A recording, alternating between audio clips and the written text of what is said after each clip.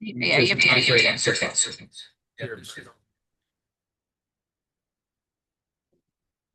Good morning, Chair. We have 16 people in attendance in the virtual audience. 16. Okay. You can start when you're ready. Morning, everyone. Good morning, everyone. My name is Bill Bergman, and I will be chairing this morning's meeting of the Philadelphia Zoning Board. With me is our Vice Chair, Tanetta Graham, Present, Mr. Chairman. Board Member Michael Johns, Present, Mr. Chairman.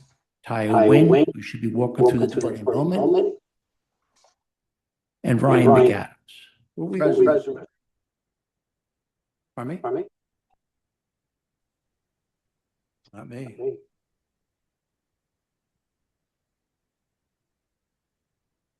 Testing. Here, sounds a little better. Also with me is our attorney, Lynn. We got something's wrong here.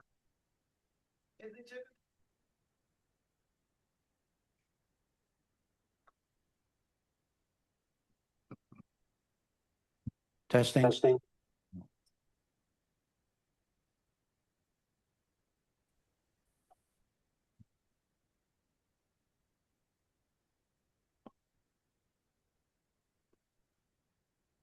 Hello?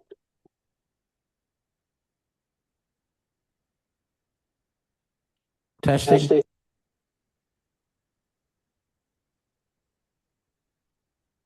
I can hear you online. I don't know.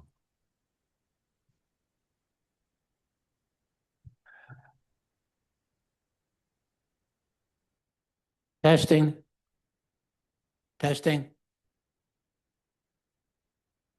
We're okay.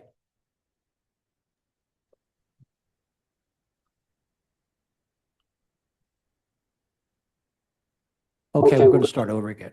Is there? No.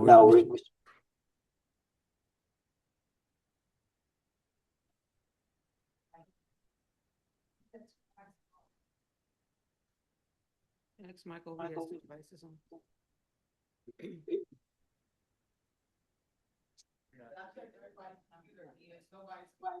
But Michael Johns keeps lighting up green. Should he just mute himself like that? Yep. It's him, you should mute yourself and see if that works. No, it's still.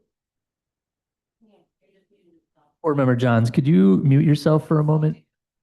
I was mute. I was muted. Okay, thank you. Testing. Okay. Okay, we'll start. With me is our Vice Chair, Tanetta Graham, Present, Mr. Chairman. Board Member Michael Johns, Present, Mr. Chairman. Board Member Taya Nguyen. She should be here any minute, and Board Member Ryan McAdams. Present, Mr. Chair. Also, here is our attorney, Lynn Reuter Huber, our ZBA Director, Ian Haggerty, and our Board Administrator, Lakeisha Dandy. This hearing is being recorded and will be posted on the ZBA website. Our participating, am I getting back out there? All right. By participating, you agree to be recorded. This is an in-person meeting with remote participation. Whether in person or on Zoom, if you're called to speak, please state and spell your name, wait to be sworn in. And then after that, each time you testify, please state your name. To enter an appearance, indicate the property address on the Zoom webinar. Speak with a staff member.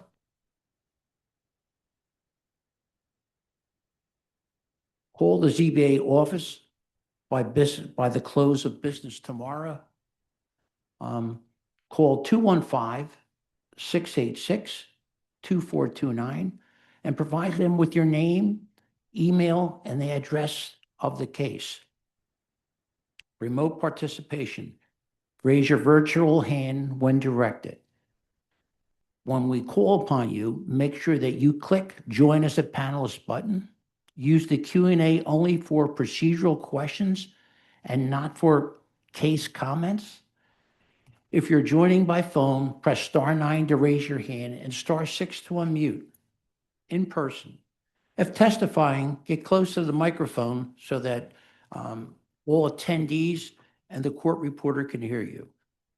No talking, eating, or drinking during the hearings. Aggressive behavior will not be tolerated. In a case of emergency, follow the instructions of the staff. The main exit is the double doors at the rear, and there is a stairwell to the left. In the event of evacuation, go to Love Park, which is directly across the street, and wait there so that we can account for you.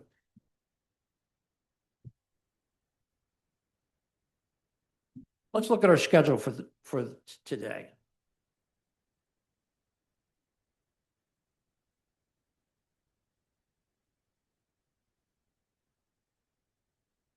Number 2, MI 2025-000-685, 1192 Waldemere Street, Waldemere Drive. Vern Anastasio is the attorney. Mr. Anastasio?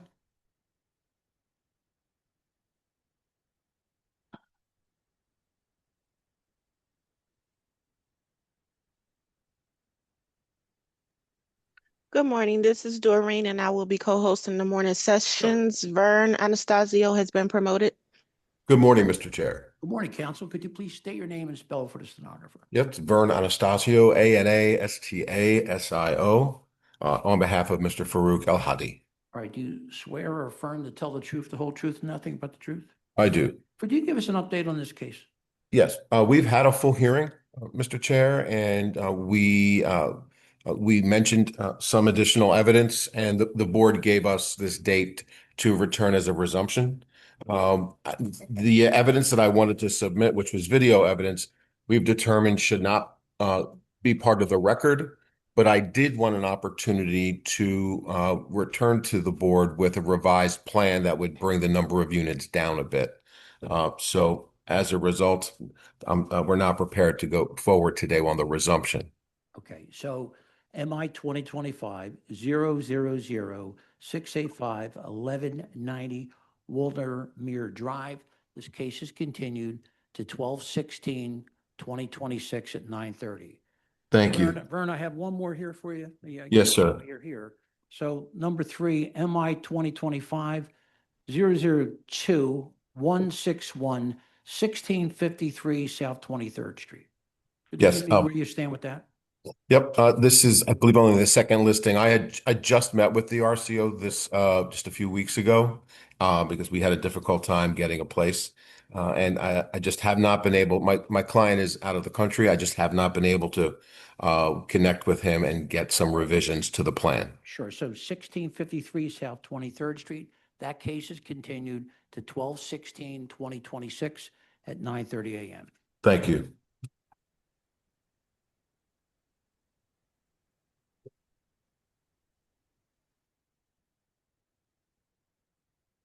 Number 6, MI 2026-000-720, 6837 Large Street. We want the appellant on to continue this, counsel? Yes. Could Tracy Wright come on?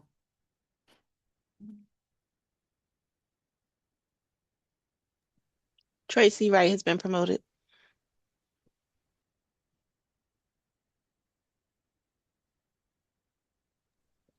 Looks like Tracy Wright has declined. Okay, I'll try her again. thank you.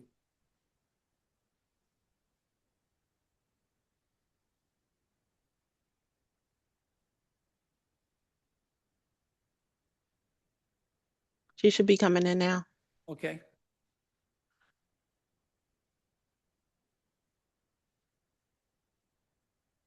Hi, good morning. This is Good morning. Could you Right, please I am state your here. name and spell it for the stenographer? Good morning. My name is Tracy Wright, ACEYWRIGHT. Do you swear or affirm to tell the truth, the whole truth, and nothing but the truth? Yes, sir, I do. I don't believe we have all the documents. Am I correct? We don't have all your documents, and we're going to have to continue the case. I, Chairman, her posting is incorrect. She did not provide the proper posting for this hearing. Your posting is not correct. That's a wrong date. Am I correct? Correct. There's a wrong So- date on your posting. so I did not receive, and I have an email, ZBA sent me an incorrect document, and I did respond back to them, letting them know. and they advised me I can give you the date that I sent that in. It has someone else's name attached to it. Sure. So I listen to printed, me. okay, Oh, okay, but listen, we cannot go on with the way it is. And this case of where you live at 6837 Large Street, this is going to be continued to 12/16/2026 at 9:30 a.m. Okay? yes, sir. Thank you. Have a good day.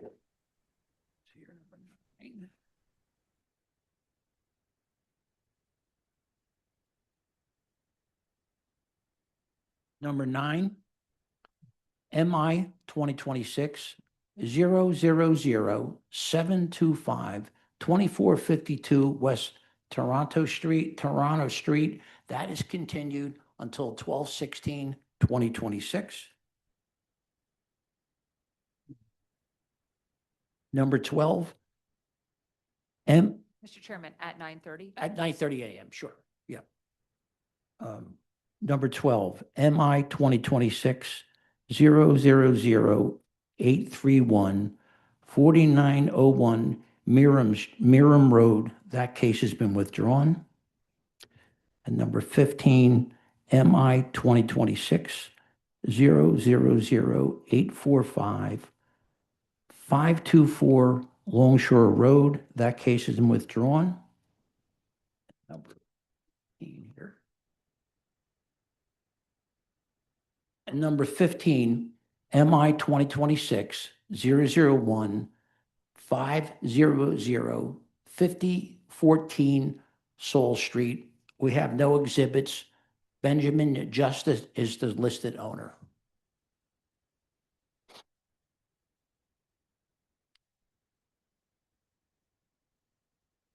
Do we see anyone? No, Chair, I don't see anyone with a hand up. Okay, so MI 2026 001 500 5014 Soul Street. That case is continued to 12/16/2026 and Mark must be heard. Are there any other requests for continuance? I do have a hand up from Daniel Loza. Okay.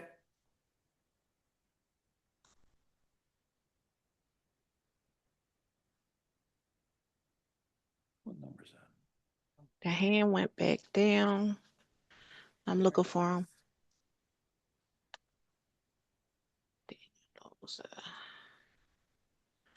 Daniel Loza has been promoted. All right. Yeah, he probably got ready to roll. Counsel? Yes, I'm here. Hi, good morning, sir. Could you state your name and spell for the stenographer? Yes, my name is Daniel Gustavo Loza, Could you spell it, please? Daniel Loza, Loz as in zebra A. Right, do you swear or affirm to tell the truth, whole truth, nothing but the truth? Yes, sir. Counsel, you know, I called for continuances. Do you want to continue your case? No, we are waiting for Arturo. Oh, so your case won, but I still have an add-on case to do, okay? Yes, sir. All right, Thank so you. why don't you just wait a little bit, okay? Yeah, thank you so much. All right. See one on our list. Okay. MI 2024 006 132 4732 to 42 North Broad Street. I vote yes. With proviso. Approve uses in the assembly and entertainment subcategory are 1, movie theaters, and 2, nightclub and public entertainment venue. Michael Johns, my vote is yes with provisos. Tanetta Graham, my vote is yes with provisos. Ryan McAdams, my vote is yes with proviso. Ty Owen, my vote is yes with provisos. Any other requests for continuance? So we're going to move to number No 1. hands. Okay, number 1 is MI 2025 000-391 3449 H Street. We also have a Spanish interpreter.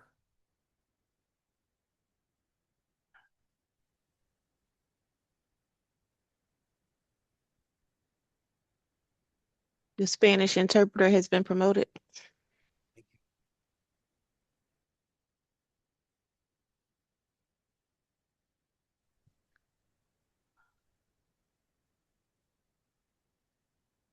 Good morning.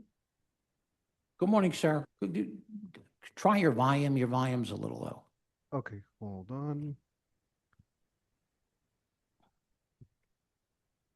Can you hear me better now? I heard you better now, right? Perfect. Could you Thank you. please state your name and spell it for the stenographer? Yes, Your Honor. My name is Leonel Gillen, spelled as in Leonel. Gillen spelled Guillen. Right. Do you swear or affirm that you will interpret accurately, completely, and impartially from English to Spanish and from Spanish to English to the best of your ability? I swear. Okay. The council has already been on, is on. Daniel Lozaz is on, and also could you, property is owned by Investment LLC. This is a resumptive hearing. Yes. Muy bien. Entonces la propiedad es los dueños de la propiedad es Investment LLC. Este es una audiencia repetitiva.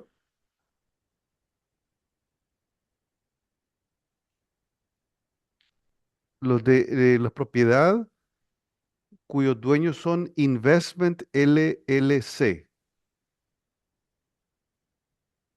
The complete name is FA Properties Investment LLC. Ok, gracias. Thank you.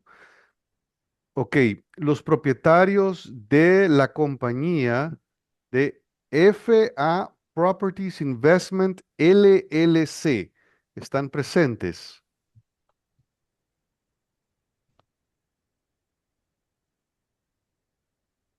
Los propietarios de la propiedad FA Properties Investment LLC están presentes.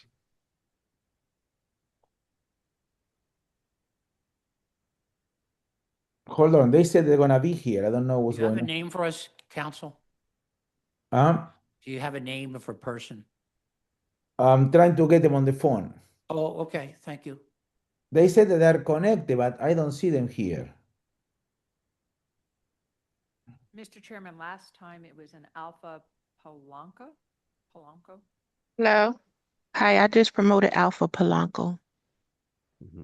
Oh, that's probably one.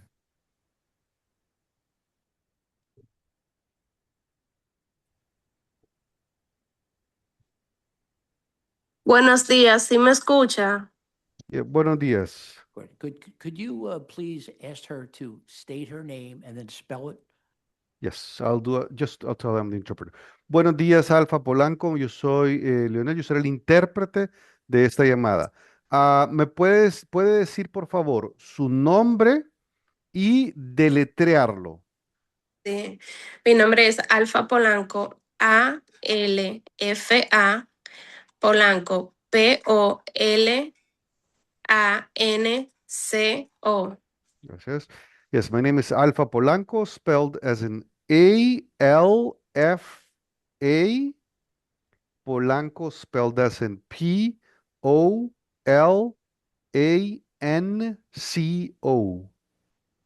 Do you swear or affirm to tell the truth? ¿Usted jura y afirma decir la verdad? The Sí, whole juro. truth and the whole truth and nothing but the truth. ¿Toda la verdad y nada más que la verdad? Sí, señor, lo juro. Yes, sir, I swear. Counsel, this is a resumptive hearing. Could you give us an update of where you stand? Ok, el consejo, por favor, abogado, esta es una audiencia repetitiva. ¿Puede decirnos en qué estamos, dónde estamos ubicados? Ok, se lo digo en español. Do you want me to say it in Spanish? I don't care. I want you to say it in English and then Okay, okay. we'll So, have him interpret. so far we got to establish 3 meetings with the RCO. Muy bien, hasta el momento tenemos que establecer una reunión con el RCO. The first one was on March 20, 2025, that the RCO scheduled and canceled. Muy bien, entonces, han sido 3 reuniones. La primera fue en marzo 20 del 2025, la cual la RCO agendó y luego canceló. The second one on April 17, 2025, in which we didn't have enough people, neighbors, to show up to the meeting. And there is a caveat here, because most of the neighbors are tenant. It's an area with tenant occupants, so it's difficult to bring them into the RCO meeting, right? Permítame. Ok, la segunda reunión fue abril 17 de 2025, en donde no teníamos suficientes personas, no teníamos suficientes vecinos que se presentaran a la reunión. Y aquí había una condición, había un asunto acá, ¿verdad? Y es que la mayoría de los vecinos acá son propietarios en esta área con 10, en esta área que son de 10 ocupantes, ¿verdad? Entonces, es bien difícil traerlos a ellos a las reuniones de la RCO. The last one was May 5th, 2025, in which we were able to bring 25 neighbors, but then the RCO lacked of quorum of their board in order to issue a recommendation. So we All right, so, couldn't so, have it. so let me, counsel, let me say this. Yes. One of the reasons you had to come back was basically 2 things, right? We needed a tax clearance, and we now have that, and we have proof of posting that you posted the property. Yes, sir. Is that correct? That's correct. All right, so questions from the board? Yeah. So one of the questions we had last time was we didn't see evidence of the second unit. So Muy bien.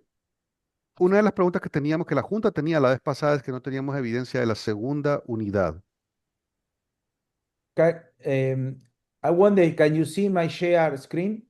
¿Puedes ver mi pantalla que estoy compartiendo?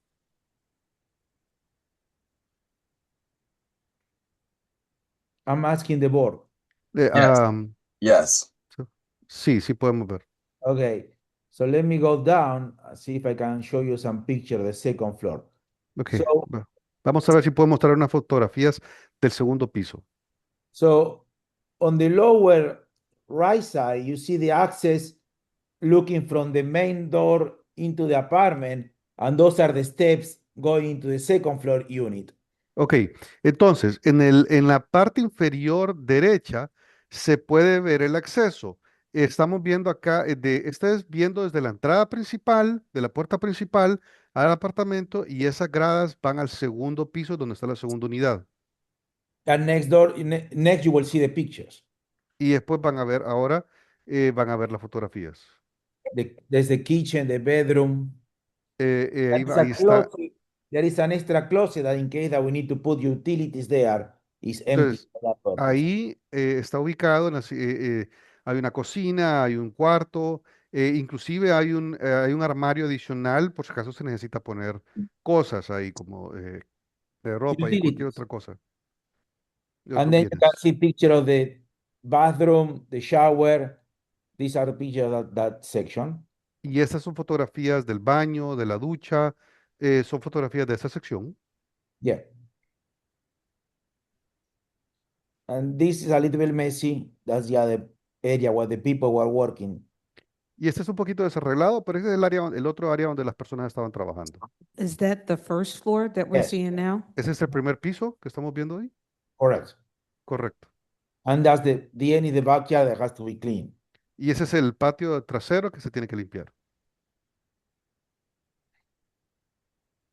Okay, and where is the trash being stored for both units? ¿Y dónde se está almacenando la basura para ambas unidades? So that I had to go to the front.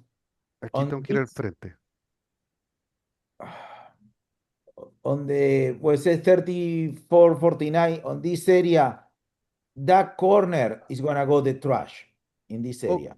ok, en esta área de acá, donde dice 3449, en esta área de acá, en esta esquina, es donde va la basura.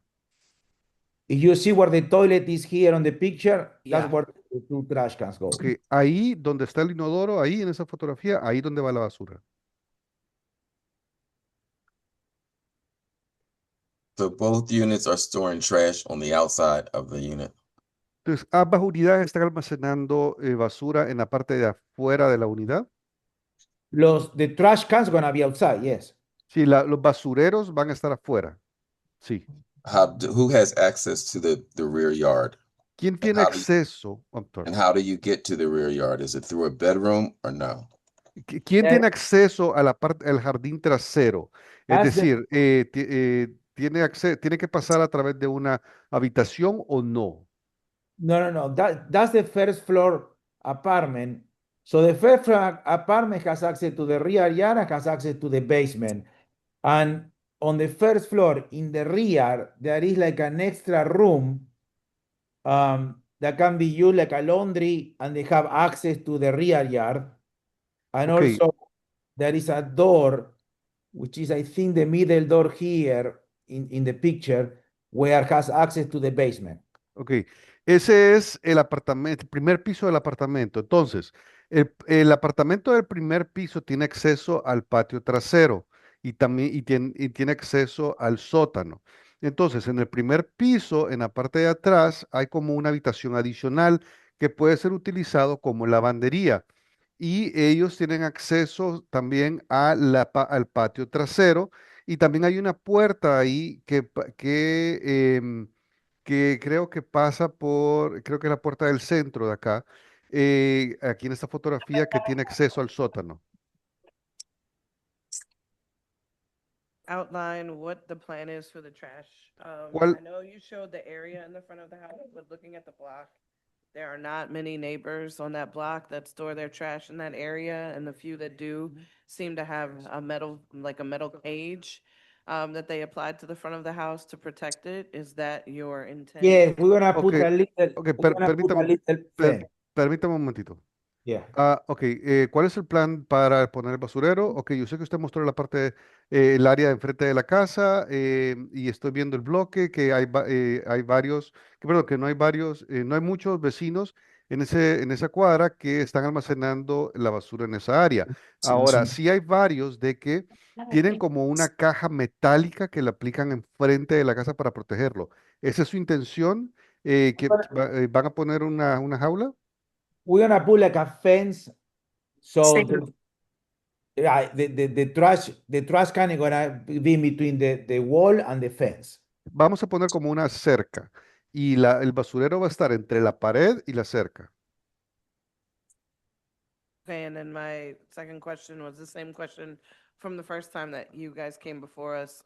Understanding that you're splitting this into two units, if the first unit is the only one that has access to the basement, what is the plan for the second floor unit to have access to the utilities in case of servicing or an emergency? Muy bien, y la segunda pregunta es la misma pregunta que hice la vez pasada. Es mi entendimiento de que usted va a dividir esto en dos unidades. Entonces, la primera unidad es el único que tiene acceso al sótano. ¿Cuál es el plan para la unidad del segundo piso para tener acceso a todas las utilidades que tienen en caso de servicios de emergencia o cosas así? Okay, two things on that. So each unit has their own electrical panel on their unit. So the first floor has an electrical panel on the first floor, and the second floor has their own electrical panel on the second floor. Then all the heating system is electrical. So there is no need for the heater to go in the basement. Ok, The only thing permítame. that is on the basement Per- are the both hot water heaters. Permítame. Go ahead. Both the water Ok, heaters down. entonces, sorry. Dos cosas en cuanto a eso. Entonces, cada unidad tiene su propio panel eléctrico en cada unidad. Entonces, por ejemplo, el primer piso, por ejemplo, tiene su propio panel eléctrico en el primer piso y el segundo piso tiene su propio panel eléctrico en el segundo piso.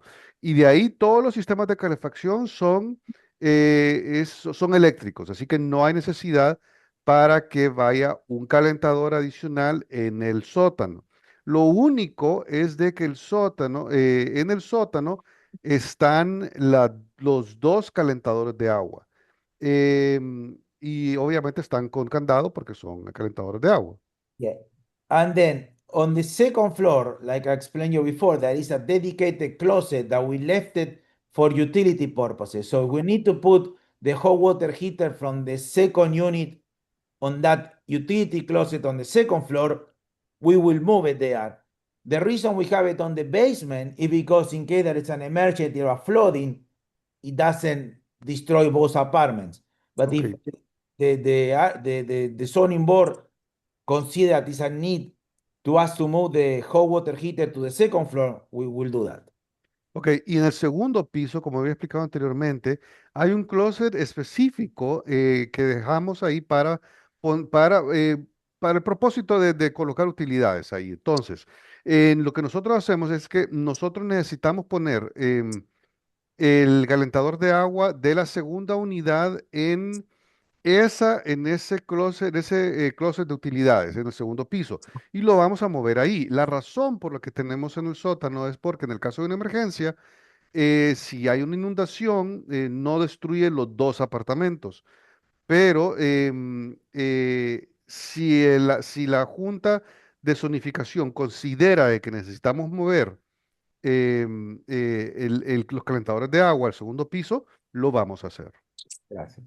Okay, well, one, we wouldn't dictate where the hot water heater goes. I just wanted to make sure that there was a plan in place. There is a plan. Depends on what we need to do. We leave that area there just to. Okay, I understand. And then the second question I have is you mentioned that the heat was electric, but is the kitchen also all electric? Like, is the unit all electric? Ok. Or will there be gas service at the unit? Muy bien, entonces, sí, bueno, número uno, nosotros no dictaríamos dónde tendría que poner el calentador de agua caliente. Solamente quería asegurarme que si tenía un plan, si tenía un plan para eso. Ahora, sí hay un plan. Depende en qué es lo que nosotros necesitamos hacer. Entonces, nosotros vamos a dejar esa área. Entonces, sí, nosotros vamos a tener, tenemos ese plan para esa área para colocarlo en el segundo piso.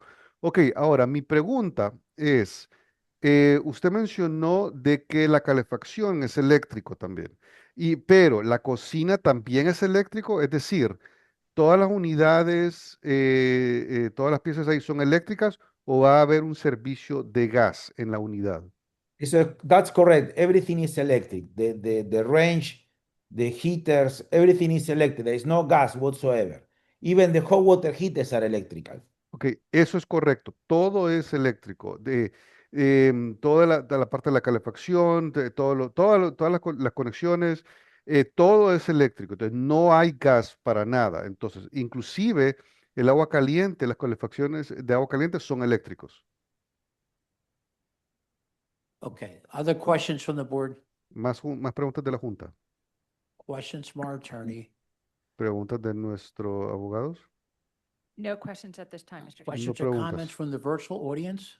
Preguntas o comentarios de la audiencia virtual. No hands, Chair. Planning No hay Commission. manos levantadas. Comisión de Planificación. Good morning, Chair and Board. Jonathan Goins, Planning Commission staff. Buenos días, juntas You're y buenos días para todos. Soy Jonathan Goins de la Comisión de Planificación. Do you swear or affirm to tell the truth, the whole truth, nothing but the truth? Yes, I do. Please proceed. Proceda. Thank you. The comprehensive plan recommends no change to the RSA 5 residential single-family zoning at this location. The city changed the zoning in 1973, consistent with the character of the block then and now.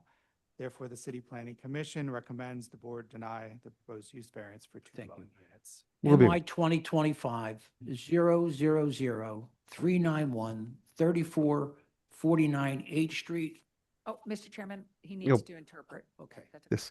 Muy bien, thank you. Muy bien. Entonces, el plan comprensivo recomienda que no se haga ningún cambio en el RCA 5 residencial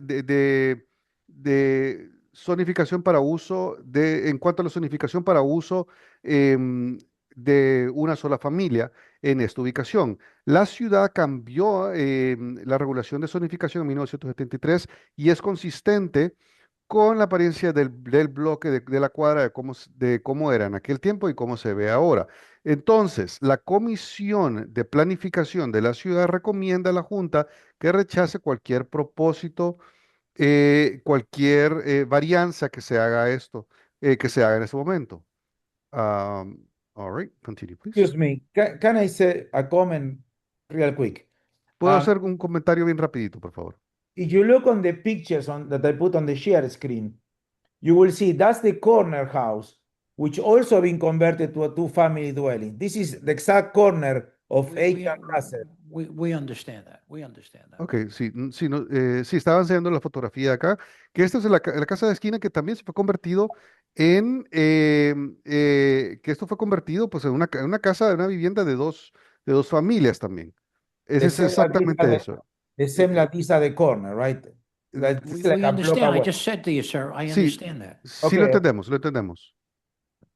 All right. I vote yes with proviso. Muy bien, Trash stored inside, no household living in basement. muy bien. Michael, Entonces, Michael yo voto Johns, sí. Sorry, Michael Johns, my vote is yes with provisos. muy bien. Yo voto sí con condición de que la basura sea almacenado en la parte de adentro, en el sótano. Tanetta Michael Jones, Graham, voto sí. my vote is yes with proviso. Tenera Graham, mi voto es sí con la condición. Ryan McAdams, my vote is yes with proviso. Ryan McAdams, voto sí con la provisión. Iowa, my vote is yes with provisos. Tywin, yo voto sí con las condiciones. Thank you, counsel. Thank you so Gracias, much. consejero. Welcome. Interpreter, I think, do you have this next one too? I believe so, Your Honor. Okay, good. No, sorry, Chair. We have actually a second interpreter for the upcoming Okay, all case. right. Thank you. Sorry about that. Okay. All right. Anything else? Second Can I do for you? interpreter, please, for thank you for your help, by the way. Pleasure. MI 2026 000-730-126 Westmoreland Street. Hello, my name is Steven. I'll be the Spanish interpreter. My name is spelled Steven, last name Aubain, IDYM 288. Do you swear or affirm that you will interpret accurately, completely, and impartially from English to Spanish and from Spanish to English to the best of your ability? Yes, I do. We'd like to have the individual state his name and spell it for the court stenographer. Así que si puede dar su nombre y deletrearlo para el reportero.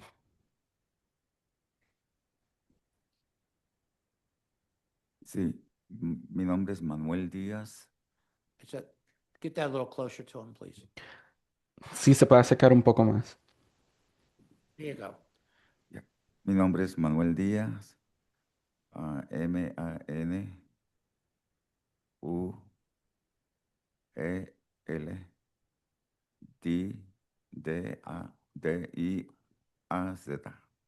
So it's Manuel Diaz, Manueldiaz. Right. Do you swear or affirm to tell the truth? Y juro y afirma decir la verdad. The whole truth and nothing but the truth. Y toda la verdad, nada más que la verdad. Our vice chair has a few questions for you, sir. Así que nuestra copresidenta tiene preguntas para usted. Good morning. Have you submitted your documents and exhibits 5 days in advance of this hearing? Y buenos días, usted ha sometido sus documentos y evidencia 5 días de antemano de esta audiencia. And you are here because you want to have 5 dwelling units in the structure, is that correct? Y usted está aquí porque quiere tener 5 viviendas en su unidad en esa estructura. ¿Eso es correcto? Corrijo, 4. 4. 4? Okay. And you've been refused because of the lot size is not comparable to the code. Is that your understanding? Y se lo negaron porque el tamaño del lote no es comparable al código. ¿Eso es correcto?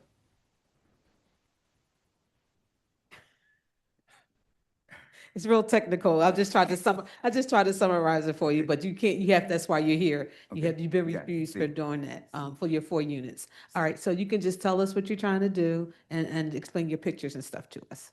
Así que Do we entiendo. have any, well, hold on, do we have anything on the computer for him? Ian? He had requested staff assistant, yeah. Yes, it's currently sharing, Chair. All right, good, we're up. Yep. Yeah, thank you. Could you please him, if he would, to please start his presentation of what's on the screen and what he wants to do, okay? So why don't you tell him to start? Así que ya puede empezar con su presentación, nos puede explicar lo que está en la pantalla y las imágenes que trajo. Sí, esta propiedad es en el 126 Westmoreland Street. Quise hacer 4 unidades son 4 estudios y todo está capacitado, tiene su panel eléctrico y los gires son eléctricos. Tiene acceso para la basura en la parte de atrás. Permítame. So this is a property in 126 Westmoreland Street. We're looking to put in 4 units, studio apartments. Each has the capability to do so. They have electric panels. They have electric heater and access to the trash in the back.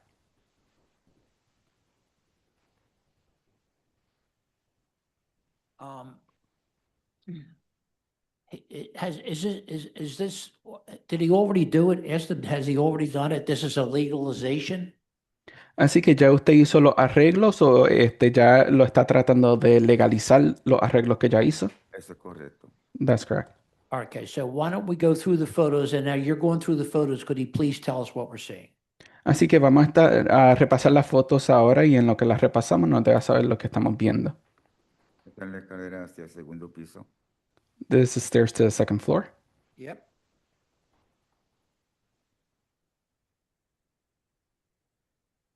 Ese es el baño. That's the bathroom. On the second floor? And it. Mhm. El panel del segundo piso. The electric panel for the second floor. Es la habitación de segundo piso. One of the bedrooms at the second floor. Could he tell us how many units are on the second floor? Are there 2 on the second floor and first floor, 2 on the first floor? Así que son 2 unidades en el primer piso y 2 unidades en el segundo piso. Es correcto. That's correct. Could he please show us how those units are separated? ¿Nos puede enseñar cómo esas unidades están separadas? Sí, este es el primer piso, This is the first floor. la parte de atrás. In the back. Cada uno tiene su contador. Each one of them has the meter.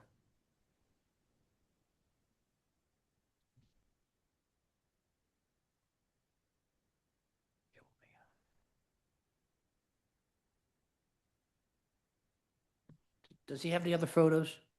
¿Y tiene alguna otra foto? Sí, está en el cuarto del frente, el estudio del frente, que no lo veo. Aquí, no lo veo. A lo mejor está aquí al frente. So there's one entrance to the building, am I correct? Así que solamente hay una entrada para el edificio. Eso es correcto. That's correct. Right.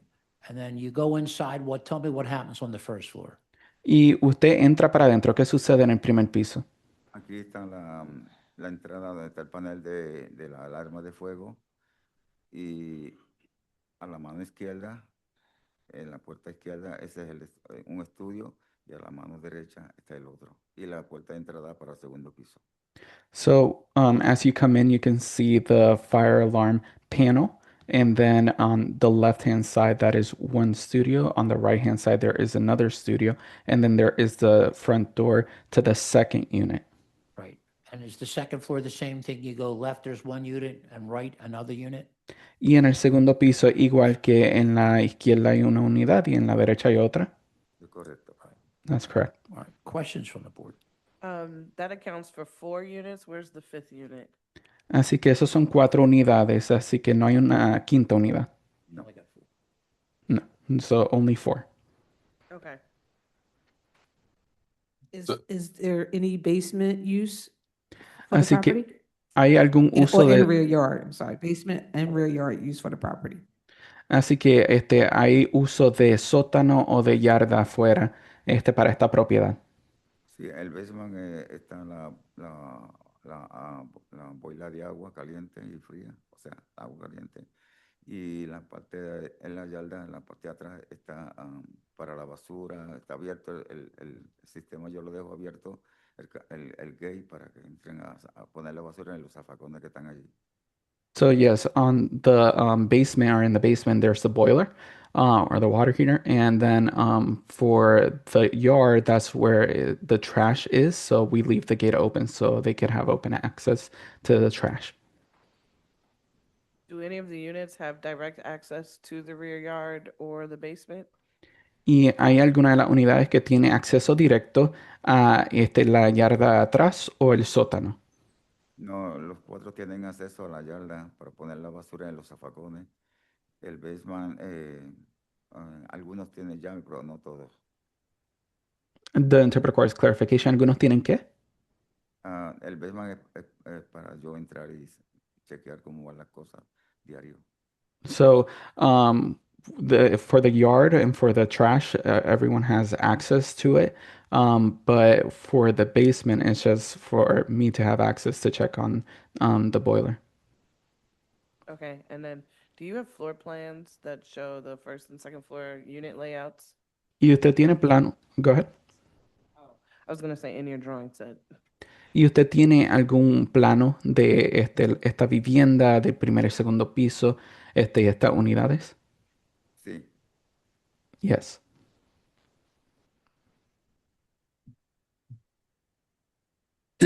Sorry, this is Ian. I don't have those in any of the submitted drawings, though. This was a change of use application, so it wouldn't have been part of the zoning permit drawings. Así que no tengo esos planos sometidos porque como esto es un cambio de solicitud y no un cambio de permiso. Okay. All right. Other questions? Yeah, so you did this work or this building was like that when you purchased it? Así que usted hizo estos arreglos a la vivienda o esto vino así cuando usted la compró. Ya estaban así, yo los arreglé un poco, pero estaban así. So it was like that. I fixed it up a little bit, but it came like that. So you said you have floor plans. I know they're not required to be submitted, but you have floor plans? Así que usted tiene planos de la vivienda, no fueron requeridos para someter, pero usted los tiene. Sí. Yes. Great if we could see them because it's kind of hard to, with just pictures, and the pictures aren't that great. Sería bueno poder verlos porque estos son solamente retratos, pero sería bueno ver los planos si los tiene.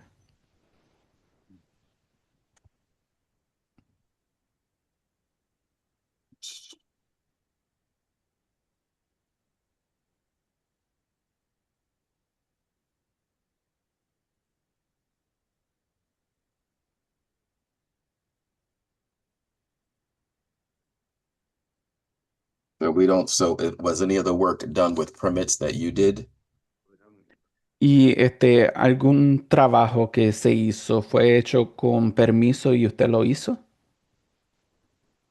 Los trabajos que se hicieron en el apartamento, yo mismo los hice porque yo brego en estos asuntos y asuntos personales y arreglé algunos aditamentos porque no conllevaban mucho que hacer. O sea que los hice yo mismo.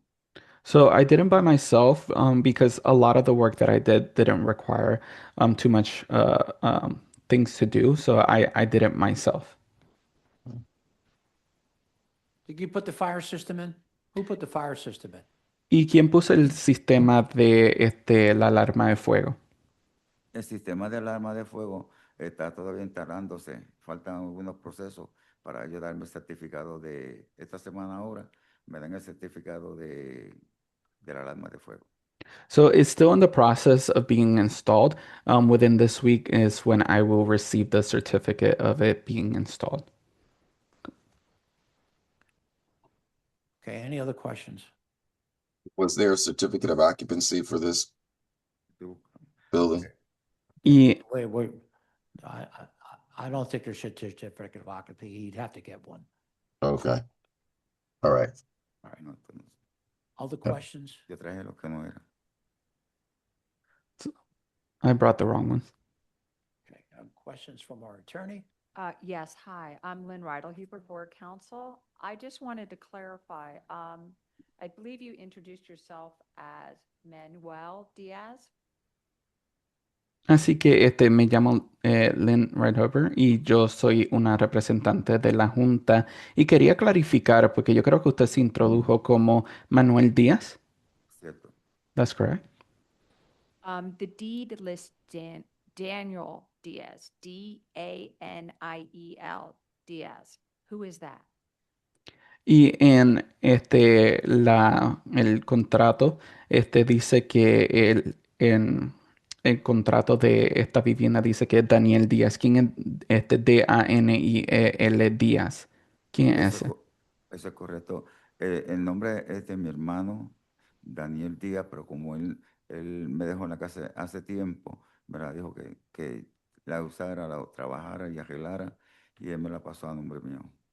So that is correct. That's my brother's name, and he left me the property years ago. He said to use it to fix it, and that he passed it over to me. Okay, I got it. Okay. So we can't do this today. Give us a process what he has to do. Settle. Wait a minute. Settle the estate and things of that nature. Well, I'm not sure if there's an estate. I obviously can't give you legal advice, but you're going to have to figure out if your brother had an estate. You need to get the deed in your name in some fashion. So you're going to need to seek potentially legal assistance. I mean, there's community legal services. You can go to the court. There is an office there to provide you with some legal assistance, but you need to have the deed in your name so that you're the actual owner of the property in order to go forward with the zoning. All right, let the interpreter start talking. Oh, allow me. Please. Así que usted va a necesitar quizás asistencia legal o quizás algún servicio legal comunitario, y tuviera que ir quizás para corte o para que le puedan proveer asistencia legal, pero usted necesita tener esta vivienda bajo su nombre, para que usted sea el dueño actual de la propiedad para poder proceder con la zonificación. De acuerdo. All right. So we can't give this a date, right? He'll just have to contact the office when he's available. Así que ya tan cuando esto esté disponible, usted contactaría a la oficina. We'll do a resumption. Okay, when we hear from him. Okay. Correct. All right, thank you, sir. Sorry about your. Okay. Así que gracias, señor, y disculpa por eso. And interpreter, thank you very much.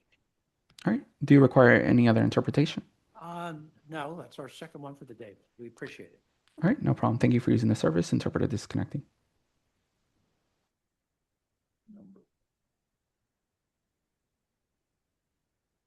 Number 5, MI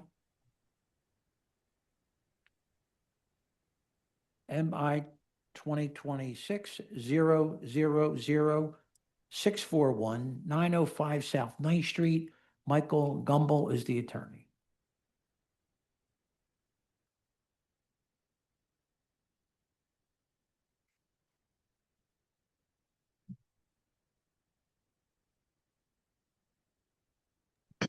Michael Gumbel should be coming in as a All right, panelist. thank you very much.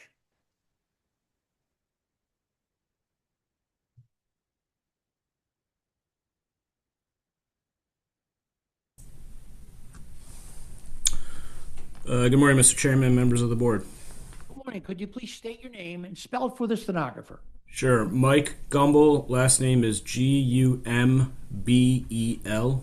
Right. Do you swear or affirm to tell the truth, the whole truth, and nothing but the truth? I do. Counsel, could you identify your client in relationship to this property? My client is Janet Steckman, and I actually have her sitting next to me in my office today. and she is the owner of All right, 905 very South good. 9th And our Street. vice chair has just a few questions. Good morning. Have Morning. you submitted your documents and exhibits 5 days in advance of this hearing? Yes, And do you waive the reading of the refusal and stipulate to its accuracy? yes, All right, thank you. You can share your screen and proceed with your case. thank you.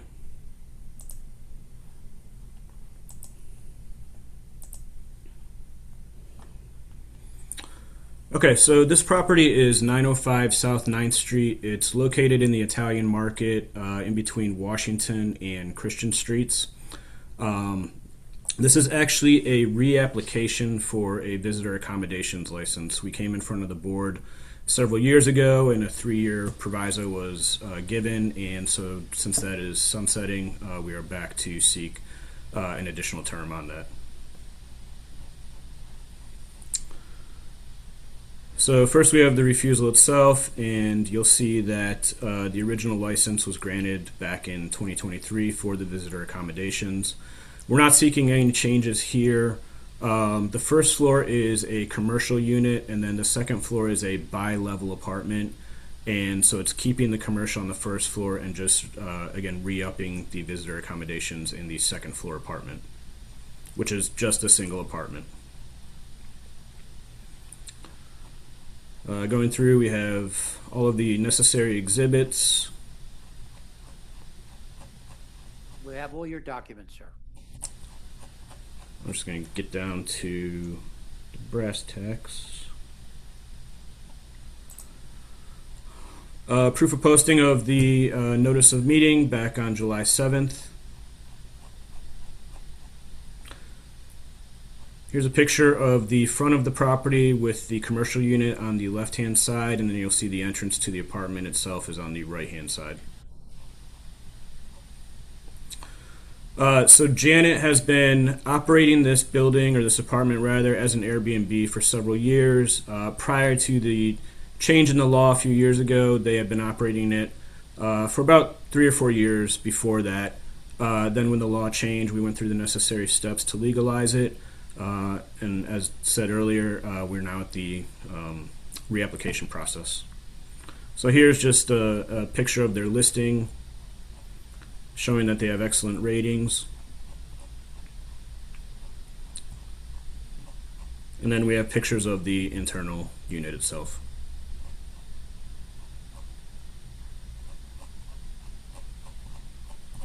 You got to slow that down. Sorry.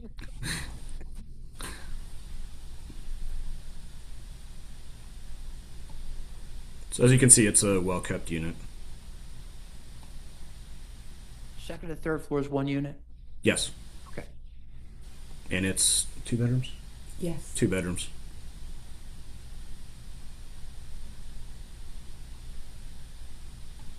Good on the pictures? Yep. Okay. Below that, we sent out the RCO notices back in March, and we have the proof of mailings attached to that. We then met with Bella Vista Neighbors Association in April 2026. They granted a letter of non-opposition. I would also point out the highlighted section here that they did request longer than an additional 3-year proviso due to the burden of having to constantly reapply for this every few years. I believe that the board is continuing to do the 3 years, but nevertheless, they did make a recommendation that it is burdensome on the owners, and if it could be extended out for a few years beyond that.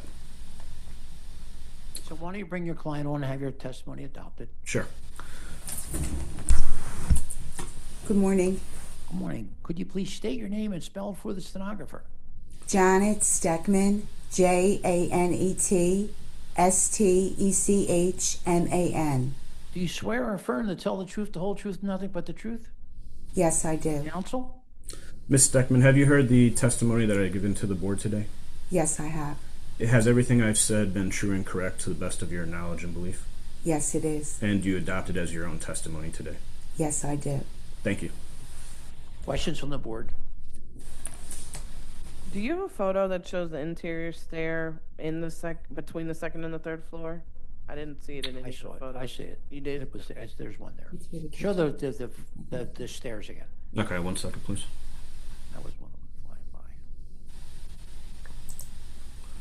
flying by. So that's the, if you see here, this is the stairwell coming up from the first floor, and then this is the stairwell up to the second floor bedrooms. Okay, and then did Or, I'm sorry, the show- third floor bedrooms. Did you show us a photo of the entry to the stairwell from the street? Just the front door. Yeah, it's just this front door.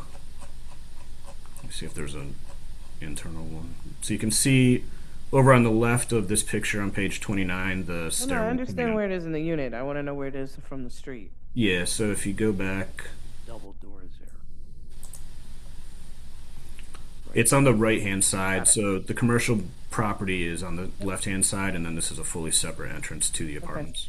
That answered my question. Other questions? I actually do. So, since this is an Airbnb unit, how close is the manager of the property? So she actually owns Anastasia's Seafood Market, which is a couple doors down, and she lives on Federal Street. So she's in the market every day.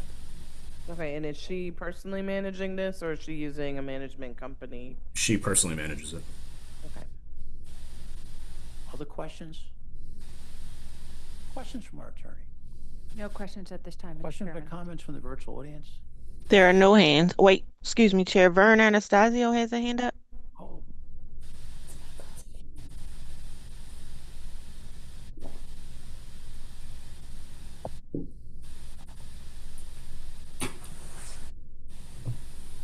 Vern? Good morning, Mr. Chair. So I take it this case here, I should not refer to you as counsel, but as Mr. Anastasio, do you No, have comments? You could do either, sir. I'm actually here representing the immediate adjacent property owners and Okay. occupants, my parents, who have lived next to this property as an Airbnb and a short-term rental for several years. And they and I fully support the granting of this variance. Well, thank you very much for taking the time. You're welcome. I think I'm going to see you this afternoon again, am I right? Yes, sir. All right, all right. Thank you, Vern. Thank you. Anyone else in the virtual audience? There are no more Planning hands. Planning Commission. Jonathan Goins, Planning Commission staff. The comprehensive plan recommends no change to the existing CMX2 commercial mixed-use zoning at this location. The appellant has not shown that the property cannot be used in strict conformity with the zoning code, that a variance is therefore necessary to enable the viable economic use of the property. The City Planning Commission recommends the zoning board deny the variance. MI 2026-000-641-905 South 9th Street. I vote yes, with proviso. Use limited to second and third floor. Temporary variance that expires August 1st, 2030. Michael Johns, my vote is yes with proviso. Janetta Graham, my vote is yes with proviso. I'm Adams. My vote is yes with proviso. Kaya Wynn, my vote is yes with proviso. Thank you. Thank you very much.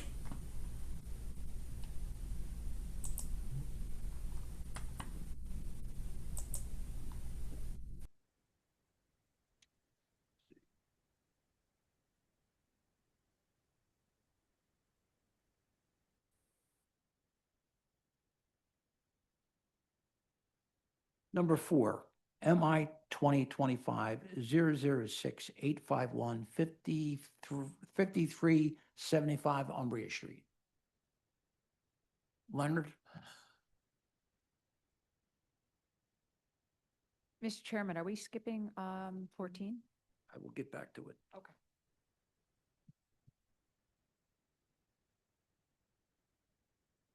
Good evening, everyone. Good morning.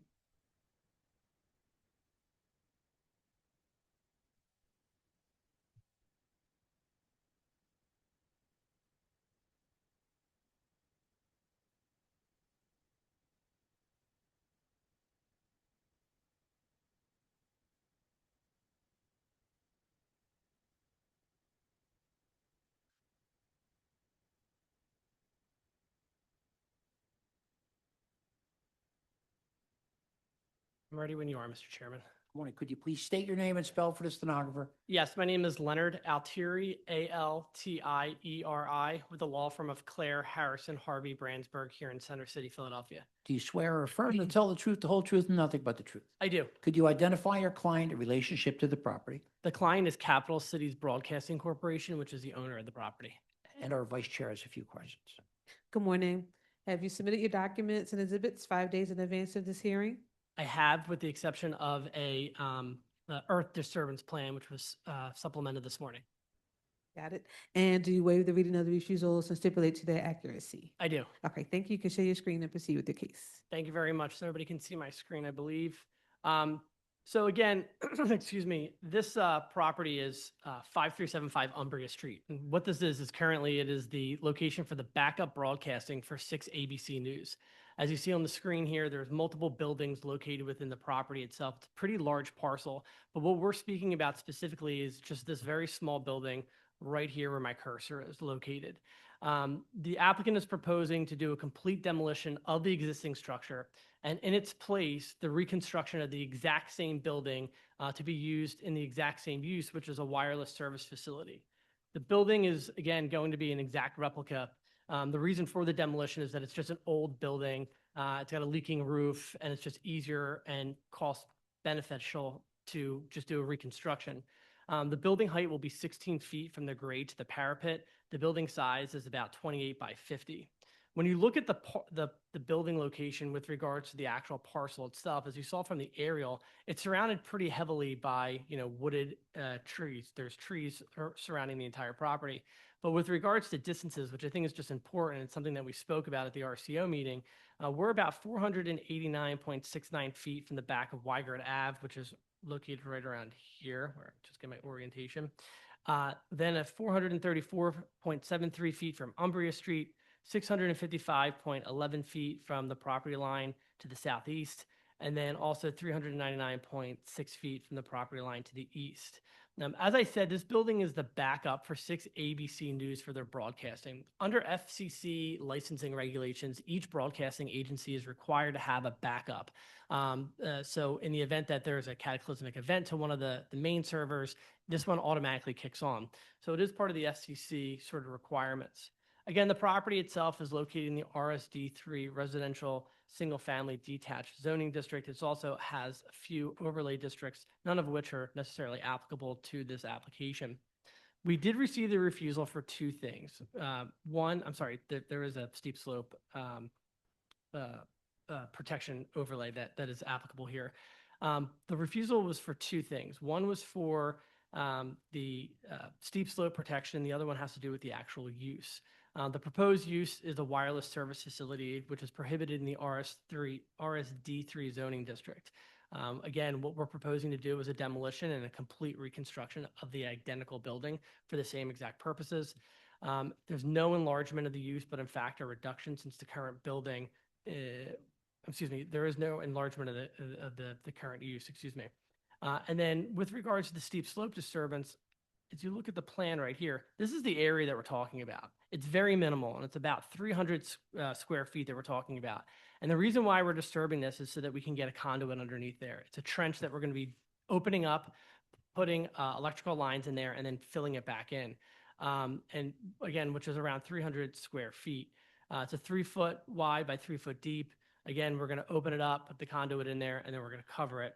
No grade change at all. And then these are the 2 earth disturbance plans that I did submit this morning as a supplement to the board.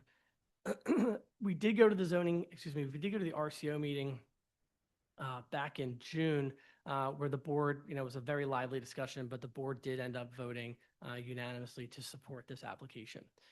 With that being said, that's all I have with regards to testimony. It's a pretty straightforward application, and I would just like to call on my witness, Mr. Jim Braun, to adopt that testimony. Sir, could you please state your name and spell it for the stenographer? Get close to the mic if you can, sir. James Braun, B-R-A-U-N. Right. Do you swear or affirm to tell the truth, the whole truth, and nothing but the truth? I do. Counsel? Mr. Braun, were you present in the room when I made this presentation? Yes. And is everything accurate to the best of your knowledge, information, and belief? Yes. And if I was to call you to testify, would you adopt that testimony as your own? Yes. Thank you very much. And you are the general contractor for this? Yes. And you're authorized to speak today? Correct. Thank you very much. Counsel, we've had several cases back here, right? Over the years? Myself? No, in general. Not that I've been involved Oh, in. there's been several cases, if I remember correctly. There's multiple Yeah. stations that are Yeah, back that's there. right. So I know that Mr. Braun had one a few years ago where they actually took down one of the Yeah. broadcasting towers. So, with all six, channel 6, 3, and 12. Yeah, that's right. They're right. all over there. Questions from the board? Yes, so what is inside the building? Transmitting equipment. They take the signal from fiber optic and convert it to FM signal, goes up the tower. And it's basically broadcasted for people who don't have cable. So there's not like do employees use the building or it's No. just straight for that? Just equipment. Okay, all right, thank you. Sure. Other questions? Questions from our attorney? No questions at this time, Mr. Questions or Chairman. comments from the virtual audience? No hands. Planning Commission. Jonathan Goins, Planning Commission. The comprehensive plan recommends a zoning map change to ICMX industrial commercial mixed use at this location. The nonconformance is longstanding and has not caused detrimental impacts. The City Planning Commission recommends the zoning board grant the variance. MI 2025-006 851 5375 Umbria Street. I vote yes. Johns, my vote is yes. Tanetta Graham, my vote is yes. Ryan McAdams, my vote is yes. Diane Nguyen, my vote is yes. Thank you very much. Okay. Thank you. Number Take care, everyone. 14, MI 2026-001 497 949 South Third Street. Vern Anastasio is the attorney.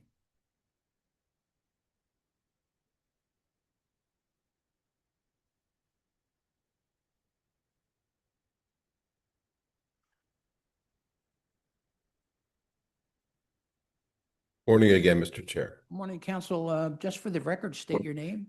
Vern Anastasio, ANASTASIO, on behalf of Mr. Yong Shuai. Okay. Our vice chair has a few questions. Good morning. Have you submitted your documents and exhibits 5 days in advance of this hearing?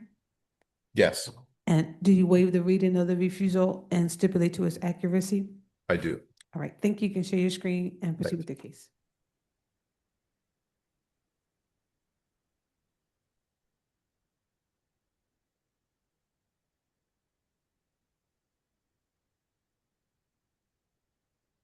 Okay, members of the board, this 949 South Third Street is a corner property in Queen Village. And it was for a very long time a corner bar, very actually well-known corner bar that ultimately was converted that first floor into an apartment. And the upstairs unit has always been an apartment itself. Let's get to excuse me.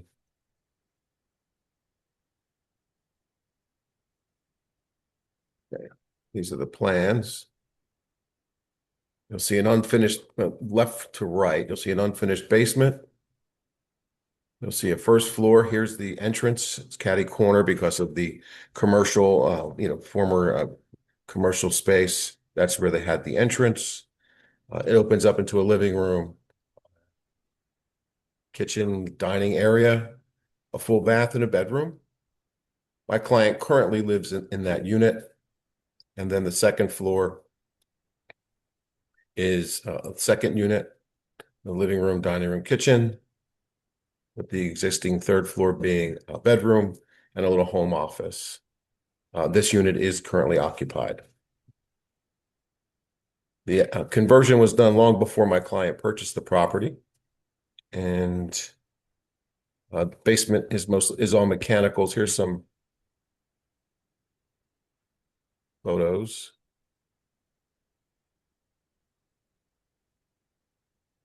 And if legalized, my client would be willing to do some facade work on the property.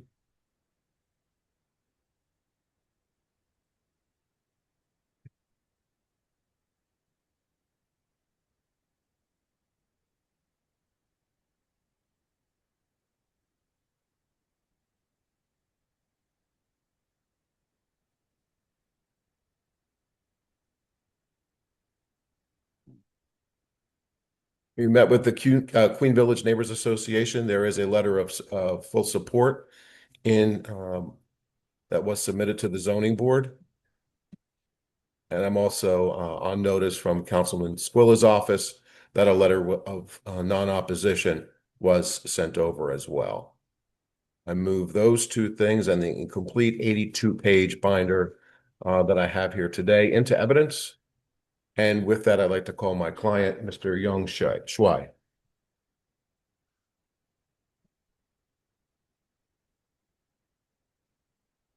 Young Shuai will be rejoining us in a minute. Thank you. You're welcome.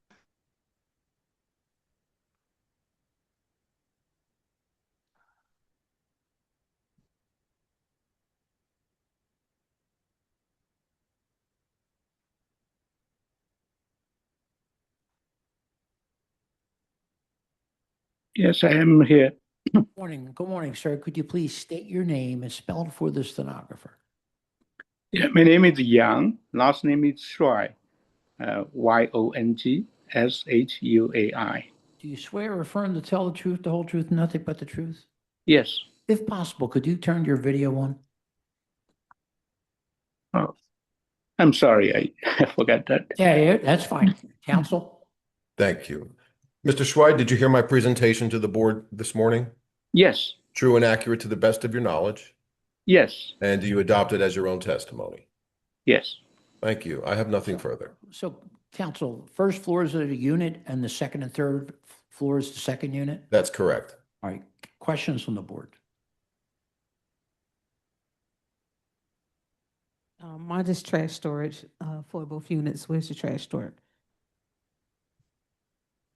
Interior trash storage was the request of the RCO, and that's what we plan to do. In terms of, you said if approved, your client would be wanting to do some facade improvements. What would they be doing? Are they gonna? Well, as you can see in one of the photos, there's just a blank wall that it was a large window that was covered up with some siding, and a window air condition was installed. He would consider putting in, upgrading, either putting in some additional windows, something larger, to bring in some light.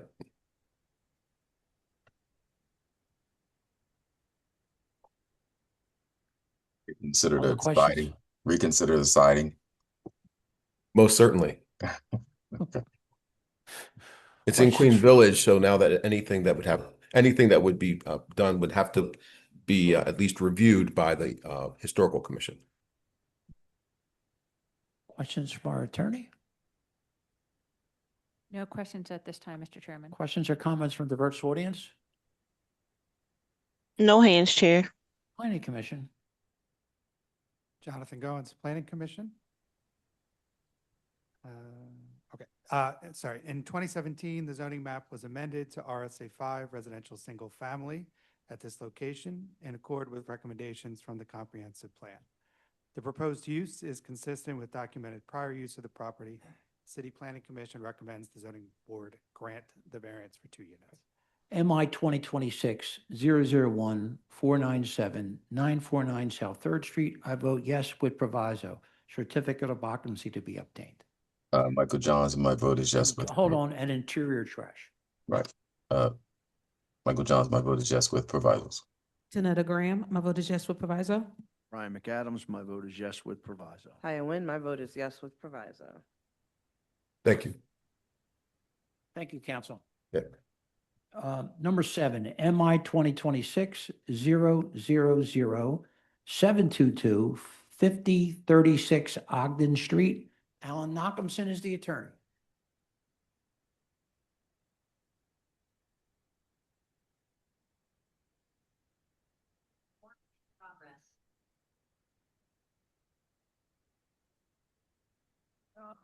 You made your entrance right on time there. I mean, I was, It said 12 o'clock. All right, let me just make sure I have the materials up.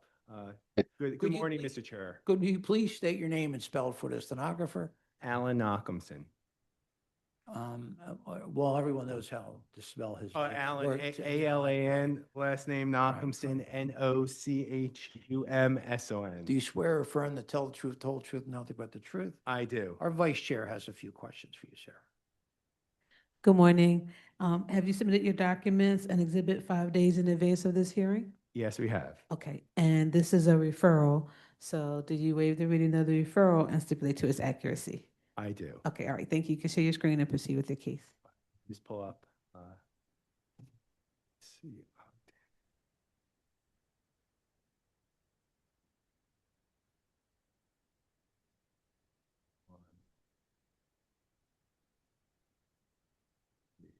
First up there.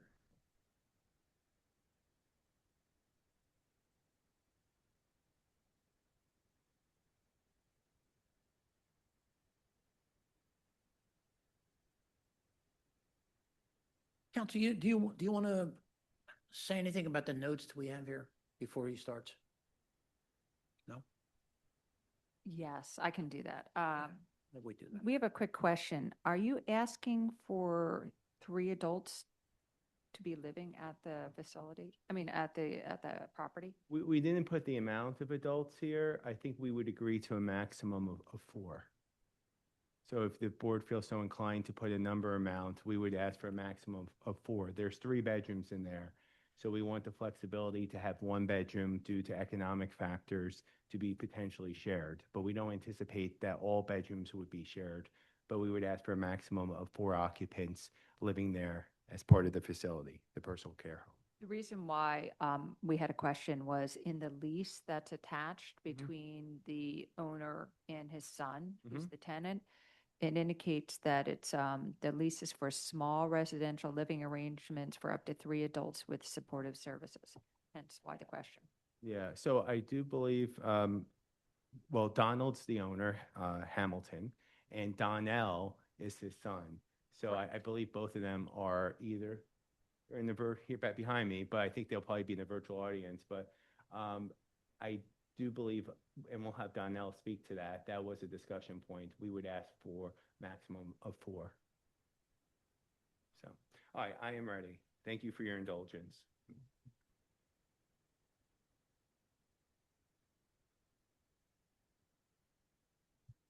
As board member Graham stated, this is not a variance. This is a referral. You know, the standard is much lower. You know, in that the standard is we just have to prove that the use that we're proposing is no worse than what you would typically expect of a personal care home. And you'll see from the presentation that you know, my client Donnell Hamilton is well equipped to handle this.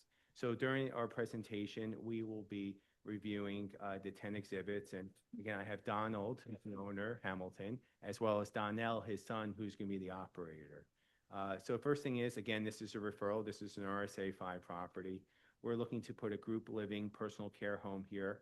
And again, if the board feels so inclined to limit the amount of occupants living there, we would ask that it would be a maximum of 4. We have, again, not typical when you have a personal care home, especially in these situations, but we have full support, overwhelming support for board members, as well as 8 people who attended the meeting as well. So that's unanimous support there. And then we explained the situation. This is a block that is uninhabited from a building structure standpoint, and a lot of vacant lots. My client, what he's looking to do is have, autistic kids here who are capable of living on their own, but with assistance. And, there's a lot, I know I always say, I try to put myself in the situation, but next door, we have a neighbor who is, autistic, and he works and he's functional, but he lives with his parents because it's not easy for, some people to live on their own.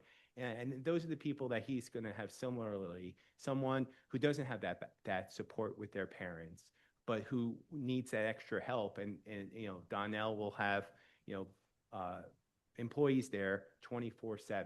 So we'll have 3 shifts of 8 hours each there. So again, we're mid-block on Ogden Street. You can see where we are in the neighborhood. We're in the 44th Democratic Ward. Photographs of the property. My client started doing, it looks like some work there, exterior work. Obviously, he's going to do everything with permits and approvals, which include hopefully the zoning permit as well. This is proof of posting for today's hearing. This is Ogden Street to the right of the property and to the left of the property. And then these are interior photos. So again, Donald has owned this property as a rental property for some time, had issues with some occupants. You can see the people who lived there, left a lot of stuff there. And Donnell wants to, he's a registered nurse. He wants to start this business. He's very well qualified. And he wants to use this property as its hub for his first personal care home. So, but I just want to give you an idea of what, the inside looked like and the outside.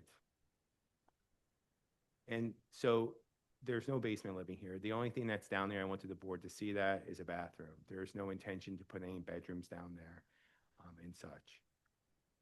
I just want to give you every angle that you can see here. But this is an uninhabited property that's been abandoned by former tenants. And then just in terms of floor plan, you come into the porch area. There is an opening here. You would have a living room, dining room, kitchen, outdoor area. Go to a lower level. This is where the bathroom is. Again, this is not to scale. We just want to do for illustrative purposes only. The hot water heater is down there. If you go up, instead of the first floor, you go up a flight of steps. There are 3 bedrooms and then 1 bathroom. So it's a 3-bedroom, 1.5 bath. And you can see every bedroom has windows, which I know is very important to the board, but these are pre-existing conditions. We met with the community on July 6th at 5 p.m. It was a well-attended meeting. We had 12 people there, 4 board members and 8 community members, all in support, proof of mailing, our application for a special exception, our deed to the property showing that Donald Hamilton is the owner of the property, has been since 2017, and our certificate of tax clearance. Again, I would have, Donald verify some of the property characteristics, but now have Donnell testify as to his business. So, Mr. Donald Hamilton. Donald?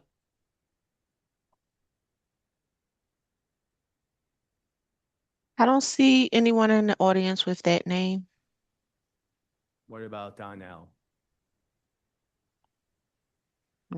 Donnel, Donald or Donnell.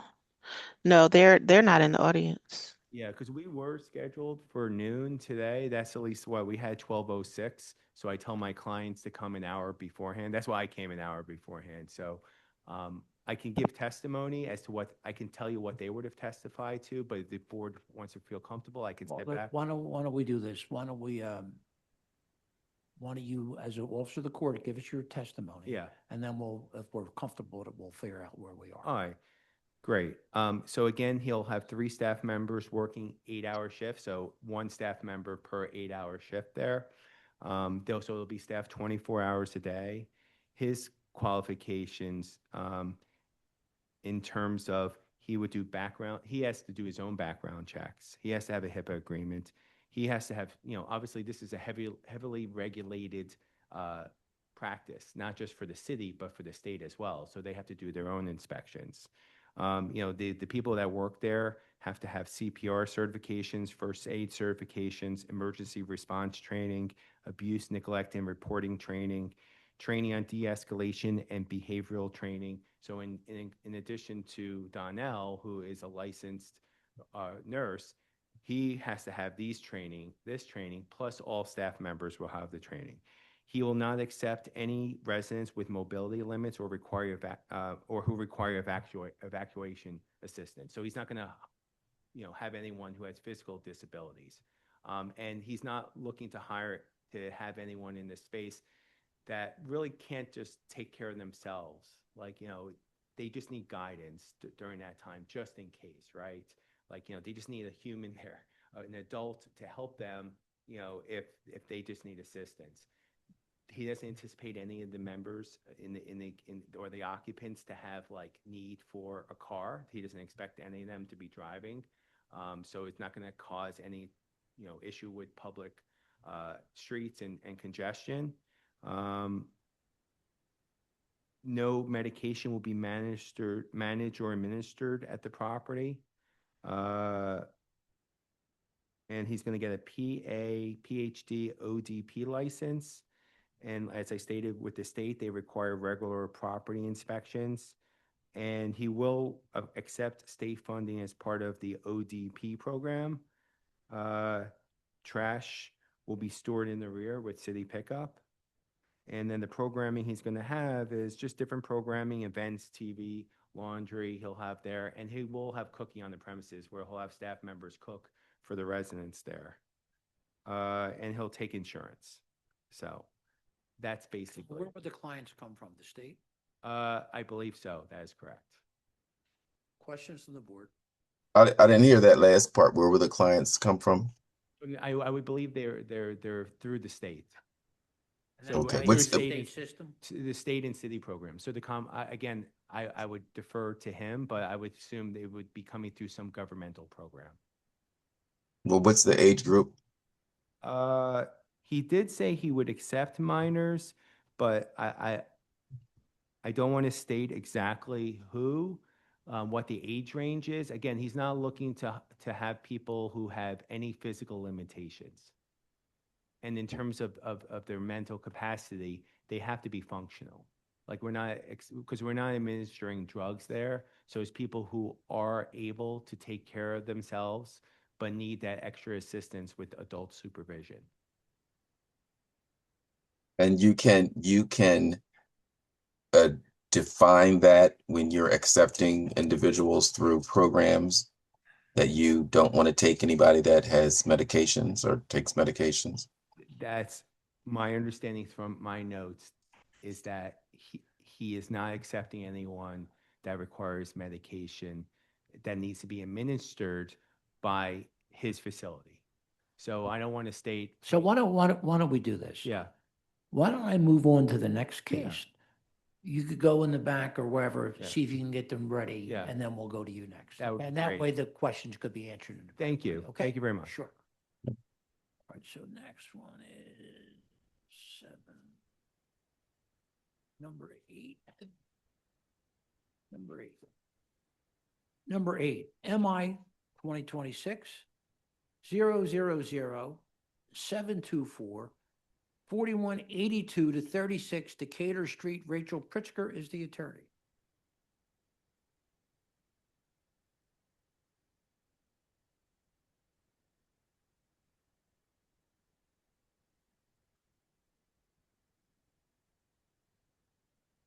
Rachel will be rejoining as a Sure, panelist. thank you.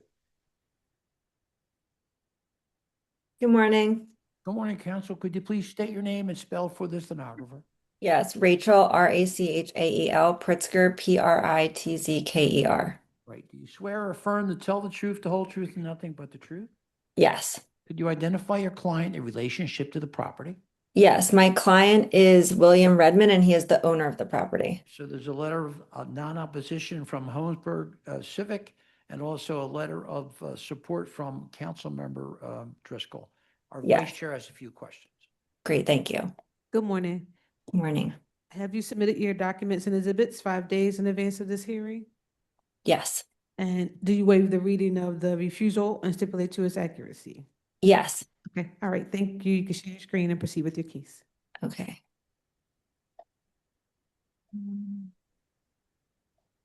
Okay, can you see my screen? You can. Okay. So this is 4132 to 36 Decatur Street. This property is zoned RSA 3, and the application is for the legalization of a detached private garage with 1 parking space, which is accessory to a single-family home within a detached structure.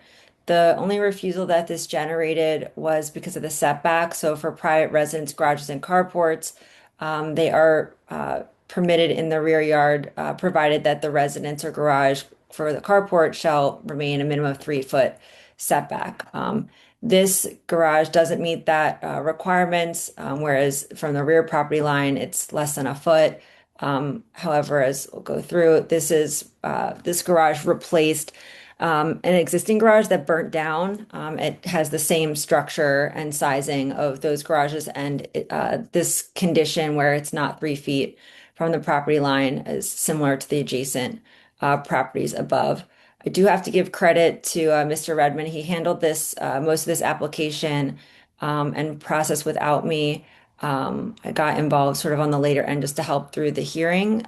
So just want to give him a little credit for the work that he did and just share a little bit about his application. Again, this is constructed on the same footprint as the old burned down garage. The extended footprint into his property is about 540 square feet to 660 square feet. And again, any offsets were sort of where the old footprint were. And other properties in the neighborhood, as mentioned, have 0 setbacks or are directly on the property lines. He's a foot setback adjoining the directly adjacent neighbor and a 5-foot setback from the private driveway, which allows the neighbors to access their garages as well. This is the tax clearance and the deed for the property. This is just the zoning map, just showing its RSA 3 property, larger corner property, as you can see from this slide. I think the lot is almost 12,000 square feet, pretty large property. And as you can see here, you have the single family home and then the detached garage as well.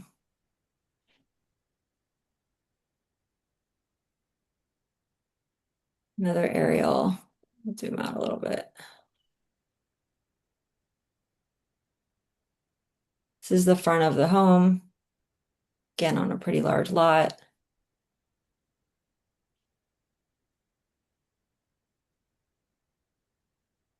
Zoning posters on the property.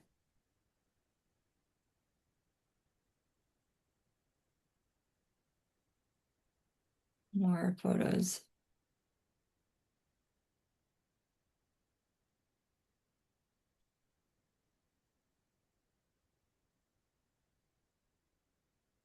Okay, this is so the exterior view of the garage. The siding was obviously updated, which matches more of the neighborhood as well than what was there. The internal part of the garage, just for 1 car. An exterior view. This is the house over here, and then the garage on the side. Again, another view.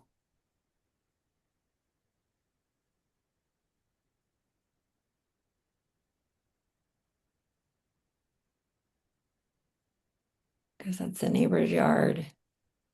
This is sort of the end of the garage. This is the code section. As mentioned, it requires 3 feet setback. Again, we're providing almost a foot. Mr. Redmond went to the RCO meeting, sent the required notices that are on the screen. Sent the mailing out. I met with Holmesburg Civic Association, and they did not oppose the application for the variance for the non-compliant setback for the garage in the rear of the property. And again, letter of non-opposition from Councilman Driscoll's office as well. So the plans that were drawn up.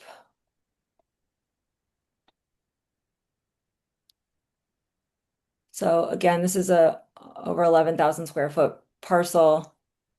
So you have the home here, and then we have the 1-story metal garage that's here, accessed by this private easement to access it. So, and again, it replaced the existing one that was there. So I think setting it over would encroach into this fenced area and the patio. Setting it back would encroach into the play area. And so it's just taking up again the area that was in. If there's 5 feet here, about 0.85, almost a foot there. And then all the rest of this is his property. And that's sort of it on this. Want to see if we could bring Mr. Redmond, William Redmond, he should be in the audience, to adopt my testimony.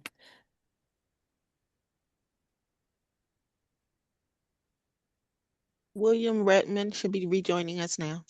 Thank you. You're welcome.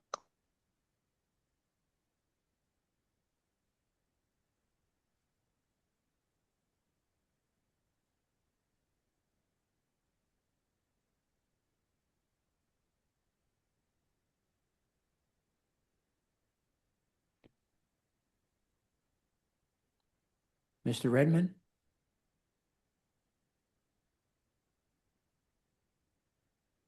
Looks like he declined. I will try one more time. Just thank you.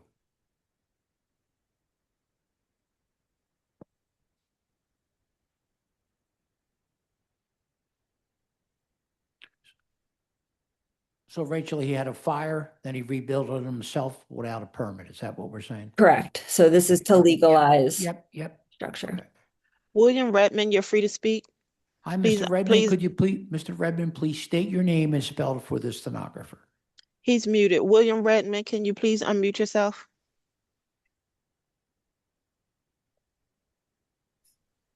Can you hear me now? Yep, we can, sir. Could you please state your name and spell it for the stenographer? William Redmond, WILLIAM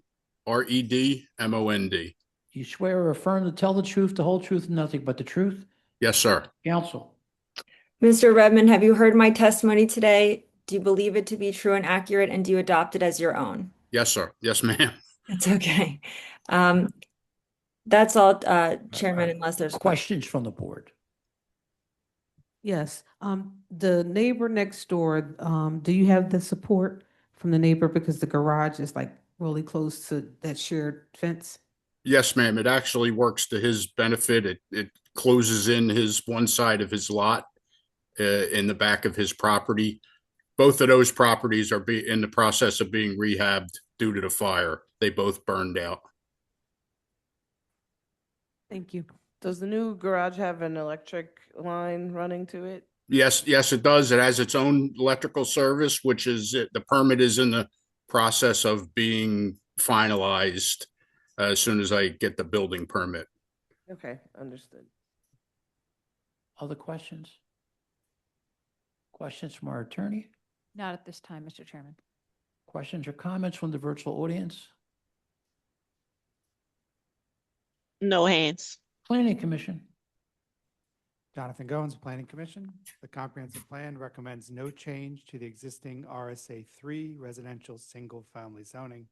The proposed dimensional variance is minimal and does not conflict with the purpose and spirit of the zoning code. The City Planning Commission recommends that the zoning board grant the variance. MI 2026-000-724, 4132 to 36 Decatur Street. I vote yes. Bill Johns, my vote is yes. Tanetta Graham, my vote is yes. Brian McAdams, my vote is yes. Hi, Nguyen, my vote is yes. Thank you. Thank you, counsel. I'll move on to number 10 because his clients weren't coming to 12 anyway. So number 10, MI 2026-000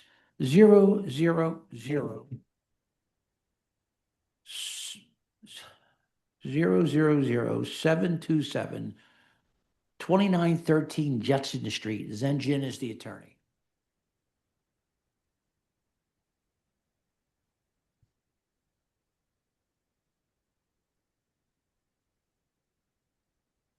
Then Jen has been promoted.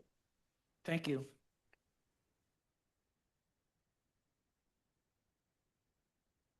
Good morning. Good morning, counsel. Could you please state your name and spell for the stenographer? Yes, my name is Zen Jin, Z-H-E-N, last name J-I-N, here on behalf of the applicant. All right, do you swear or affirm to tell the truth, the whole truth, and nothing but the truth? I do. Counsel, could you identify your client in relationship to the property? Yes, my client's Amir Simpson, 2906 North Judson LLC, the property owner. Okay, our vice chair has a few questions. Good morning. Have Good you morning. submitted your documents and exhibits 5 days in advance of this hearing? Yes. Okay, and you have several refusals here. So do you waive the reading of your refusals and stipulate to their accuracy?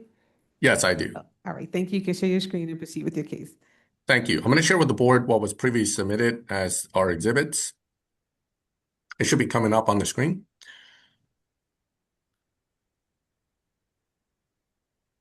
Can the board see my screen on there? I can. Thank you. Good morning. This is an application for legalization of additions at a property at 2913 Judson Street. My client owns and occupies the property. He is a self-employed individual who bought the property, moved in, was excited about the ownership, and did renovations without realizing that it triggered various dimensional zoning refusals.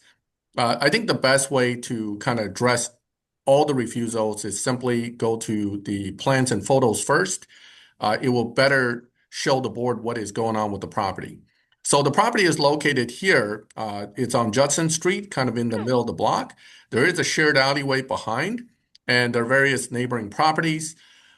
This is actually the property in question here, and the front setback dimensional variance is regarding the enclosed porch, which is used as essentially a small room where he puts a closet and shoes. We'll show that picture in a minute.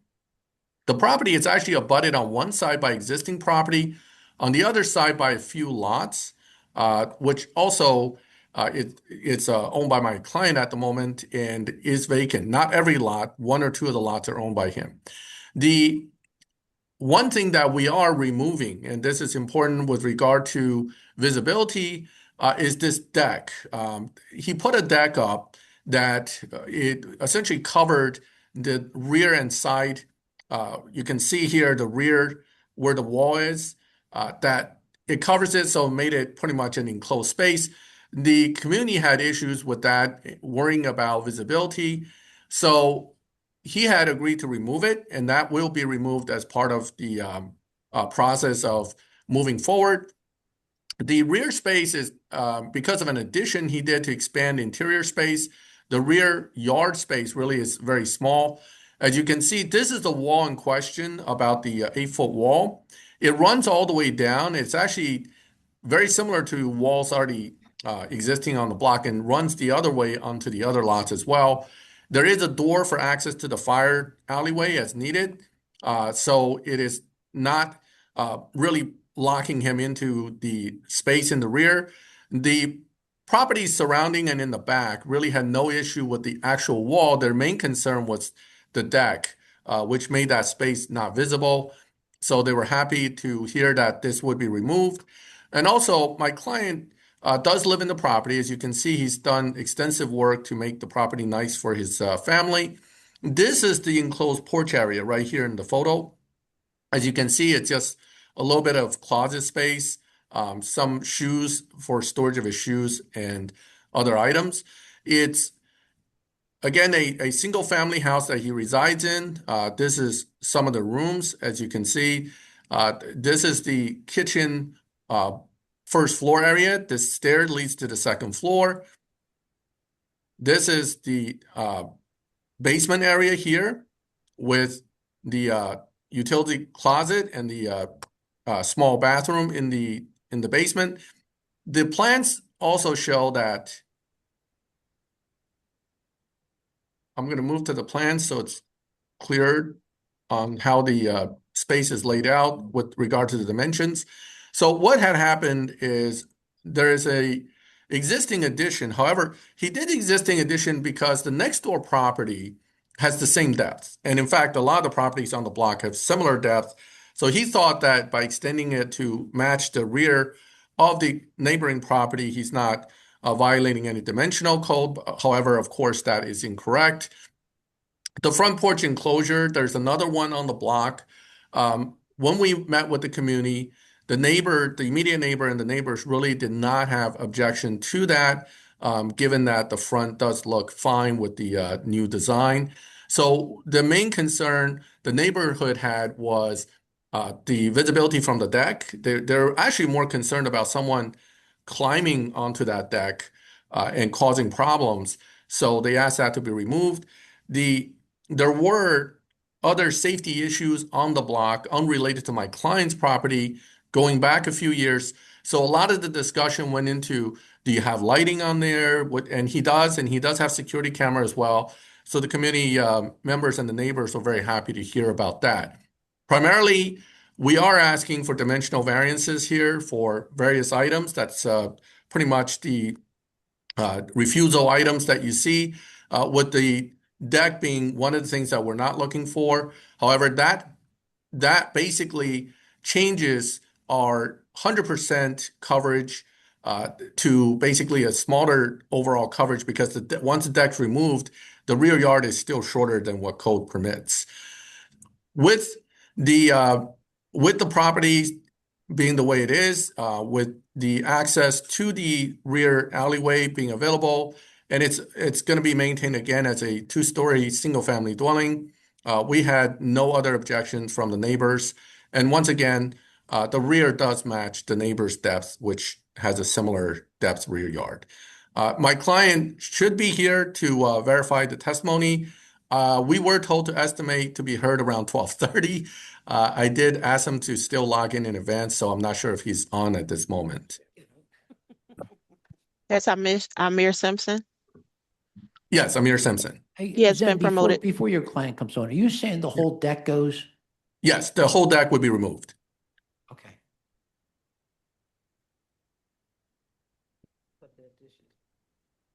Sir?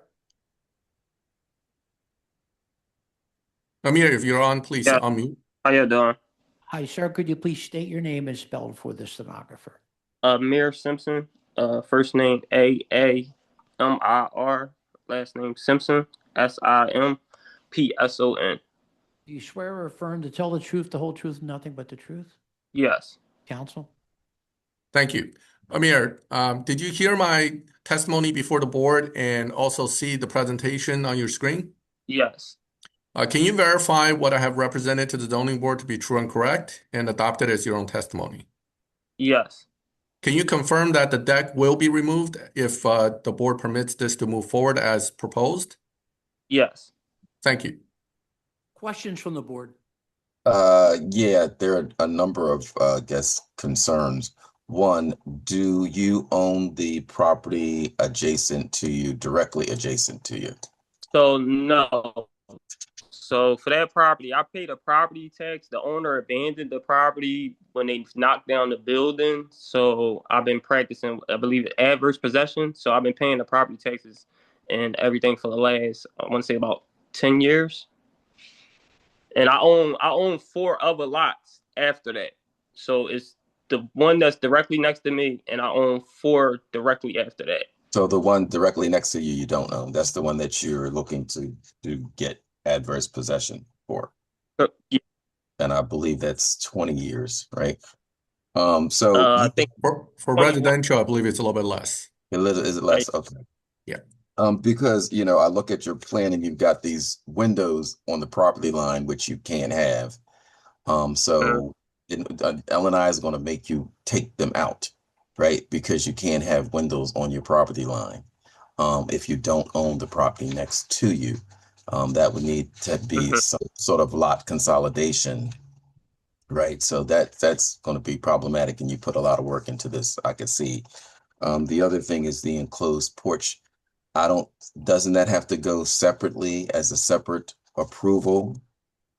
It is part of the front setback refusal is what the enclosed porch triggered on the refusal side. Okay, because the adjacent house doesn't have the porch. Okay. Enclosed. It does have a porch, it's not enclosed. It's So not they enclosed, count that as a right. setback. They count as the front, right? Yeah. Okay, and then you did the extension on the back. Correct. All right. Yes. All right. So those are my comments. Other questions?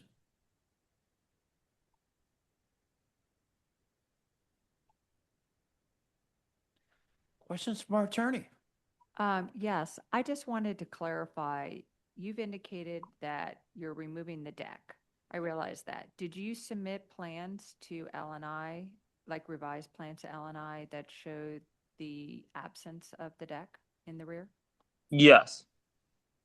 In fact, I believe our plans here does not show a deck, right? That plan that is before the board today also has the deck already removed on the plan.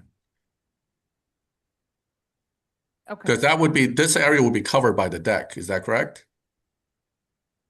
Yes. It was just a question because you indicated you were then removing the deck, so that's why. Okay. Questions or comments from the virtual audience? Yes, Chair, I have a phone number ending in 3552. Okay. They will be allowed to speak.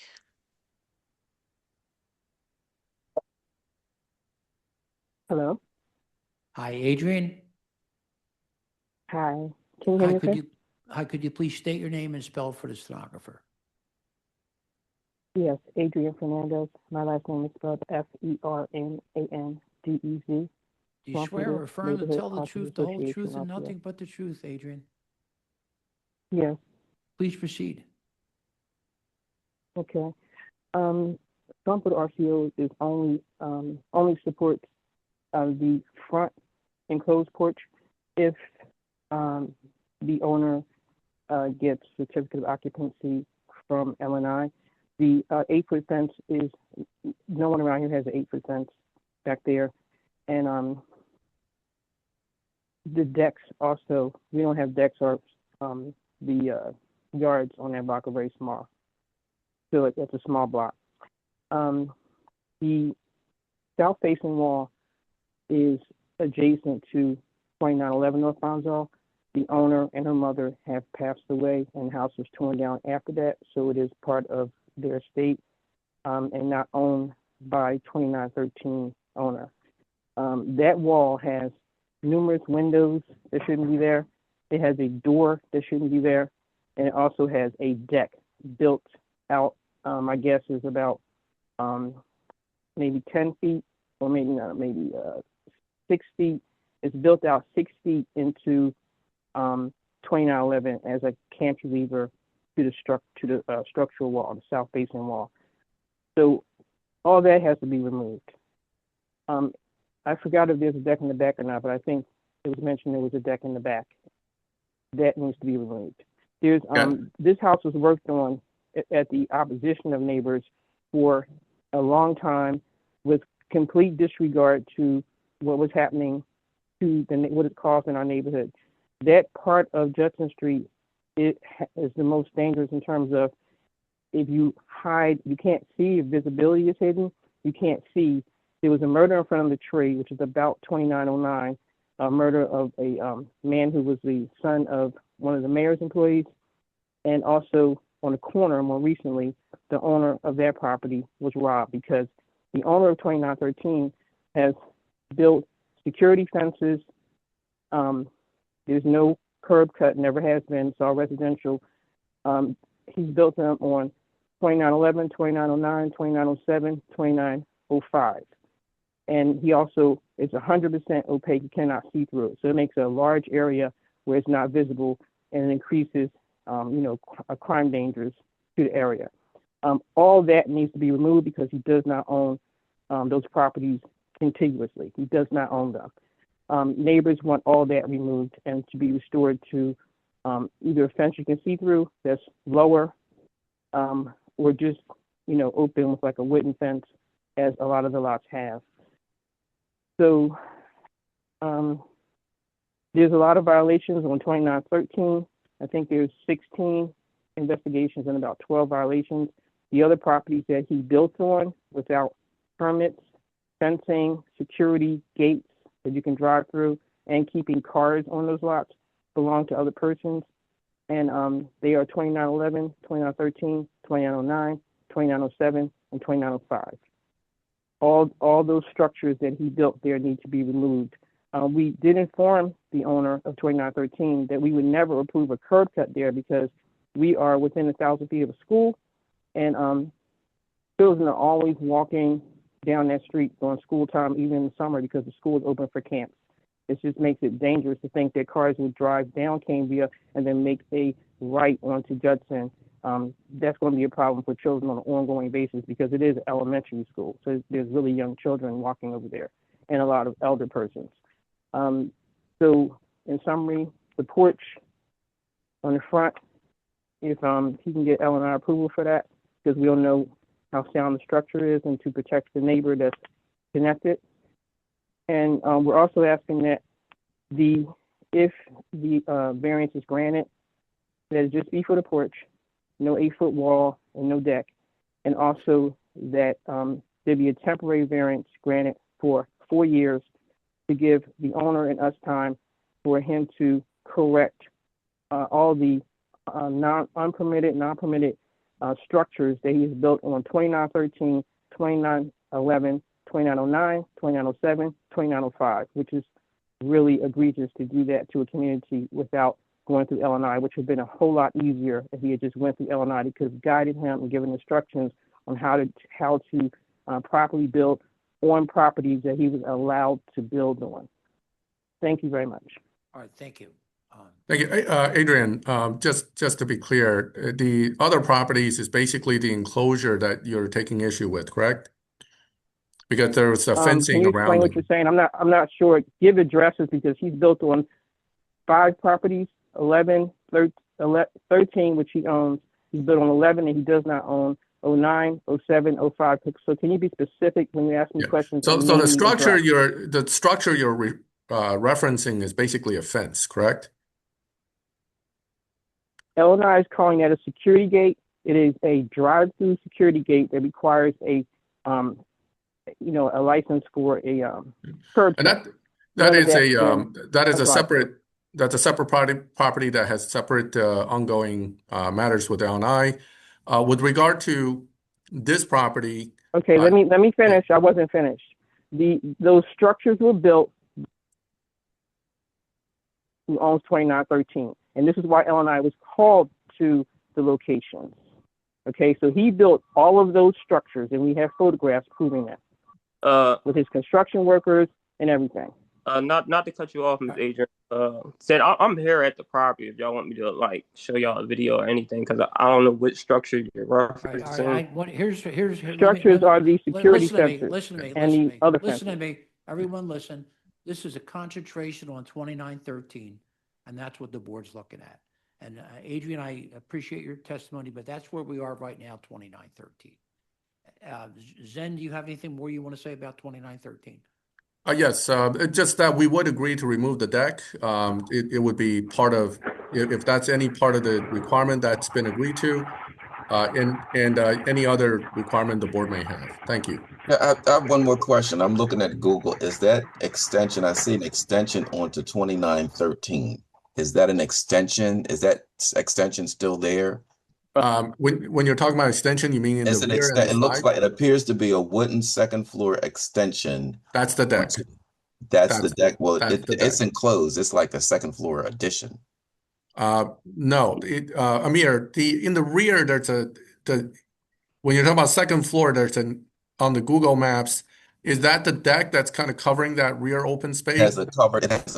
It's a second floor deck that extends onto 29, whatever the property is next to it, I guess. 29. That's the deck. Is on. You talking about on 2911, correct? Correct. It turns to the side of the building. Yes, all that will be removed. Part of the deck. Okay. All right. Okay.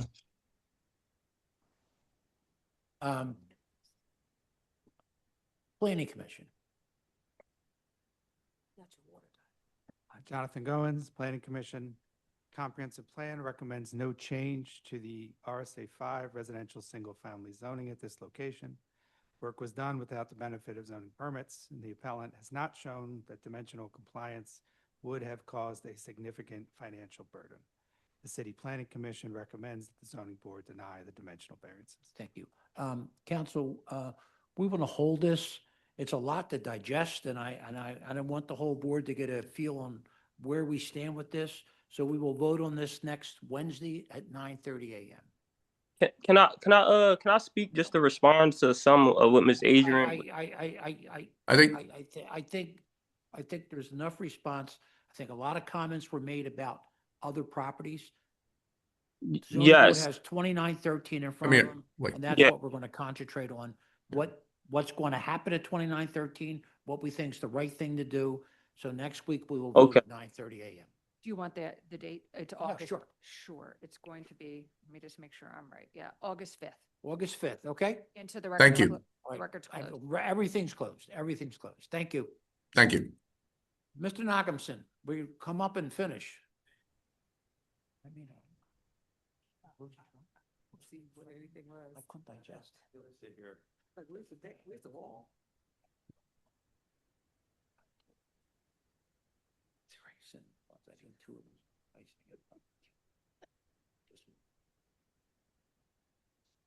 So if I remember correctly, we were in the point of following up and you were trying to answer questions. So why don't you introduce your clients first and Darnell?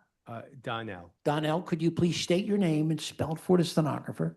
Donnell Hamilton, D-O-N. Might want to get a little closer. D-O-N-N-E-L-L. Right. Hamilton. All right, last name? H-A-M-I-L-T-O-N. Do you swear or affirm to tell the truth, the whole truth, and nothing but the truth? Yes. Now, counsel, you remember some of the questions, so why don't you kick it off? Yeah, so I made a few representations to the board that you did not hear. I just want to make sure they're true and accurate. You're going to have 3 staff members working 8-hour shifts separately each, so it'll be 24/7 care. Yes. Your clientele will be highly functional autistic individuals. Yes. All right. While you're not administering medication, you will, I guess, allow them to have medication while in the premises. Yes. And you did state something about like a reminder system that you do have. So can you explain that? So it's a medication reminder that the residents, the people will have based off their needs that they need to utilize their medication. That's what the medication reminder is. It doesn't necessarily mean that we're delivering it. It's just that they have it on hand. All right. And then the individuals that will be living there are through city and state government programs. Is that correct? Yes. All right. And then why don't you state your qualifications, like certifications and such, to the board? I'm a 6-year licensed practical nurse. I have a wide expertise when it comes to people of disorder, mental disorder, like schizophrenia, autism, etc., in multiple different facilities. Okay. And then the individuals that will be working here, and including yourself, have to go through background checks, Yes. have to sign HIPAA agreements, Yes. medical screenings, Yes. provide immunization documentation, Yes. have CPR certification, Yes. first aid certification, Yes. emergency response training, Yes. abuse, neglect, and reporting training, Yes. training on de-escalation and behavioral training. Yes. All right. What would be the age? This was a question the board asked. What would be the age range of the individuals who would be living there? The age range would, on average, be around 30 to 50. Okay. And they would have no physical limitations? No. And you expect that they would, the clientele that you're seeking, you would expect they would be taking public transportation, if anything? Yes. All right. And then you would, the people, we talked about food service. You would have your staff cook food for these individuals? Yes. All right. And then you would also do programming for these individuals as well? Yes. Can you tell the board some of the programming you envision in the property?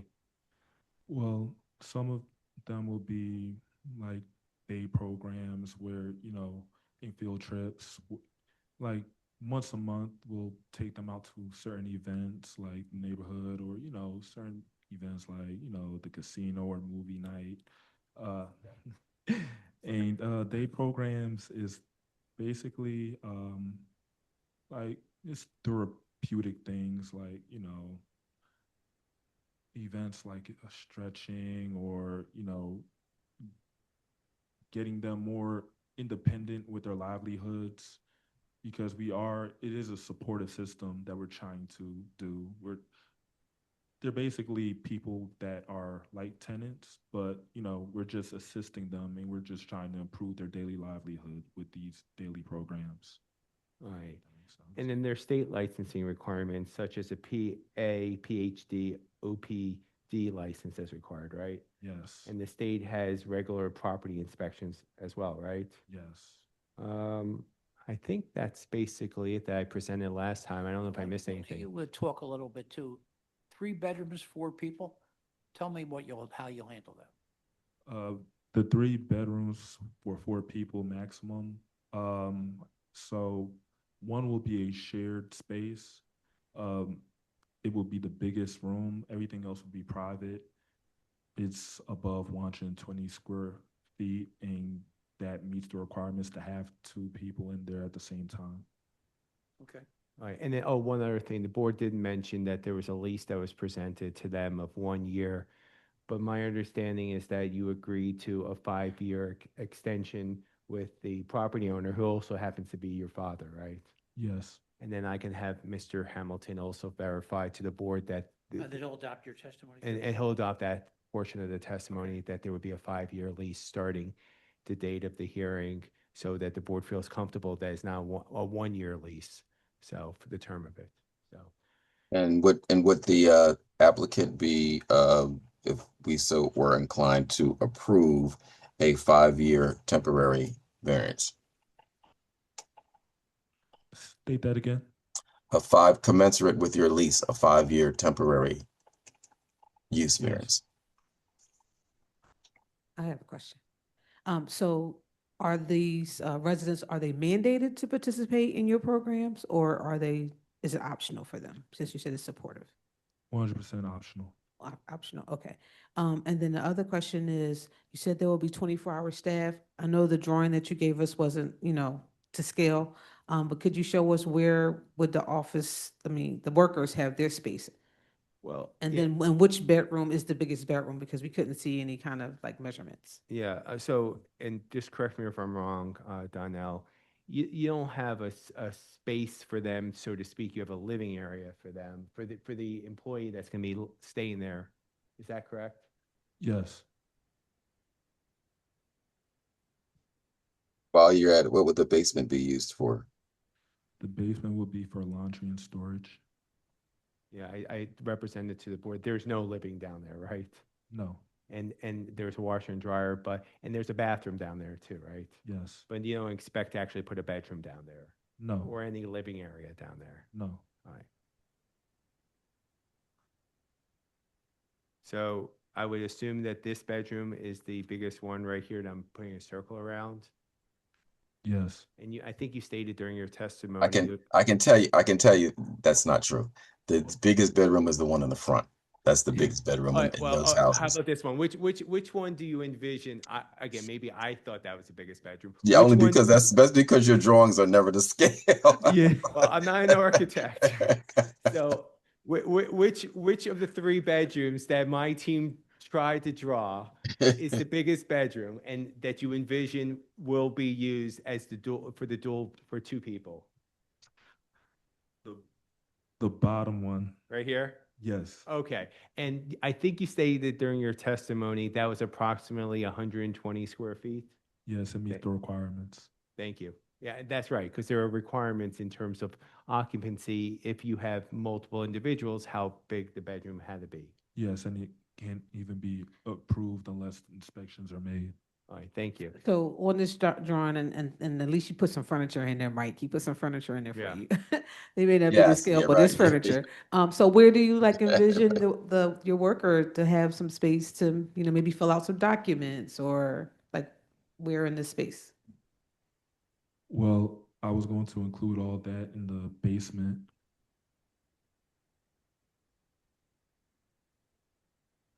Other questions? Questions from our attorney? No questions at this time. Questions or comments from the virtual audience? Yes, there's a Sherry Vaughn with the hand up. Will be Sure. allowed to speak.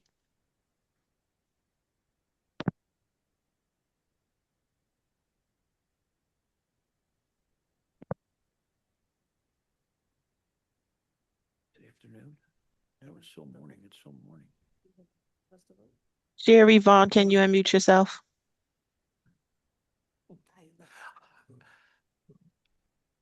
Hi, Sherry. He's still muted. Sure.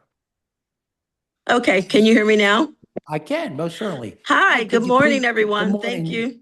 It's almost afternoon, but good morning. Oh, good Could you afternoon. Isn't please, it? could you please state your name and spell it for the stenographer? My name is Sherry Vaughn, Sherry. My last name is Vaughn, V as in Victor, Aughan. Do you swear or affirm to tell the truth, the whole truth, and nothing but the truth? Why is that? I do. Thank you. Are you a neighbor? No, actually, I am I sit on the board for the 44th Ward. Oh, good, a- great. And I am executive board member. I was there at the meeting, so Great. I just wanted to just clarify a few things that I heard at the meeting that may be a little different than what is being presented today. Okay, go ahead. During the meeting, we captured that there would only be 3 participants or clients at the house because there was only 3 bedrooms to accommodate the clients. So I just wanted to make sure that I called that out just to make sure, because when we approved the application and we did endorse or support it, but we again stated that it would be 3 applicants or 3 clients. And then Mr. Smith did clarify that his occupant is a licensed practical nursing, so that was great. And then the only thing that I had, and he did specify, he clarified that as far as the adults, they would be only occupied by adults. I think he said 30 and above.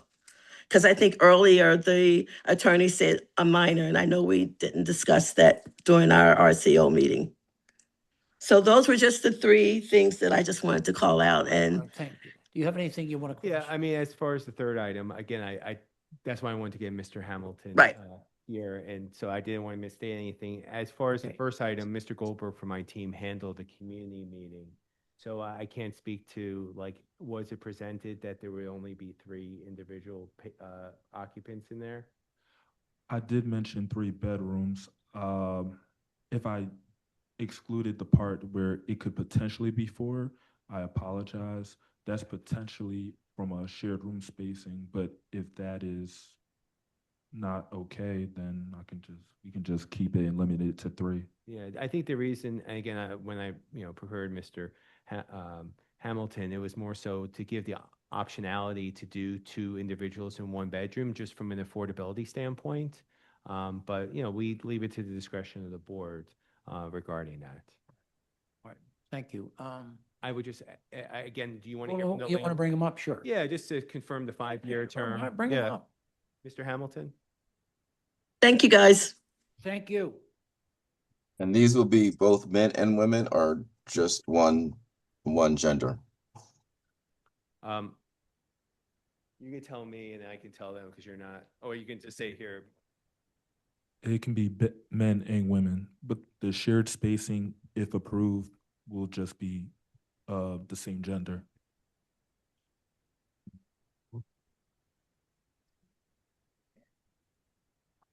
Right. Mr. Hamilton, why don't you state your name for the record? Donald Hamilton, first name D-O-N-A-L-D, last name Hamilton, H-A-M-I-L-T-O-N. Do you swear or affirm to tell the truth, the whole truth, nothing but the truth? Yes, sir. I do. Counsel. Yes, Mr. Hamilton, I made a representation to the board that I heard you state to your son, who would also be your tenant, that you're in agreement to a 5-year term from the date of today's hearing for this facility. Is that correct? Yes, sir, as long as he wants, because my son is really trying to do something positive in life, so. And also, one thing I want to mention. You know what? I cannot hear him. I cannot hear. One more thing, my son did not, he's such a good kid, trying kid, where. Still can't. I don't know. Is the mic on? Is it on? My son is such a good kid where. Okay. I just give him the lead way because I see that he's ambitious and he's trying. So when it comes to the office, I have 5027 Ogden, which is open. I don't rent my place. I can't be bothered with the rent, the problems and whatever. So he can utilize 5027 as an office where he can deal with the workers. Yeah. You know, but he's not that experienced, so Yeah. I'm trying to help him, you know. No, and we appreciate that. I think the board has to hear, like, for this property So, only. Right. You know, I give my son 100% leadway because he's very ambitious. He's trying as a young man. He's not the street type, you know, as like myself. So Well, no, I don't think you're street. Yeah. Like a gentleman there. Okay. Thank you for your testimony. thank you so much. Planning Commission? Jonathan Goins, Planning Commission. The comprehensive plan recommends no change to the RSA 5 residential single-family zoning at this location. The proposed use should not cause adverse impacts beyond what would normally be expected. Therefore, the City Planning Commission recommends that the special exception be granted. Right. So, Alan, we're going to vote on this next Wednesday, all right? I want to get a chance to talk to the board about how many people we think is appropriate. Thing like, I just don't want to, I mean, I know where I stand, but I Yeah. want to see where everybody else stands, right? I But appreciate it. we'll do that at 9:30 on the 5th of August, Correct. the 5th of August, okay? All right, thank you so much. Right, thank you. Is there anyone in the audience whose case has not been called? I see no hands, Chair. Thank you, everybody. See everybody at 2 p.m. Thanks. Yeah. See what everybody. Person.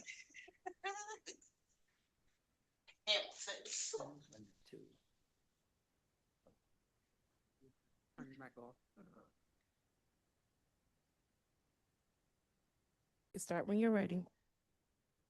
Thank you. Good afternoon, everyone. My name is Bill Bergman, and I will be chairing this meeting of the Zoning Board of Adjustment. With me is our Vice Chair, Tanetta Graham, Present, Mr. Chairman. Board Member Michael Johns, Present, Mr. Chairman. Kaya Wynn, Present, Mr. Chairman. and Ryan McAdams. President, Mr. Chairman. Also here is our attorney, Lynn Reuter Huber, and also our ZBA Director, Ian Haggerty, and our Board Administrator, Lakeisha Dandy. This hearing is being recorded and will be posted on the ZBA website. By participating, you consent to be recorded.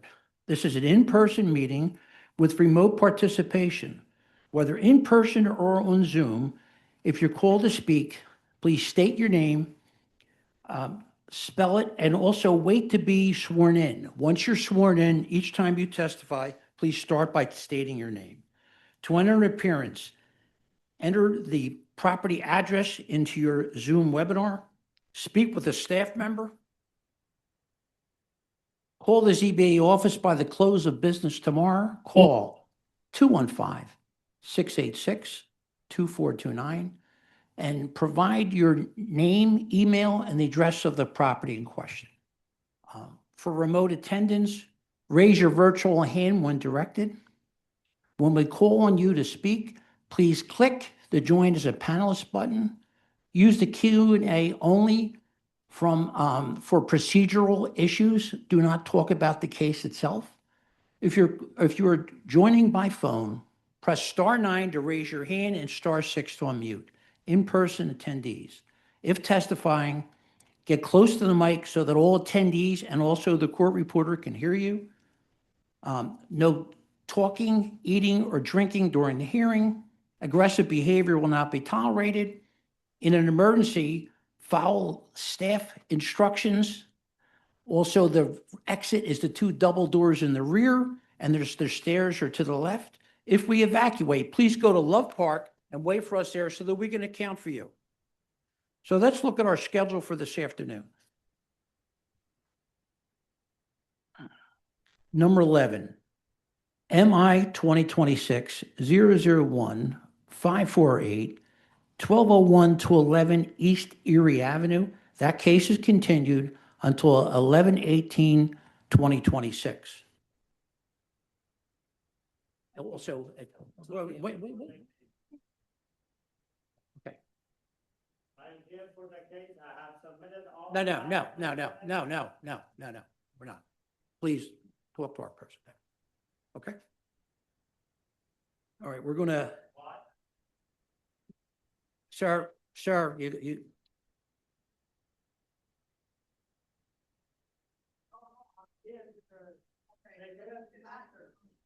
All right. You have to leave, sir. We're moving forward. You have to leave.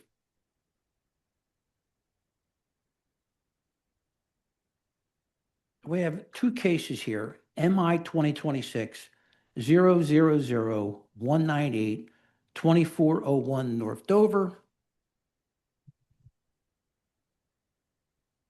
And also MI 2026 000-200 2416 North Dover. We have a request from the RCO for a continuance and also from the council member's office. And also there's an attorney, Rachel Pritzker, who represents PHA. Ms. Pritzker, could you come on, please? Good afternoon, Chair. This is Jasmine, and I will be your co-host for this afternoon session. Rachel Pritzker will be promoted to panelist. Okay. Is there anyone from the council person's office? I see no other hands up at this time. Is there anyone who is the head of the RCO? Who from the RCO wants to speak? Come on, yeah. Why don't you sit there?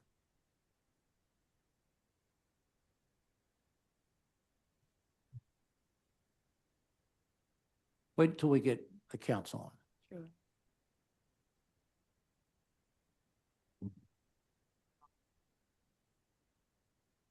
Colin, just sit in the audience. I'll give you a chance. When you want, sit up front here, and then I'll have you testify, okay? Rachel? Yes.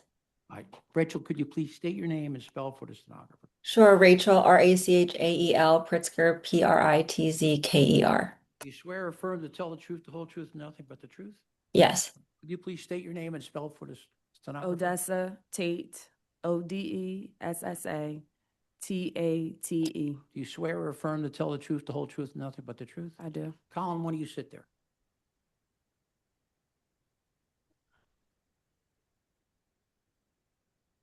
Good afternoon, Colin. Good afternoon, Chair and Could Board. you please state your name and spell for the stenographer? Yes, sir. It's Conlan, Conlan, Crosley, Crosley. Right. Odessa, we're going to start with you. What's your reason for a continuance? Thank you. So good afternoon, members of the board. I support the development of affordable housing in our community. However, I respectfully request that the board continue this hearing because the community engagement process remains incomplete. During the first continuance, our organization made it clear that we were not opposed to this project. Rather, we requested additional time so that PHA and the community could continue discussions regarding outstanding concerns. PHA's counsel, Rachel Pritzker, supported that continuance and represented that PHA would return to the community for those discussions. The April 29th, 2026 Registered Community Organization meeting demonstrates that significant issues remained unresolved. During that meeting, PHA acknowledged concerns regarding trash management, property management, and neighborhood conditions. PHA stated that these issues required additional work, that it would improve its plans, develop better management strategies, and return with additional information. When asked to manage the surrounding properties, PHA's representative acknowledged that he did not know whether management was handled internally or externally. At the conclusion of the meeting, it was represented that there would be a follow-up discussion to address the community's outstanding concerns. I stated on the record that there would be a follow-up meeting and no objection was raised. PHA likewise represented that it would take the community's concerns back to its office, develop solutions, and return with additional information. That follow-up meeting never occurred before the application returned to the board. Beyond the RCO meeting, the broader community engagement process also remained incomplete. Throughout this process, All in the Family continued discussions with PHA regarding Village Event Park, a community project our organization has spent years planning, fundraising, and developing alongside this redevelopment.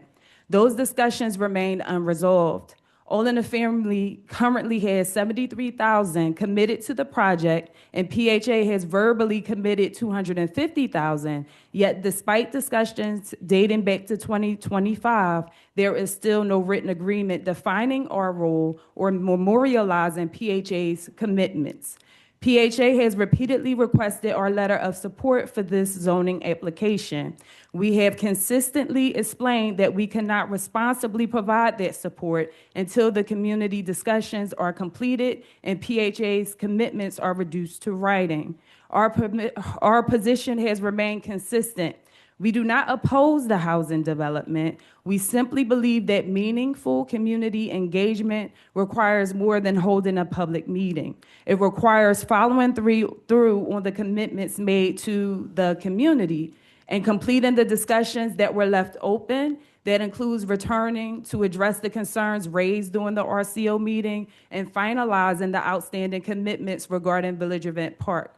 For those reasons, I respectfully request that the board continue this hearing until the community engagement process has been completed.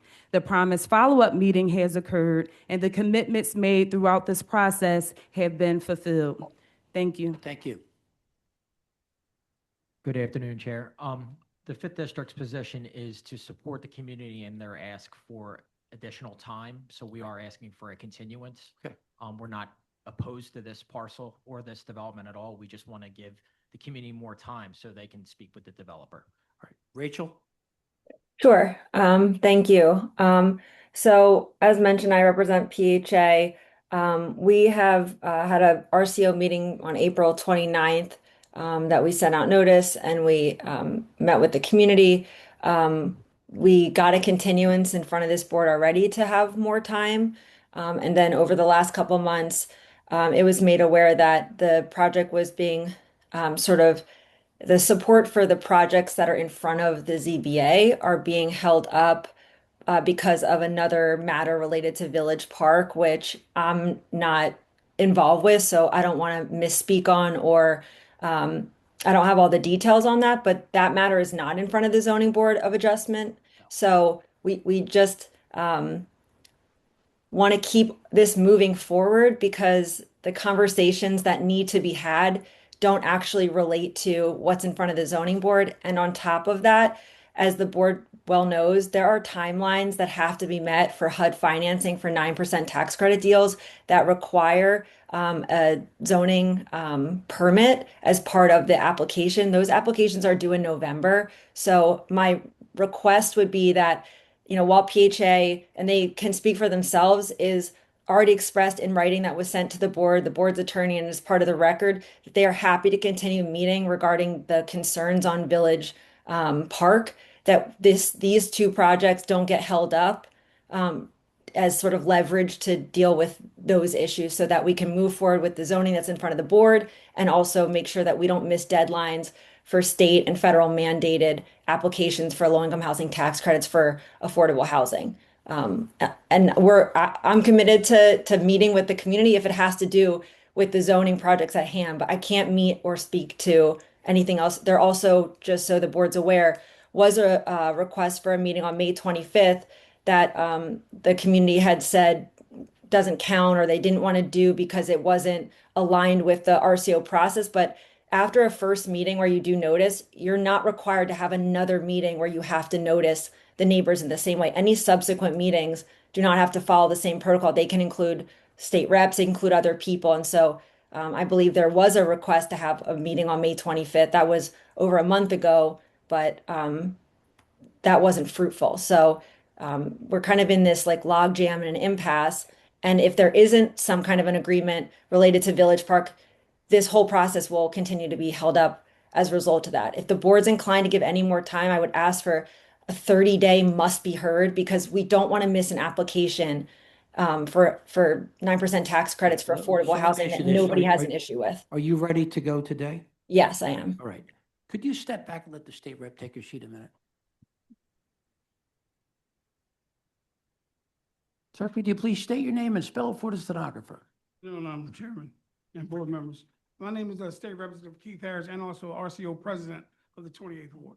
Do you swear or affirm to tell the truth, the whole truth, nothing but the truth? I do. Please proceed.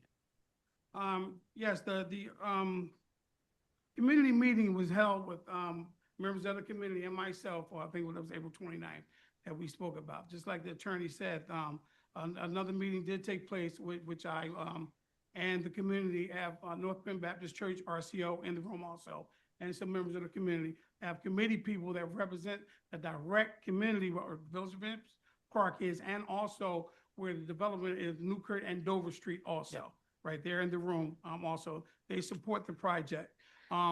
So although the other entities are saying that they support the housing part, so, but that's like in like limbo, well, not even limbo. So the whole project isn't really the whole project, because the housing project is actually what we're talking about. But the Village Event Park, PHA has committed $300,000, right, to develop the park without any money from any other RCOs or entities. And they've committed to that. What's being held up is a commitment that they won't build on the property for 99 years and do a 20-year partnership with the, if I'm speaking correctly, partnership with All in the Family, which I thought that it would hinder the process, right? They've committed to do, and I'd say we've got to the finish line. Our All in the Family have done a tremendous job, along with myself. I was in these meetings for 10 years, going to having meetings and things like that. Any side conversations that was about Village Event Park that I wasn't privy to, then, I wasn't privy. But the meetings was held with Reverend Marshall of North Bend Baptist Church, RCO, other community members. We've done this for over 10 years. So any new subsequent asking of a letter for a community benefits agreement, they're willing to do it with the 28th Ward RCO, but I'm not asking for that. I'm trusting I'm trusting the PHA to do the right thing, to build community. They're going to build the housing. We need the housing. I'm a representative committee person in the housing part. I'm the 28th Ward 7th Division committee person. Also, Anita Roberts is in the room. She's my partner. And then the Village Event Space, the representative is in the room for that committee person, which is Nadine Anderson.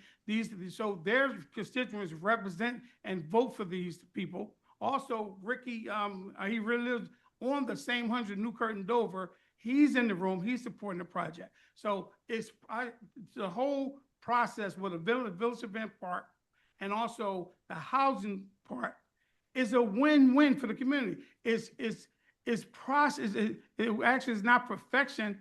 It's progress, and that's why I'm for this project. And I think that hopefully the board recognizes that and give us the green light so we can give the community something tangible so they can see, because this whole community has been blighted. Things has been torn down for years, and it's time to give the community something tangible they can touch and say. So thank you very much. We have two more cases, and then what we're going to do is we're going to go on today and hear these two cases, right? We're going to hear the Dover Street cases today. And what will happen is I have two cases to hear first. So if everybody would just step back, and then what will happen is there'll be, if you so choose, you can have some community input when we go to the audience, okay? But we are going to hear the cases today. All right? Thank you.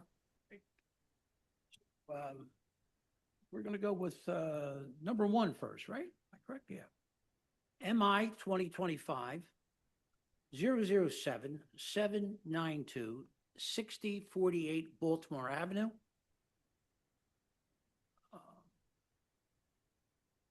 Philip Walker.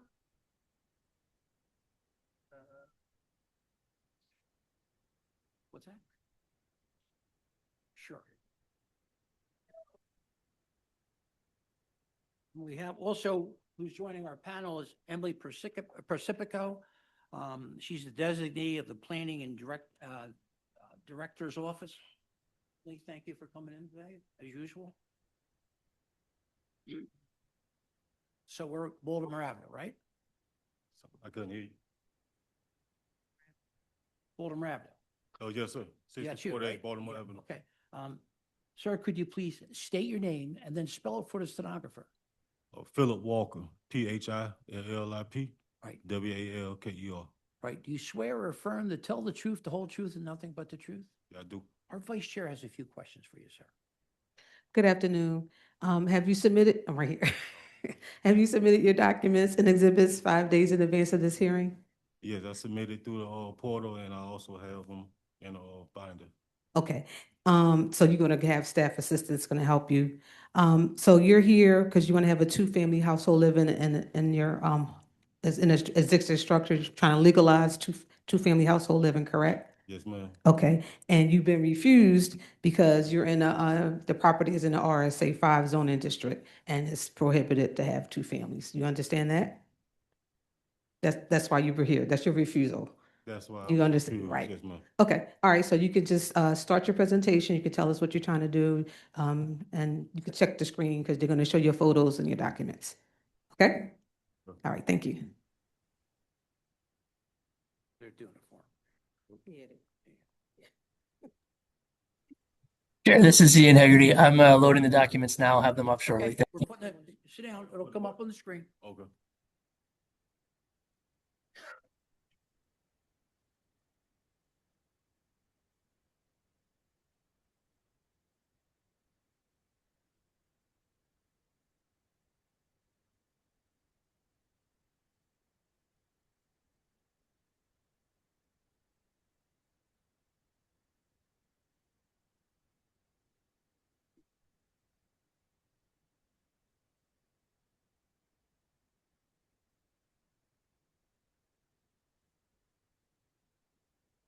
She'll be right up. All right.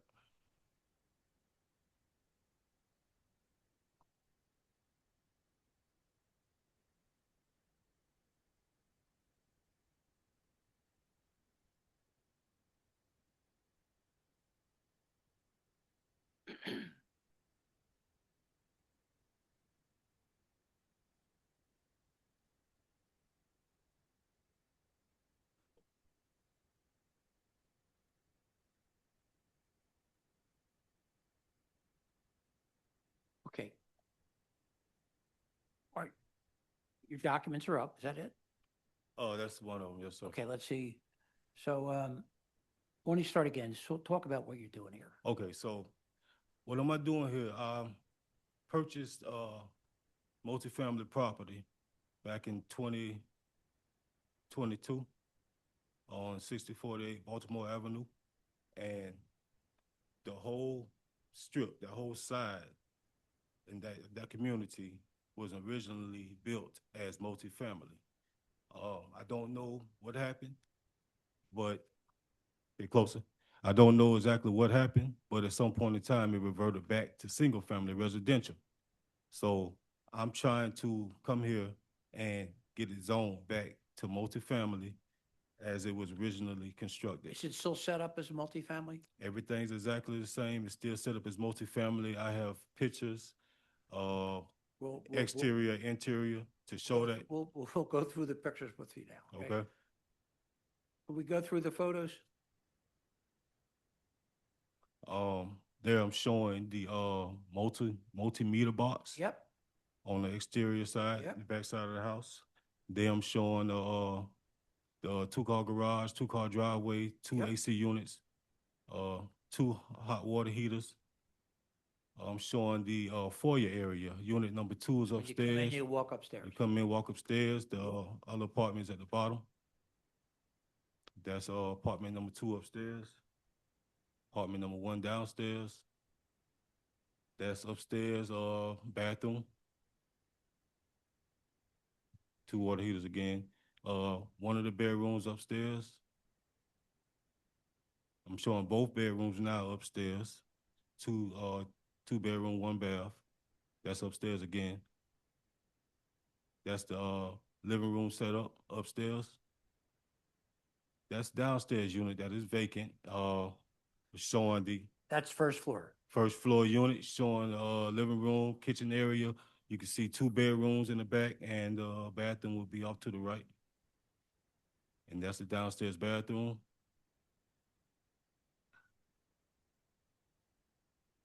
Basement's just a garage? Anything else? basements, garage, storage area, it has a set of washer and dryer for each unit, storage area, And is the rest of the remainder of the block still all multi-units? all multi-unit. Okay. Everybody on there got multiple meters on theirs. All right. Questions from the board? Yep. So where do your tenants put their trash? Tenants put the trash, the same as everybody on the block. As far as storage, well, I have storage containers inside the garage, and we set it out on the driveway when it's time for trash collection. And they both have access to the garage, right? Everybody has access to the garage. Other questions? They, No, okay. just, you're good, good, All good. right. Questions from our attorney? No questions at this Questions or time. comments from the virtual audience? I see no hands at this time, Chair. Planning Commission. Ina Solomonic with the Planning Commission. Do you swear or affirm to tell the truth, the whole truth, and nothing but the truth? I do. Go ahead. The comprehensive plan recommends no change in zoning at this location from the current RSA 5 residential single family. This property has been zoned single family since 1970, and there is no evidence that the two-family condition was created legally. The Planning Commission recommends the board deny the requested variance for two-family household living. MI 2025-007, 792, 6048 Baltimore Avenue. I vote yes. Michael Johns, my vote is yes. Tanetta Graham, my vote is yes. And McAdams, my vote is yes. Kaya Wynn, my vote is yes. Thank you, sir. You have your votes. Thank y'all. Okay. All right, Mr. Chairman, we need to go back to the first add-on. I can't hear you. We had an add-on. Okay. Yeah, the first Yeah, one. Here we are. Yeah. Yeah, we're good. We're good. The next case is 14. Could you please come up? And I'll call it. Yeah, I got it. Yep.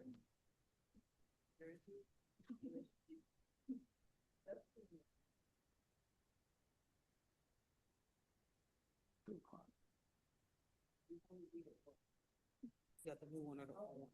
I got the old one. Where's the new one? The new one is on page 44. What's it say? Oh, wait a minute. Sorry.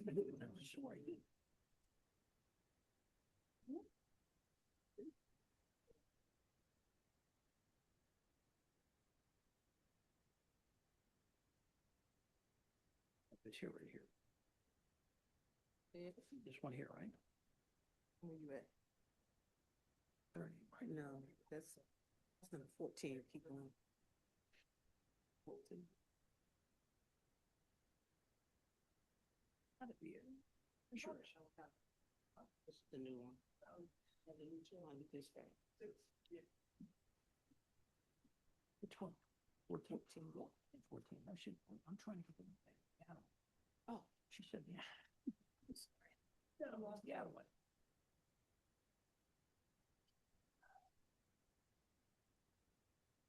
Right with you in 1 minute. This is an add-on we have here. MI 2026-001, 139, 3734 North 16th Street. That case has been moved to Wednesday, August 5th at 2 p.m. Now we're going to go to number 14.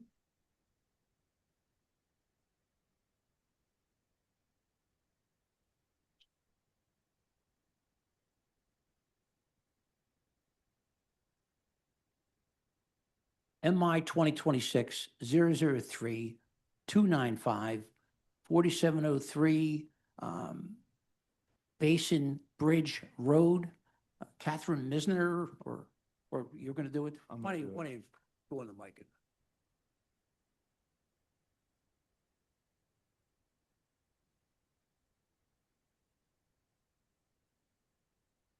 Yeah, as Kate's getting on, yeah. State your name and spell it for the stenographer. Thank you. Hercules Grigos, Hercules, last name Grigos. Claire Harrison, 1835 Market Street, Philadelphia, PA. Here today representing Basin Bridge LLC, owner of the property located at 4703 Basin Bridge Road. Do you swear or affirm to tell the truth, the whole truth, and nothing but the truth? I do. All right, our Vice Chair has just a few questions.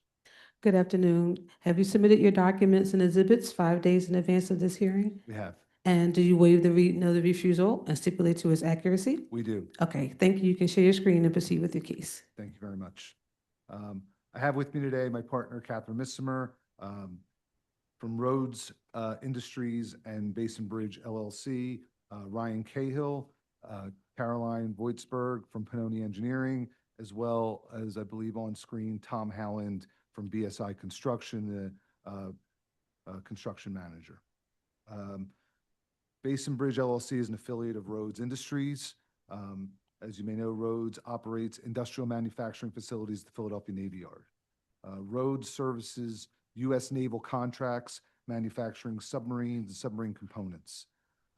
This application is part of the massive shipbuilding infrastructure that you've been reading about in the Inquirer down at the Navy Yard.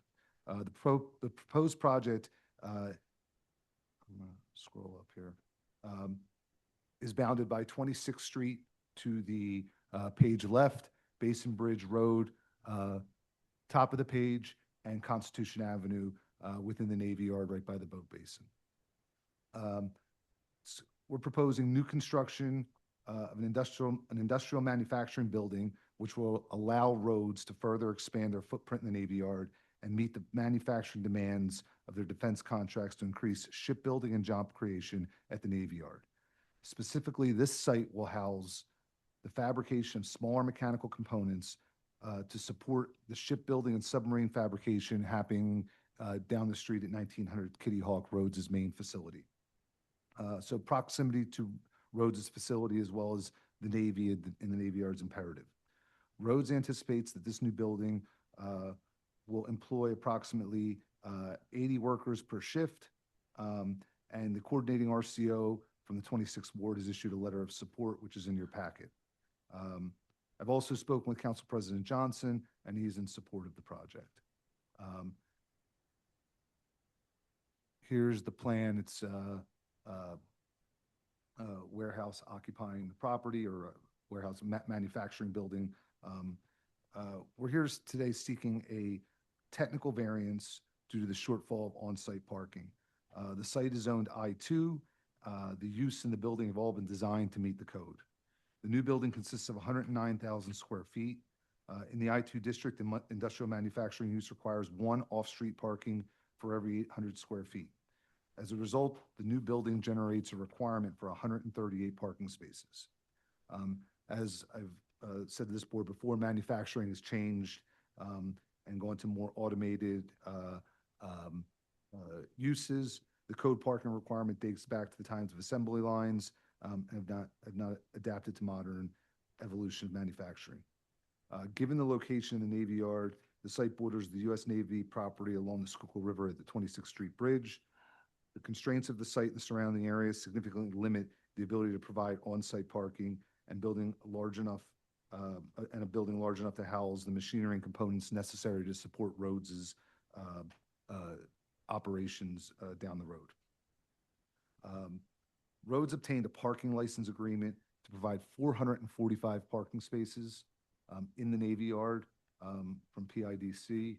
I'm just going to scroll. Here's a plan of the proposed building, but I'm going to scroll down just so you can see. So this. So over here. The yellow on the screen is the proposed building at the property, and over here at Lot S, we have an agreement to use 445 off-site parking spaces. Rhodes will operate a shuttle to bring employees to and from the lot. Additionally, Rhodes provides benefits to employees who take public transportation, which many do. So given the number of employees the number of employees expected to service the new building, and the parking agreement provides well in excess of the anticipated need, the code required on-site parking should not prevent this job creating defense industry sustaining project. The code contemplates off-site parking in other sections of the code, but does not extend this option to industrial zoning districts. For areas like the Navy Yard, where the sites are constrained by water and large industrial machinery infrastructure. Off-site parking is both a necessity and a challenge, but we believe we have a practical resolution here by providing the parking in Lot S here. So with that, I'll just scroll through. Here's our refusal for number of parking spaces. I said 138 spaces. Here's a rendering of the building. We'll be going through the Navy Yards process for design review, but we think this is a practical solution to address the parking needs and the issues in the code. The requested variance is the minimum relief necessary. It will not alter the essential character of the neighborhood, as the use is permitted and is consistent with the heavy shipbuilding operations of this portion of the Navy Yard. Will not impair appropriate uses or development or adequate light and air of adjacent property. It will not substantially increase congestion, as centralized parking for industrial uses within the Navy Yard streamlines traffic and avoids congestion. It will not be detrimental to the neighborhood, as evidenced by our letter of support from the coordinating RCO, and I'm sure you'll hear from the Council President's Office. I have Ryan Cahill with me today. Have someone adopt your testimony? Yes. Sure. Ryan, can you state, does he need to be sworn first? Do it for you. Could you please state your name and spell for the stenographer? Hi, my name is Ryan Cahill, RyanCahill. Do you swear or affirm to tell the truth, the whole truth, and nothing but the truth? I do. Counsel? Great, thank you. Thank you, Mr. Chairman. Ryan, have you heard my testimony today? Yes. Do you agree to it and adopt it as your own? Yes. Great, thank you. Any questions for the board? Sure. Questions from the board? Is the shuttle the business's personal shuttle? Right now, that's the intention, that we have the shuttle and we'll fund the shuttle. Okay, is there a separate shuttle from the end of Broad Street line to the Navy Yard? I believe, yes, the Navy Yard loop does go to the Broad Street line up by the Okay. stadiums there. All right, thank you. Other questions? How many employees are you anticipating having at the facility? It's approximately 83 per shift. So max in the shift change is 166, if I can do the math right. Only 2 shifts a day? 2 shifts a day. Typically, that's what we run now, yes. And then I think I saw in the application that the plan is to include bike parking, or are you getting rid of the bike parking? We've met the code for bike parking. But, right, I understand you've met the code, but I'm saying now that we're reducing parking, is the assumption that all employees are going to rely on the shuttle to get to the site, or only 12 people are going to ride a bike? We have There's 12, we have 12 bike spaces on site. right, but with 168 employees that'll be needing to get here a day, I'm just trying to understand in terms of commute. And do people bike to the current facilities? Do people bike to the current facilities? Some people do, and we've added bike racks as people have needed them, so I think we could, but. So we can absolutely accommodate that. Okay.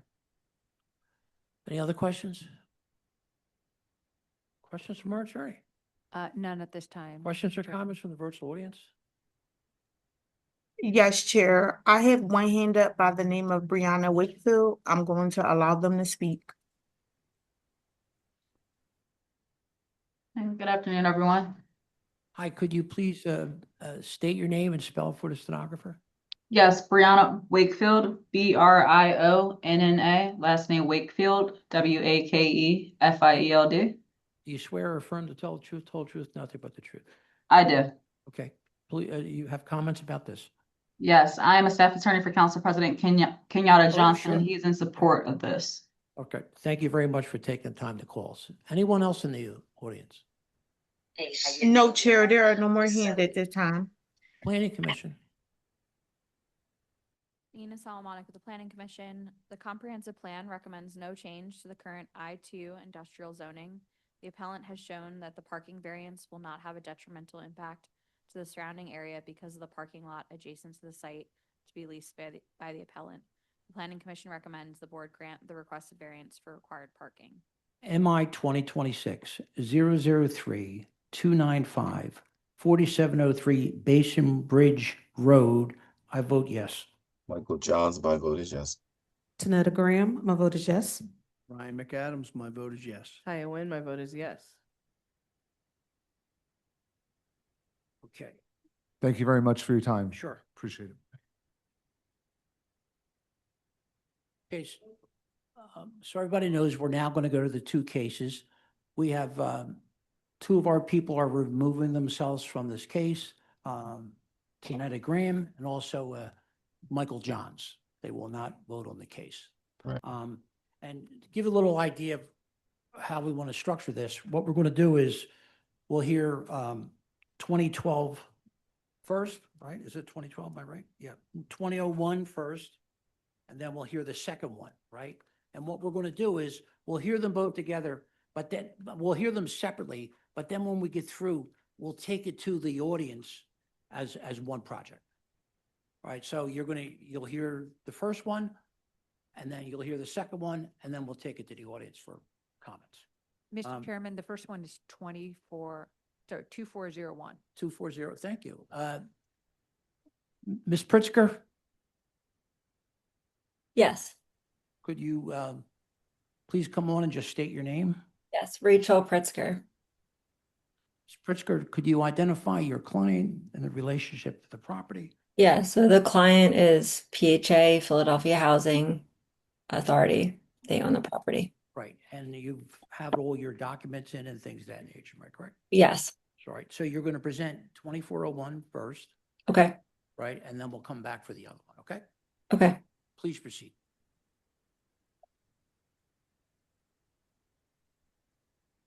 Can you see my screen?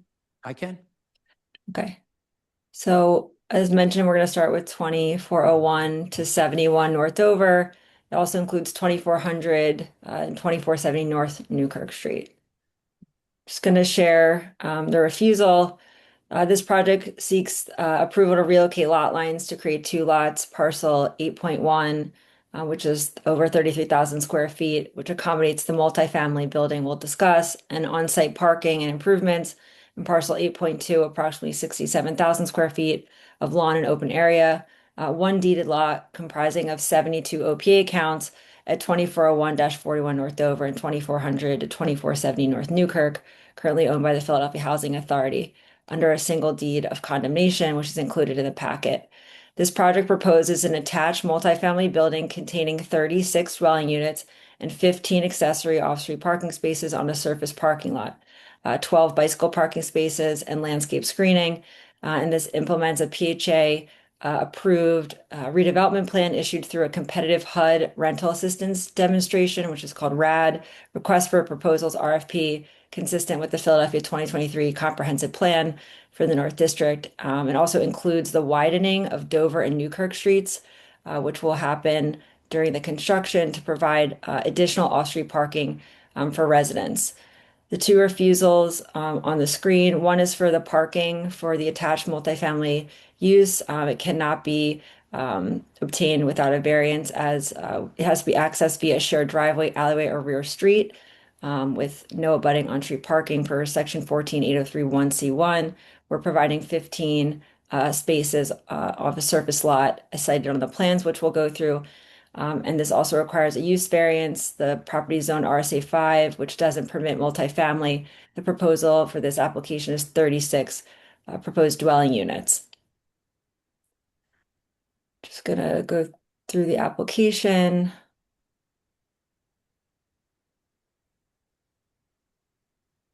On the screen. Project information form. The tax clearance, which we sent through with the receipts from the condemnation to the ZBA's attorney and staff. It's many parcels.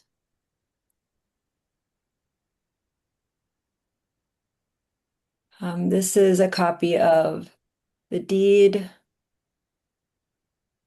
which I'm going to skip through,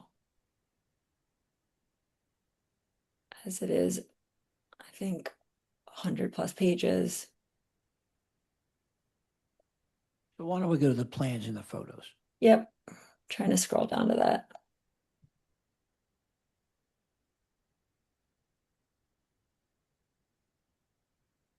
Okay.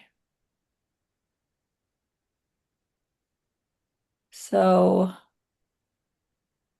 this is the zoning map of the property. For this application, it's this block here that's zoned RSA 5. Just go for an aerial, as you can see, mostly a vacant block with some sites. Zoning posters as posted on the property. Kind of a street view of the property. Again, another street view of the site.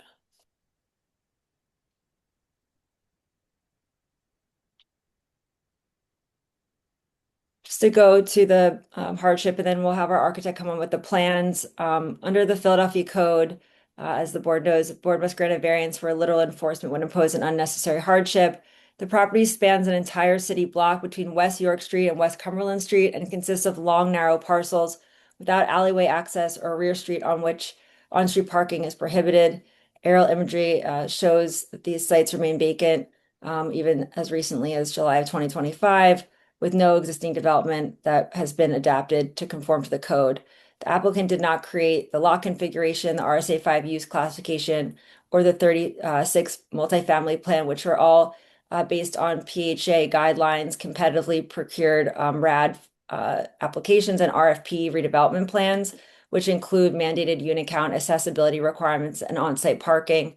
Again, all tied into HUD requirements as well. The relief that we're requesting for the multifamily use and the parking is needed to meet those requirements and to provide for affordable housing on this site that meets the standards for low-income housing tax credit deals and are in compliance with those rules. Again, the mandated on-site parking, including accessible spaces, and the multifamily housing is needed for this. Just high level, as we know, Philadelphia faces a shortfall of more than 64,500 rental units, affordable housing, and especially in low-income households.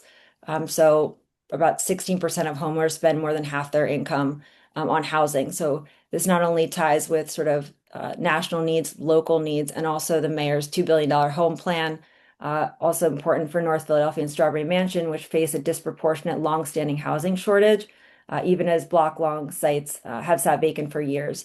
This ties in with the comprehensive plan as well and allows the affordable housing on this longstanding vacant lot, which we believe deserves a variance and meets the requirements without providing for the parking and providing for the multifamily.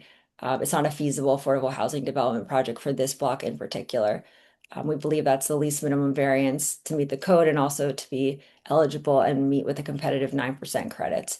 As mentioned earlier, we met with the community on April 29, 2026, where we discussed the project. And at the time, the concerns did not relate to this project in particular. PHA has a long-standing record of developing affordable housing, managing the housing, and is open to working with the community on any of those related concerns. Here's the mailers that we sent for this project, and then letters of support from some state representative, state rep Sharif Street, State Senator Sharif Street as well.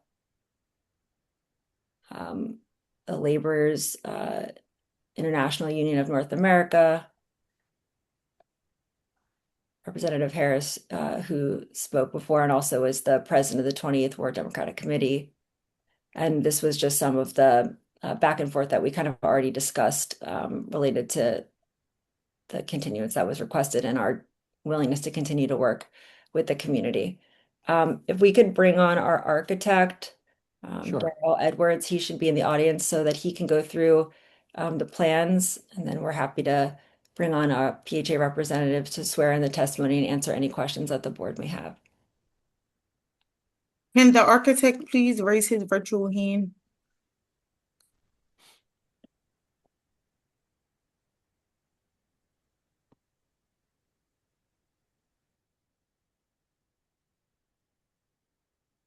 Should be Darren Edwards. Darren Edwards has been promoted to panelist. Thank you.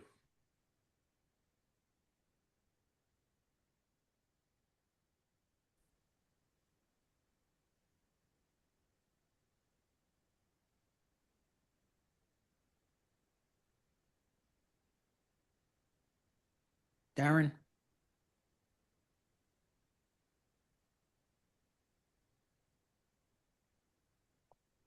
Oh, sorry. I didn't realize I was on mute. Darren, could you please state your name and spell for the stenographer? Sure. My name is Darren Edwards, Daryn Edwards, and I'm a principal at Cicada Architecture and Planning. Do you swear or affirm to tell the truth, the whole truth, nothing but the truth? I do. Counsel? Thanks, Darren. Can you go through the plans that I have on the screen? Sure. So this is just an aerial of the plots that we're looking at. This actually shows both of them. The one we're looking at is on the right-hand side. This is just a map of the area showing a number of the amenities that are within a 1.5 mile of the site.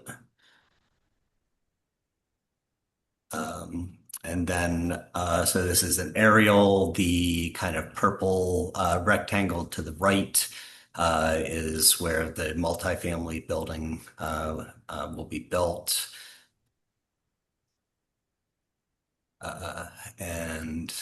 So the purple building down to the left is the multifamily building. It will have a total of 36 units in it.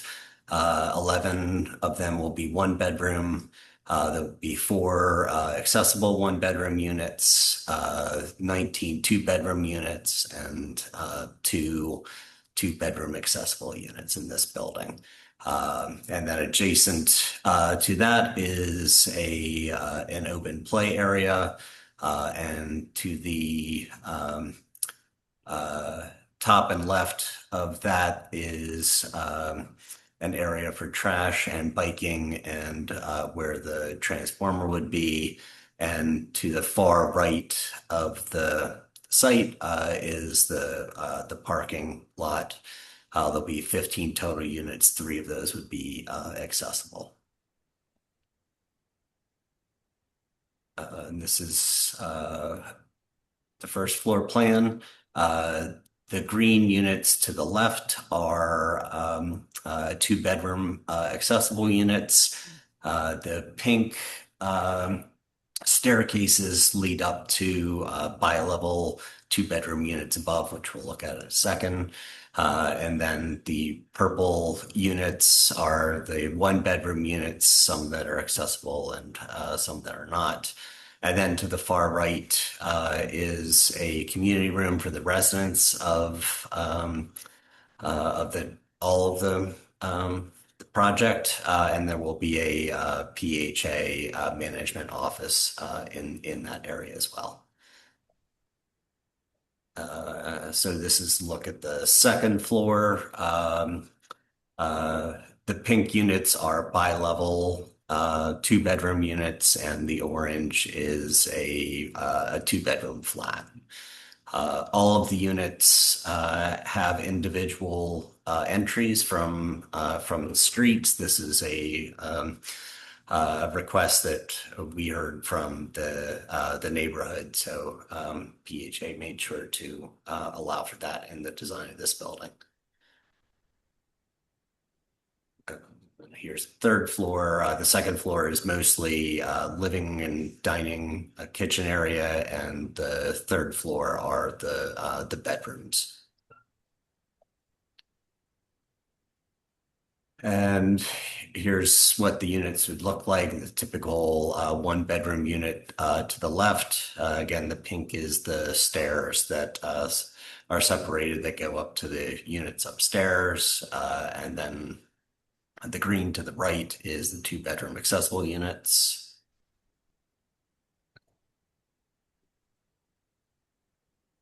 And then these are plans of the bi-level 2 bedroom units that are occupy the second and third floor.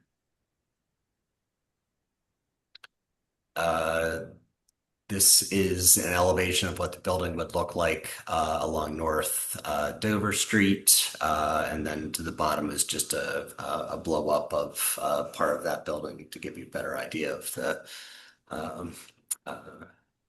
the articulation of the different pieces.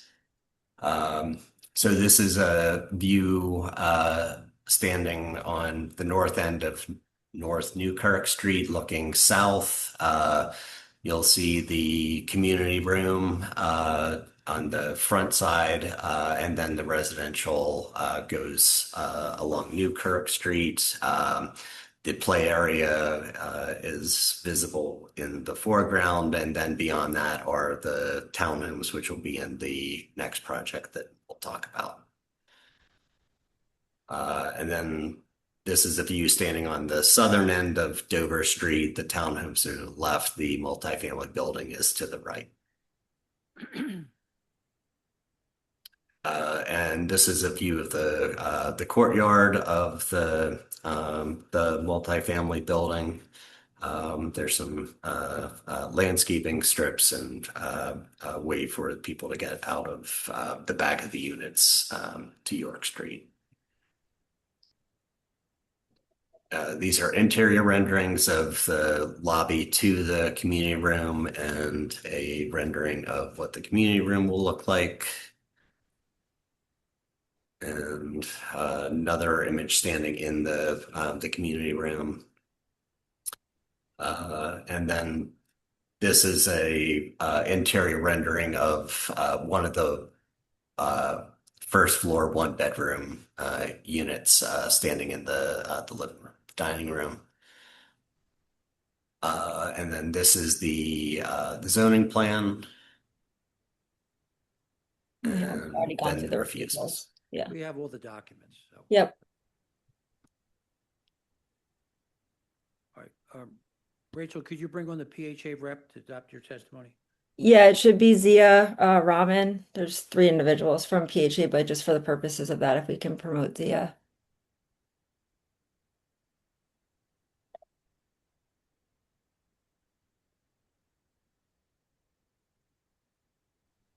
They will be joining us as a panelist. You're only going to use one to adopt your testimony, right? Yes. Okay.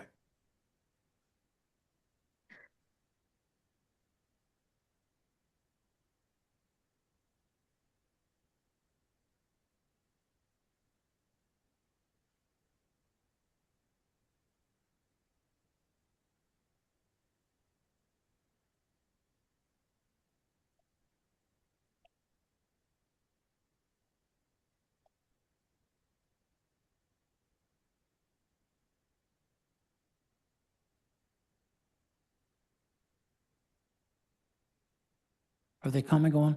Yeah, he's on. We can't hear you, Zia.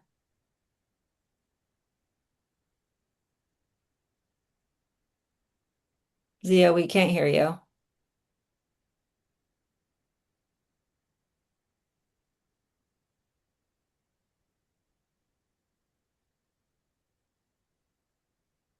Is there anyone else from PHA you can bring on? Michael Crawley or Enam Adnan is on.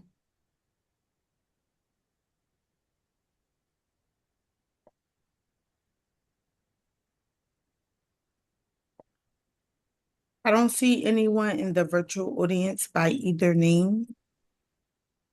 I see someone by the name of. Does that work? Yeah, we can hear you now, Zia. Okay. Can you? Yes. Hi, could you please state your name and spell for the stenographer? Yeah, my name is Ziaur Rahman, Ziaur, and last name Rahman. Do you swear or affirm to tell the truth, the whole truth, nothing but the truth? Yes. Counsel? Zia, can you just state your title with PHA? It's Senior Vice President, Capital Projects Division. Okay, and you have the authority to testify related to this project? Yes. Have you heard my testimony today? Do you believe it to be true and accurate, and do you adopt it as your own? Yes. Thank you. Questions from the board?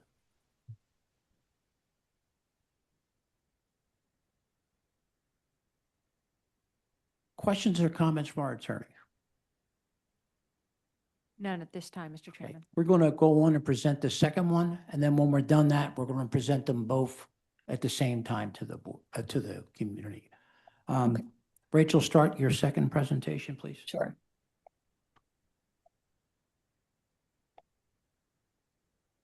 Okay.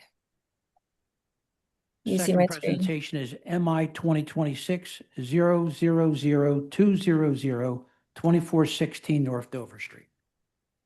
Okay. I'm just going to go right to the refusal. This application seeks approval to relocate lot lines consisting of 24 tax parcels at 2416 -62 North Dover, currently deeded to the Philadelphia Housing Authority under a deed of condemnation, under one unified 16,800 square foot development lot, and to construct 19 new townhome units on this longstanding vacant site in Strawberry Mansion. The project implements a PHA-approved redevelopment plan issued through competitive HUD rental assistance demonstration RAD and request for proposals consistent with 2035 plan and of the North District. The project also includes, as mentioned before, the widening of Dover and Newkirk Streets to provide additional off-street parking for residents. All the refusals are generated based on the RSA 5 base zoning, which does not allow, it considers these parcels, once consolidated, even though they're individual single-family townhomes, as multifamily. Given this is a rental project, which will be owned, built, maintained by PHA, there's no need to subdivide them into individual lots, but they are going to be all individual townhomes. That's the first refusal. We're also asking for 5 feet of relief from the 9-foot minimum rear yard depth. We're providing, because we're not providing basements, we're providing extra shed and storage space in the rear of the property.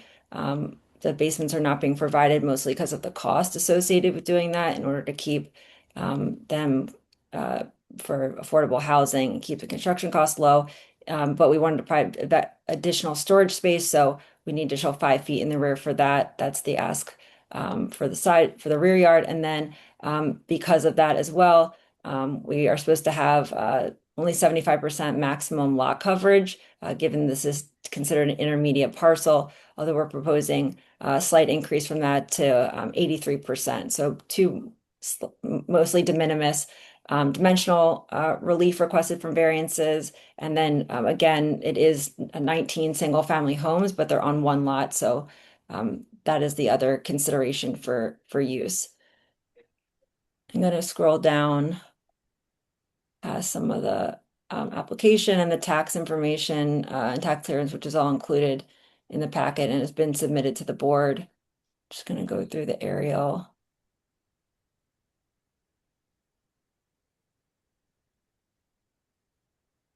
Similar to the other project, this is directly across the street. It's not the entire city block. It's the parcels as mentioned right here.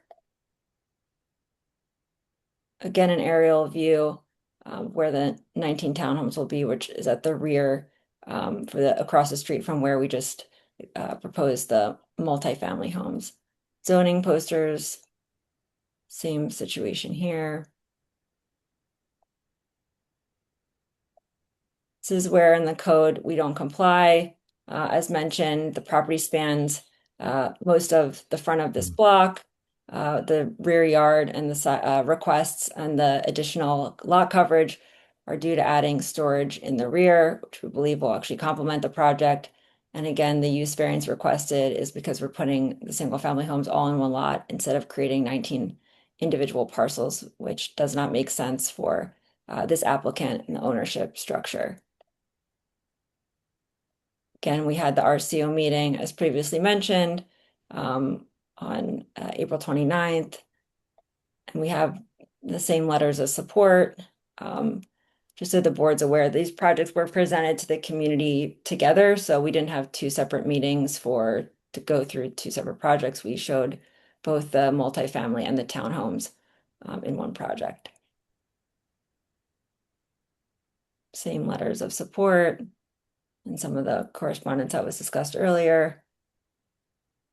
And then if I could just bring on, or Darren's on, just to go through the townhome proposal. And as mentioned, this one doesn't include off-street parking. There's no room to put it on these lots, but that's why it was important that the streets were widened. Those ordinances have already been passed and approved through City Council. So once we get through construction, there will be widening of the streets so additional cars can be parked on the street. Darren, do you want to explain what's going on? Sure. So in the light blue rectangle to the left, that's where the 19 townhomes will be built on the west side of North Dover Street. They will all be 3 bedroom units, 2 stories. And here are the floor plans. You can see the storage unit in the back of the or to the left side of the plans here. That's what's extending into the backyards. The first floor have living, dining, and kitchen, powder room, and laundry, and then upstairs there are 3 bedrooms and a full bathroom. And here's a view of what the front elevations would look like from North Dover Street, an enlargement down below. And then to the right is what the townhomes would look like looking across the street. And then to the left-hand side is what the townhomes would look like on the Dover Street side. And here's a view of the back of the townhomes. You can see the storage units on the bottom. They are back to back, so the row homes kind of mirror one another as they go down the street. And here's an interior rendering of from the first floor, standing in the kitchen, looking towards the front of the home. This is the zoning plan. We already went through. Thank you. All right, do you want to bring someone on for PHA to adopt Yep. your testimony? I think if Zia is still on. Yeah. Sir, could you please state your name? My name is Ziaur Rahman. All right, counsel, please proceed. Zia, as mentioned, have you heard my testimony? Do you believe it to be true and accurate, and do you adopt it as your own? Yes. Thank you. Questions from the board? Questions or comments from our attorney? Yes, counsel, I have a question. I think there's some issue with regard to the refusal. I think there was some discussion about a corrected refusal. If you can tell us what's happening with regard to that? They were just randomly sent to us some corrected refusals mentioning how many OPA accounts that were being consolidated. That was the only change, and we submitted those to include them in the packet and submit them to you all and also to the RCO and council office. That was the only change that was reflected on it, just included how many OPA accounts. Rachel, this is Hillary.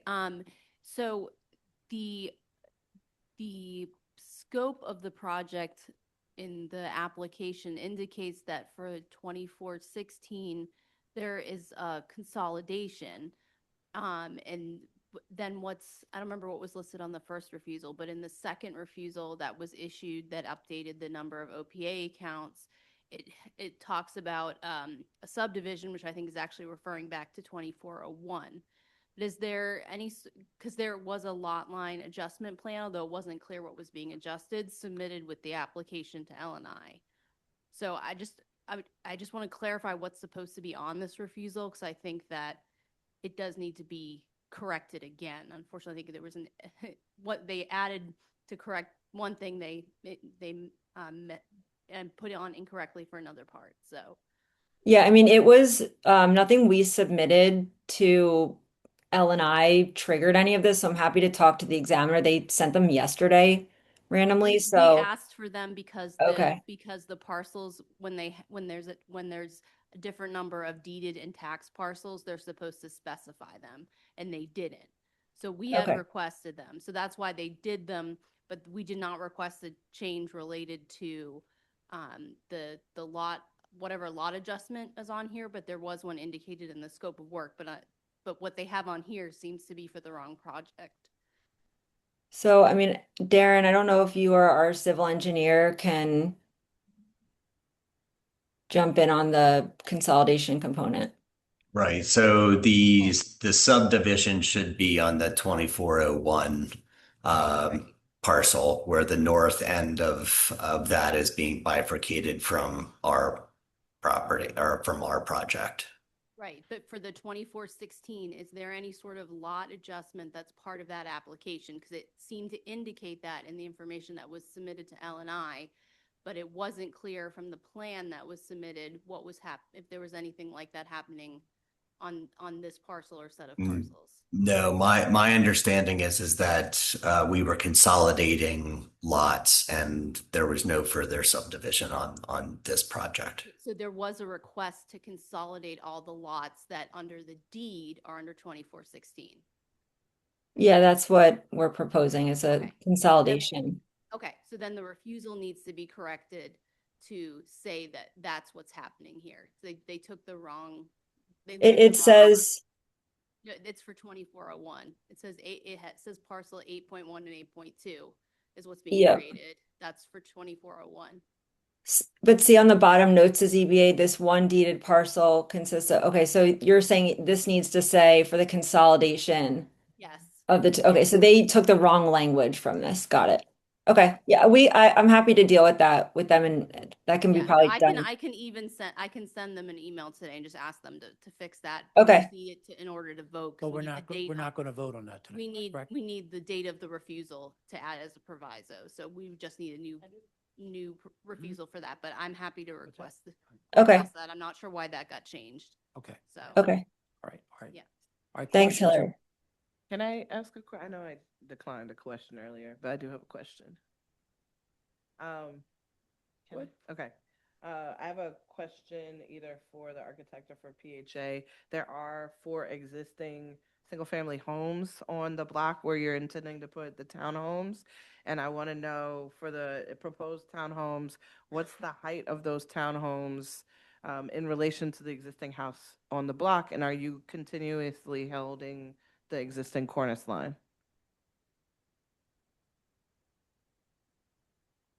PHA, could you answer that?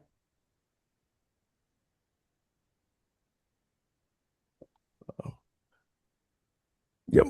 If we are butting against or adjacent unit, and I do not have the data in front of me in order for me to, I guess, to say how many feet it is up to the roof line, but we will be matching up to the cornice line. Okay. We're going to go to the questions or comments. Questions or comments from the audience? Why don't we start here and then we'll go to the virtual audience? For both, correct? Yeah, for both places. Who? Councilman, you want to go? Come on. Good afternoon, sir. Could you please state your name and spell it for the stenographer? Yes, good afternoon. Councilman Jeffrey Young, JEFFERYYOUNG. You swear or affirm to tell the truth, the whole truth, and nothing but the truth, sir? Yes. Please proceed. Thank you. I'm here today I understand you guys heard continuing requests earlier today. You guys heard the cases. I'm asking you to hold the vote on these cases because there has not been a vote taken by the community, regarding from a meeting hosted by the RCO in support or opposition of this project.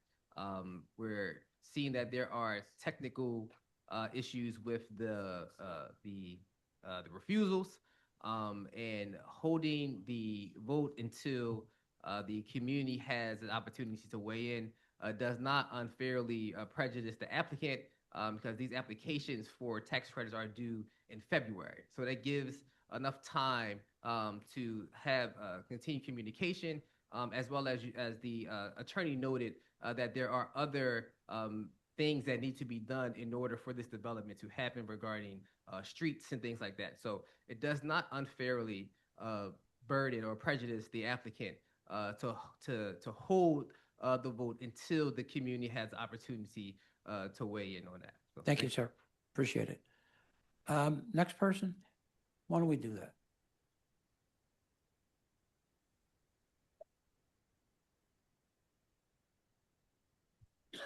How are you, sir? I'm doing fine, thank All you. right, could you please state your name and spell it for the stenographer?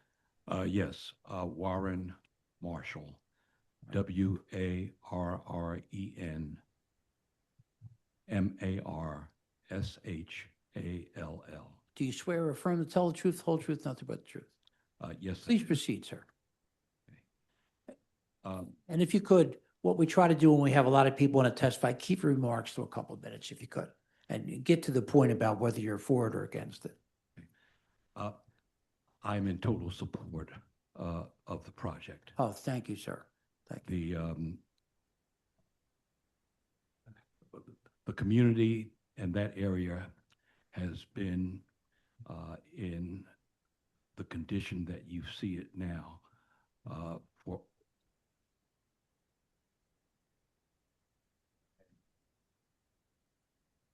dire need for housing. There is a dire need for affordable housing in our community. And to continue to just delay and delay and delay is counterproductive to the needs of the community. I appreciate what has been said, but in my humble opinion, the need for the continuation and support of the project far outweighs any small issues that are being stated that need to be resolved. All right, thank you very much for taking the time to sit here through this. Sir, could you please state your name and spell it for the stenographer? Sure.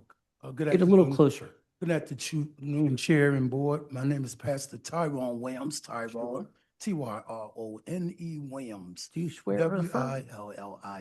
Williams. We know you. Do you swear or affirm to tell the truth, the whole truth, nothing but the truth? Yes, I do. Please proceed. I'm in support of this project as the RCO for Strawberry Mansion Community Development Corporation.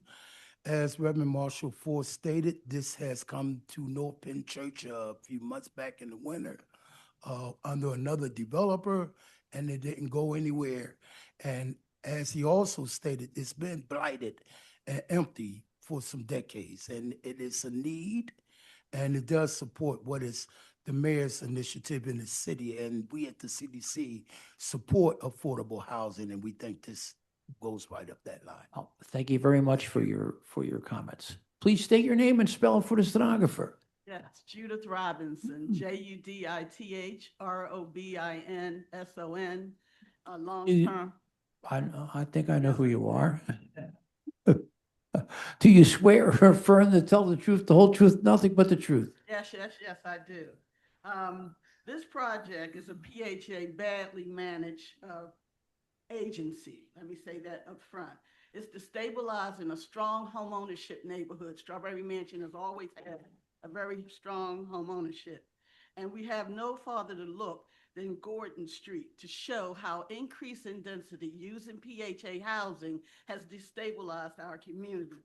It's led to very disastrous, horrible conditions in our lovely Strawberry Mansion near Fairmount Park. So our concerns would be the increase in density in a neighborhood, in a block that is home ownership. As Ty mentioned, there's several homeowners still there.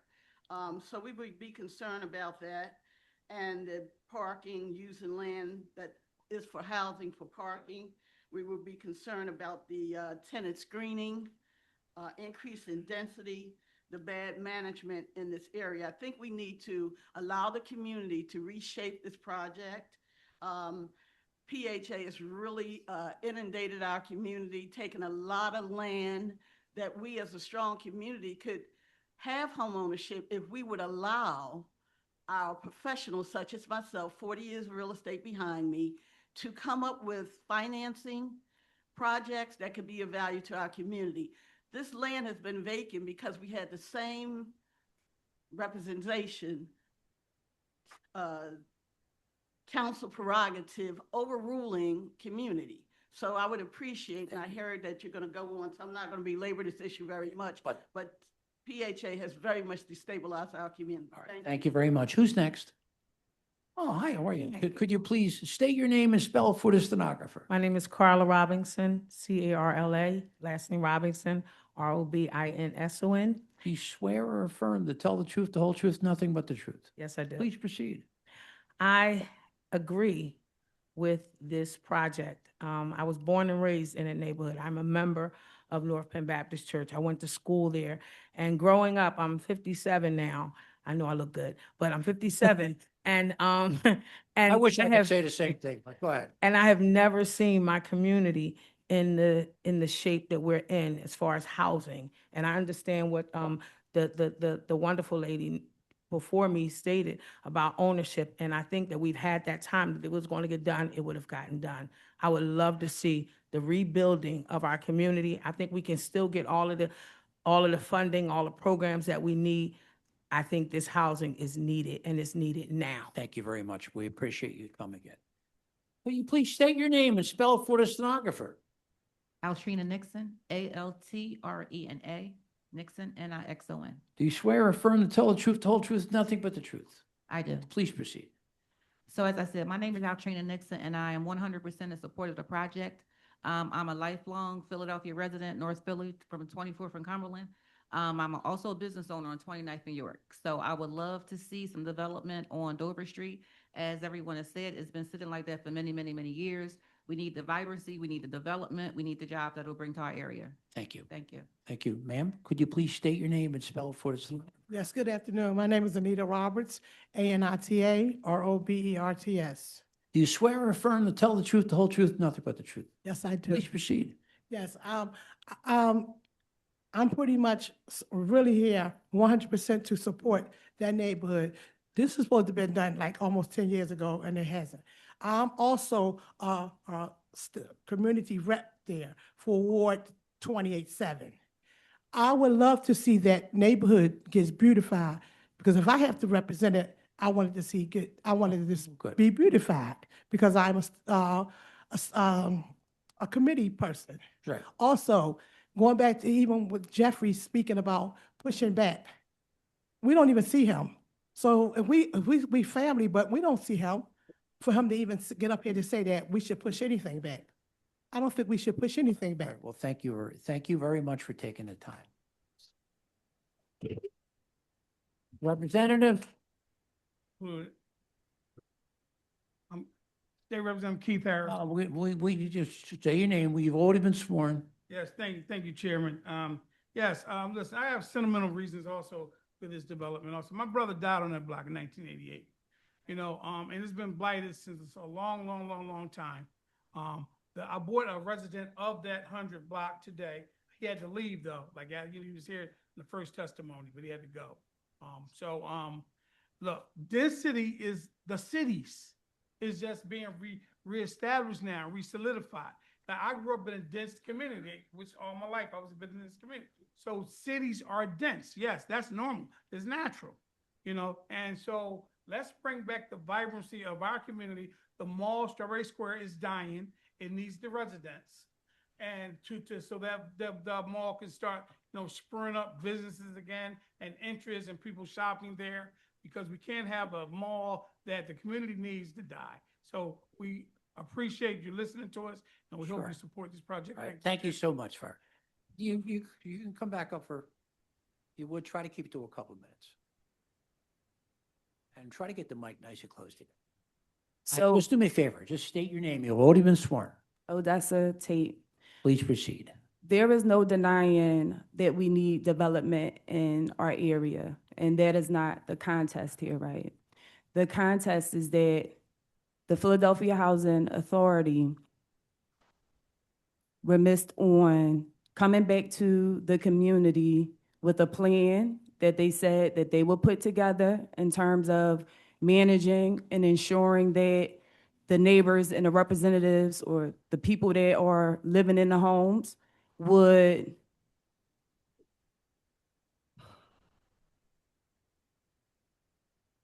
we need development, yes.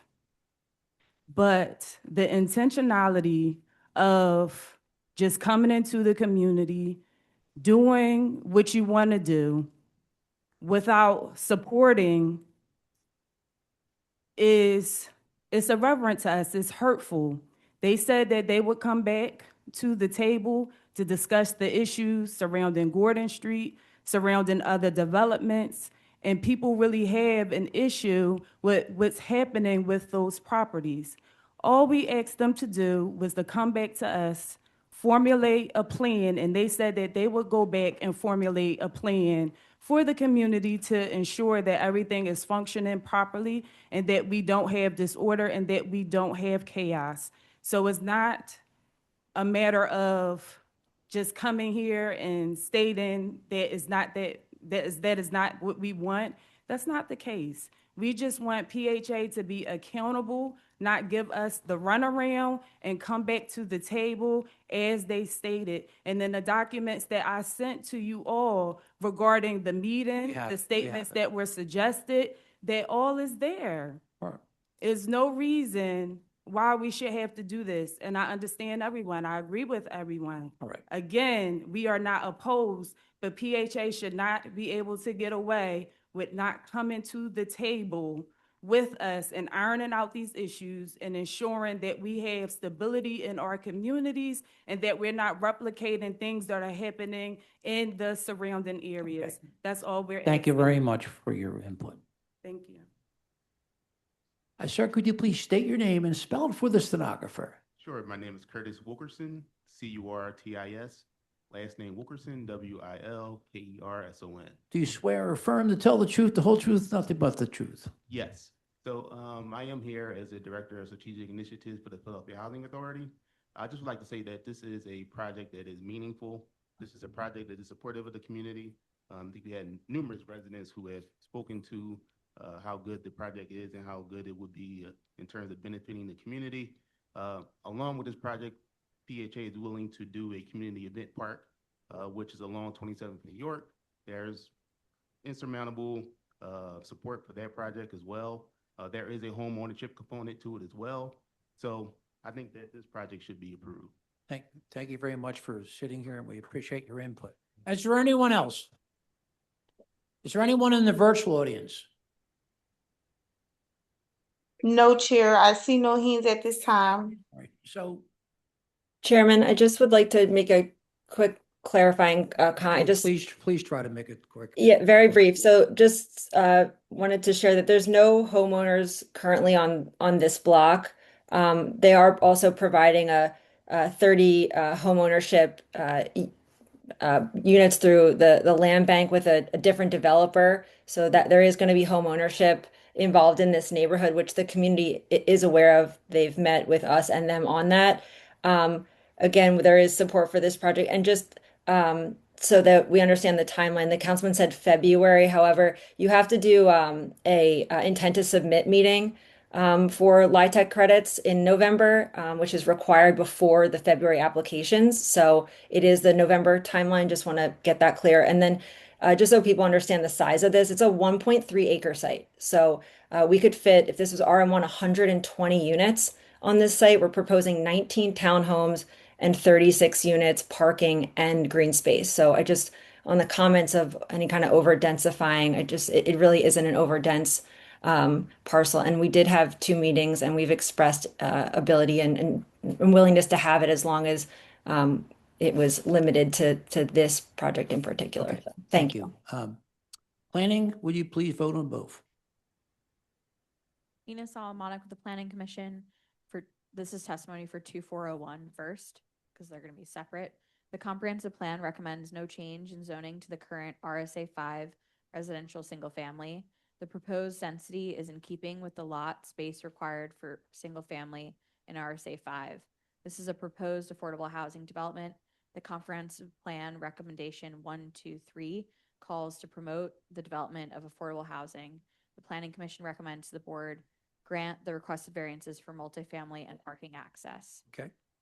Then for 2416, the comprehensive plan recommends no change in zoning to the current RSA 5 residential single family. The proposed density is roughly in keeping with the lot space required for single family in RSA 5. This is a proposed affordable housing development. The comprehensive plan recommendation 123 calls to promote the development of affordable housing. The Planning Commission recommends the board grant the requested variances for multifamily occupied area and rear yard setback. So Lynn, we're going to vote on 01, right? And we're going to hold the other. Okay. Right. So, Yes.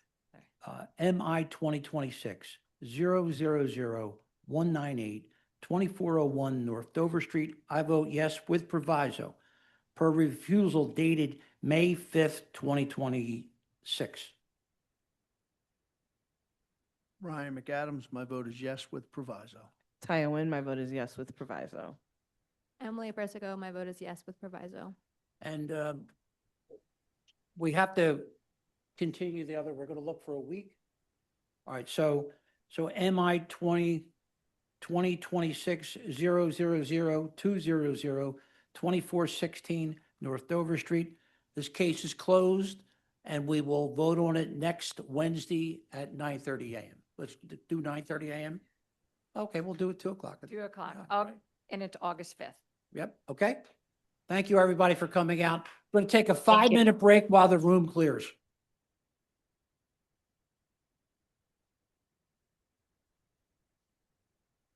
We start, okay? All right, so our number 5, 148 West Fisher Avenue, MI 2026-001-140. Is that there? That's 4, right?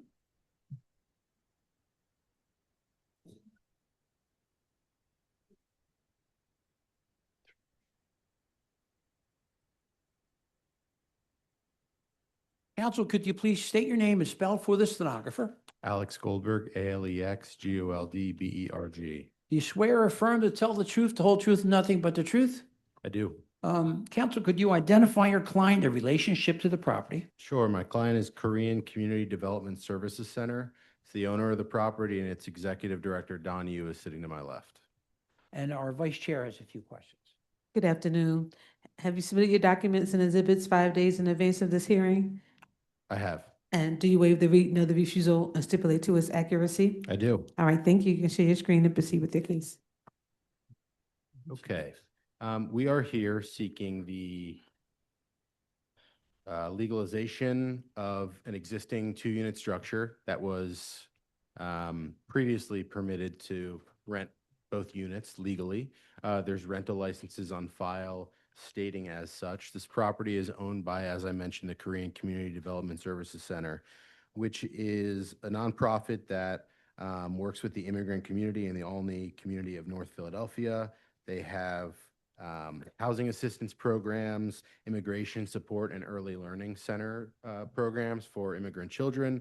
My client, Don, was a teacher and an attorney and a public servant, and his father used to be the executive director of this organization.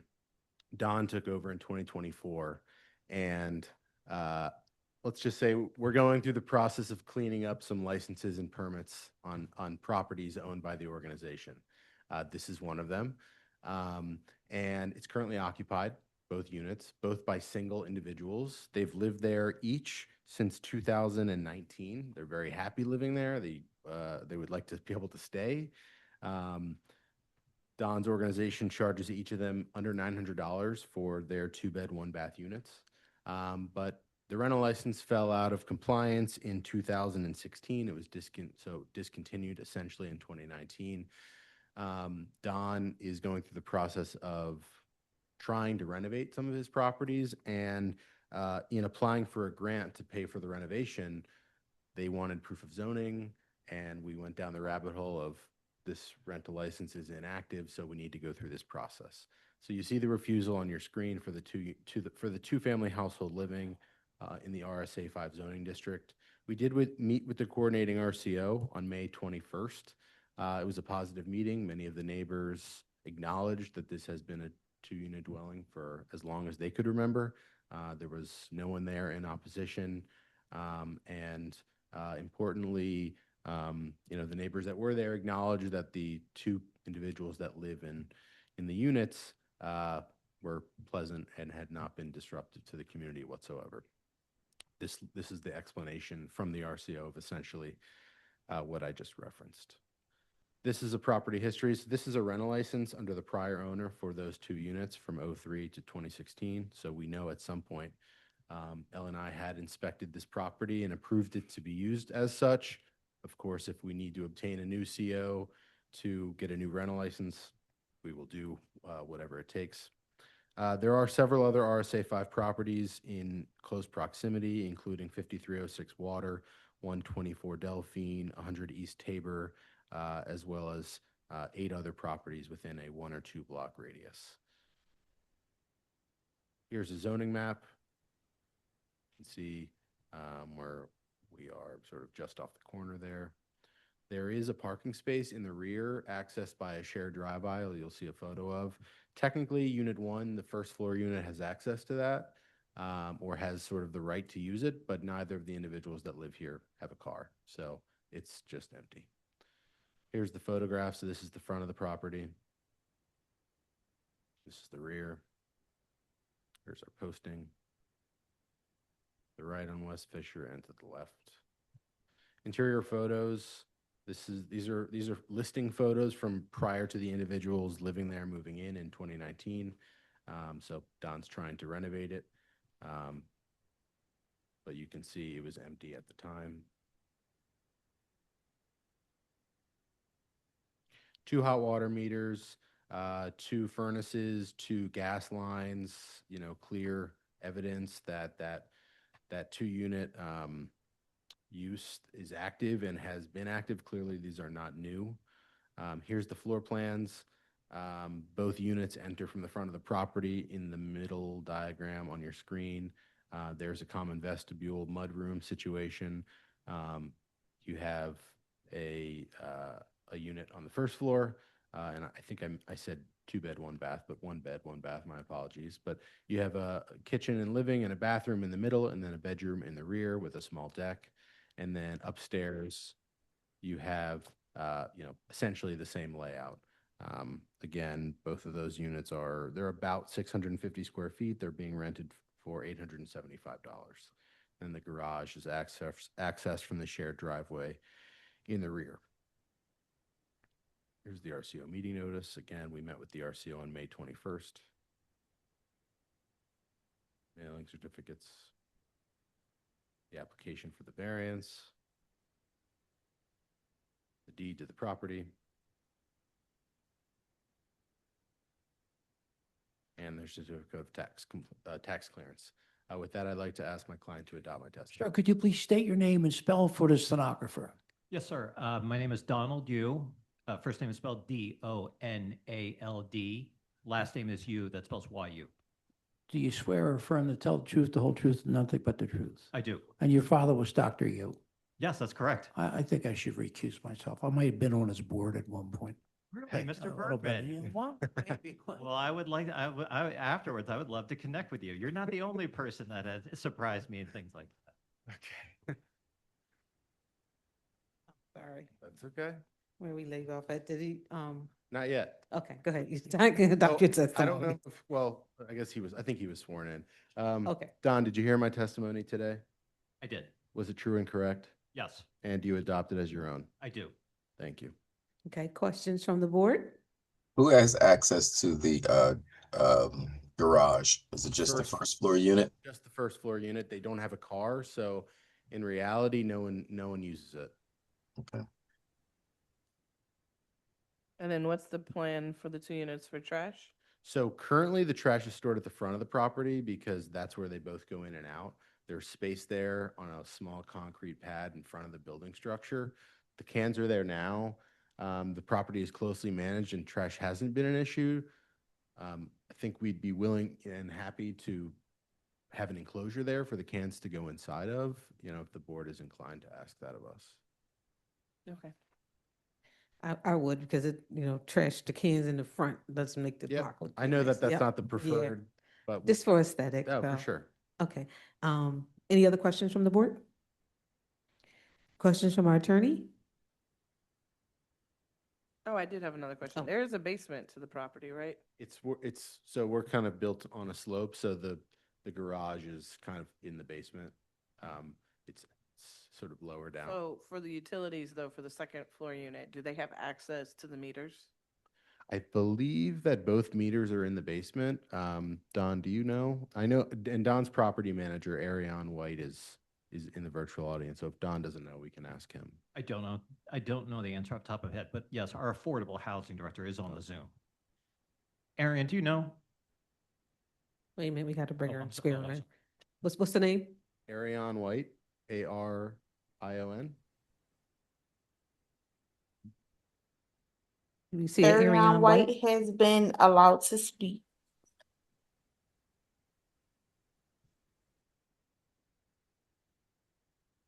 See him there. He's there at the bottom. Aaron, did you hear that Wait, question? wait a minute, we have to swear in.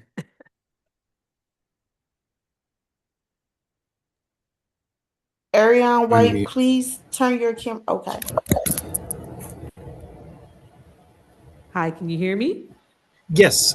Can Yes, can you guys state hear your me? name? Wait a minute, could you state your name and spell it for the record? My name is Arian White, Arion Whyte. Okay, do you swear or affirm to tell the truth, the whole truth, and nothing but the truth? Yes. Okay, go ahead. Okay.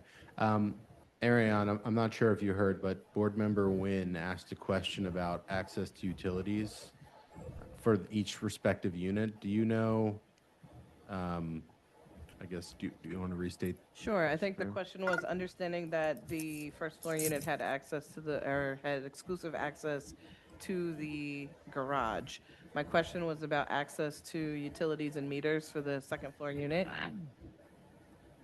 Yeah, so there's a electrical panel on the second floor, so all the breakers can be reset exclusively for the second floor. The meters and such for like the gas, and there's another entryway around rear. So the garage entry also has a fire door that it's accessible for all the rest of the hot water tank and the two boilers, the two hot water tanks and two boilers. So both So if tenants this, do have access at the rear to the basement. pardon? So both tenants do have or tenants from both units do have access to the basement.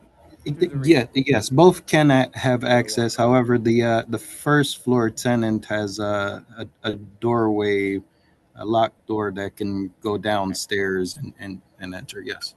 Okay. Okay, thank you. Questions from our attorney? No questions. Hi. Okay, questions from our audience? Or questions from our virtual audience? I see no hands up at this time.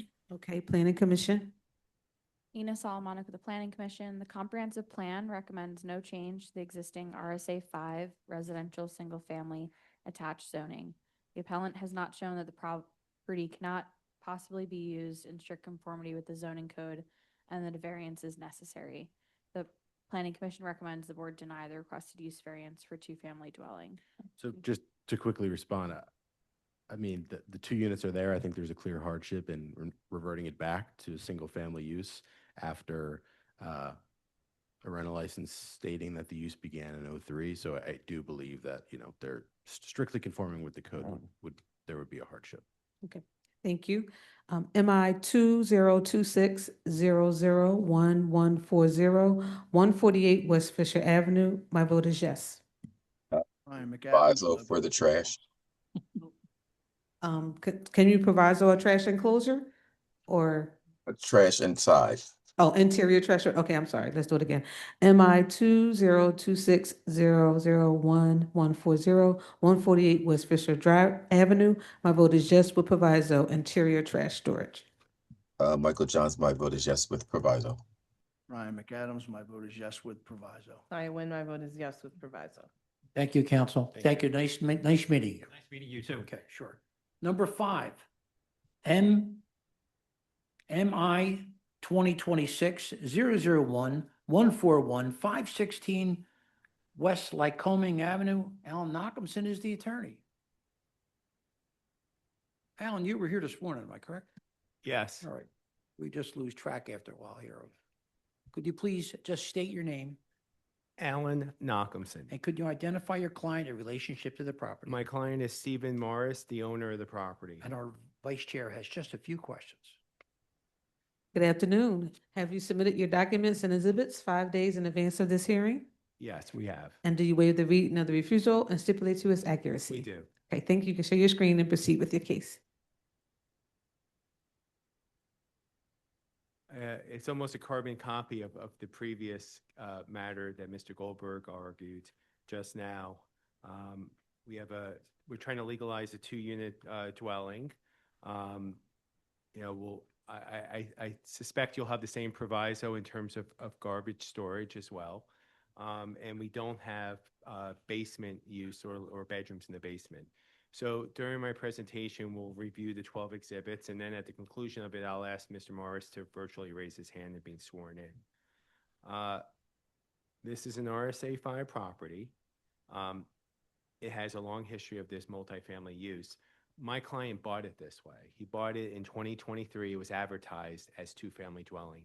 Only when he got the rental license did he realize that it wasn't legally 2-family dwelling. So it's a classic example of like, it would be nice if, some people who purchase investment properties hire legal counsel and, rather than rely on what's on the MLS.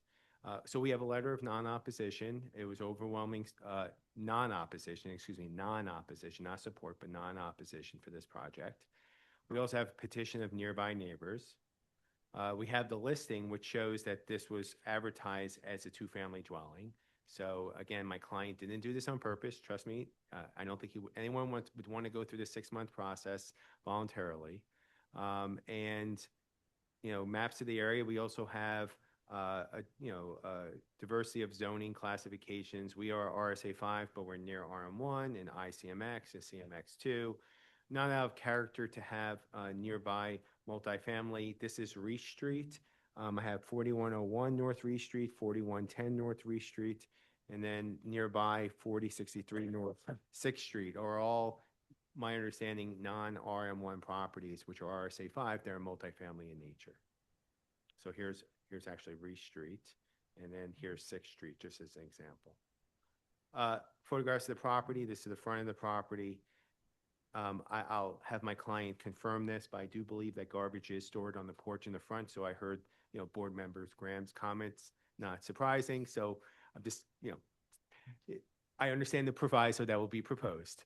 But let's confirm with Mr. Morris. This is the proof of our posting for today's hearing. Light coming to the right of the property, to the left of the property, our interior photos. I just try to take a picture of every single room there is, and including the basement. So you'll see here. This is lived in. The rents are like there's a 1-bedroom, 1.5 bath for the first floor and the lower level, which is unfinished. That's $875, and then 1-bedroom, 1 bath is $800 for the second and third floors. But this is the lower level here. There's a toilet here. There's a washer and dryer. I do believe, at least in the floor plans, it looks like there's an office set up down there. But again, everything is unfinished. And it's very small and narrow too. So it's not like meant, to be like permanent living down there. And then our plans and drawings are pretty straightforward. You walk in, the porch area, you make a left. This is unit number 1, where you have a living room, a huge open area, and actually, I think it's 2 bedrooms here. 2 bedrooms here, back here as well. And then you go down the flight of steps, and it's just that open floor plan. And it looks like there may be an office down there of some sort, at least in some area where it could be an office. Instead of unit number 1, you go up to unit number 2. And again, it's just 1 bedroom here. The bedroom has like a window, and then you have the dining room and living room, and there's also windows here. And then there's a secondary, there's the living area where more windows, where the bay window is. RCO meeting notice. It was well-attended meeting on June 23rd. We notified 181 addresses of the meeting, proof of mailing of those addresses, our application for zoning variance, along with the notice of refusal and the project information form. The deed to the property showing that Stephen Morris Jr. is the owner of the property. He purchased it in 2023. And then finally, our certificate of tax clearance. I would ask that Mr. Morris be sworn in. Mr. Morris?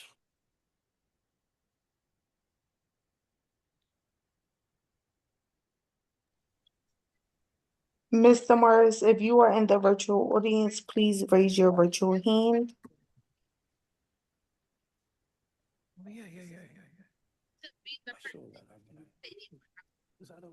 Stephen Morris will be promoted to panelist.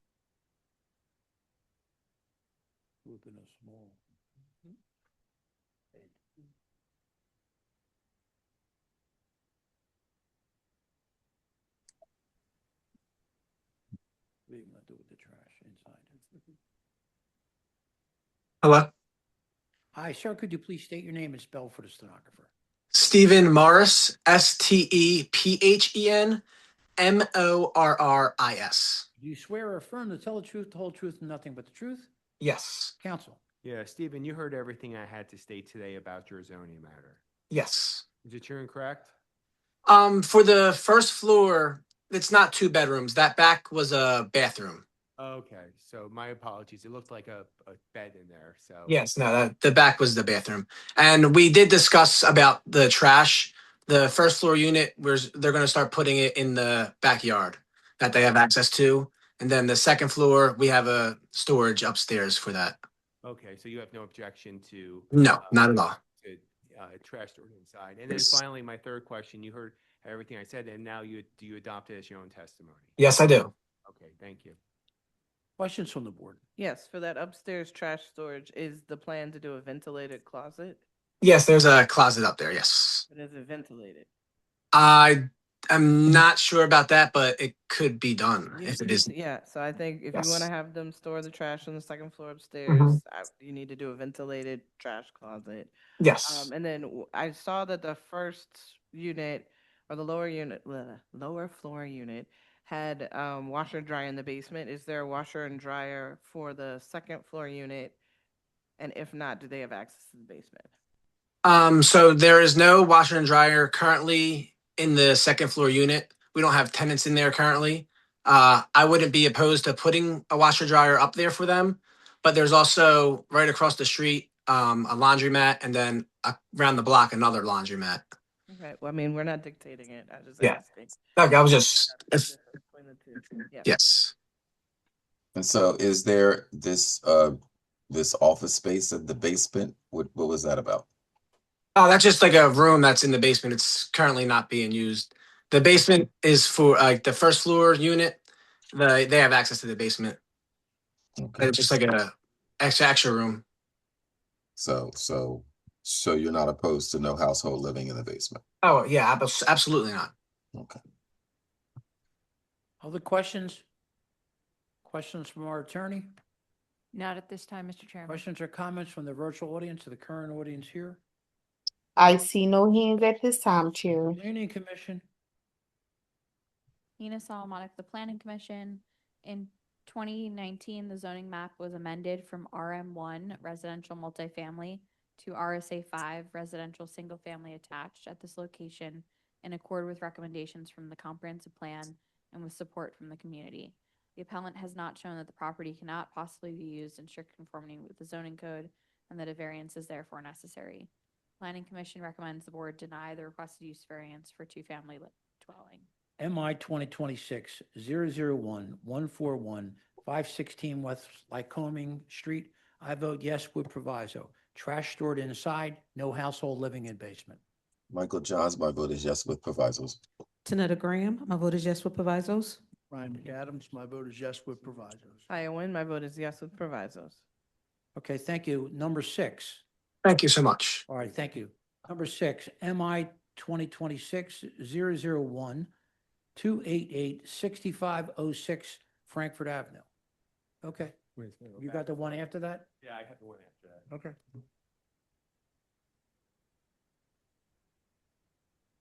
Counsel, you've already been sworn in. Could you just state your name for the record? Alex Goldberg. Could you identify your client in relationship to the property? Sure. My client is For Marigold Investments LLC, and its representative, Mike Millis, is sitting to my left. And our vice chair has a few questions for you. Good afternoon. Have you submitted your documents and exhibits 5 days in advance of this hearing? I have. And do you waive the reading of the refusal and stipulate to its accuracy? I do. Okay, And you thank have- you. You can share your screen. Oh, And you have a letter of support from Mayfair Business Association.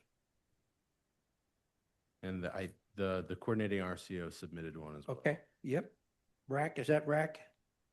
That is RAC. Mayfair. Oh, I'm sorry. What is their name? The name is escaping Yeah, me it's right now. Mayfair Business Association. Mr. Chairman, we didn't get the RCO one. You did not? Okay, interesting.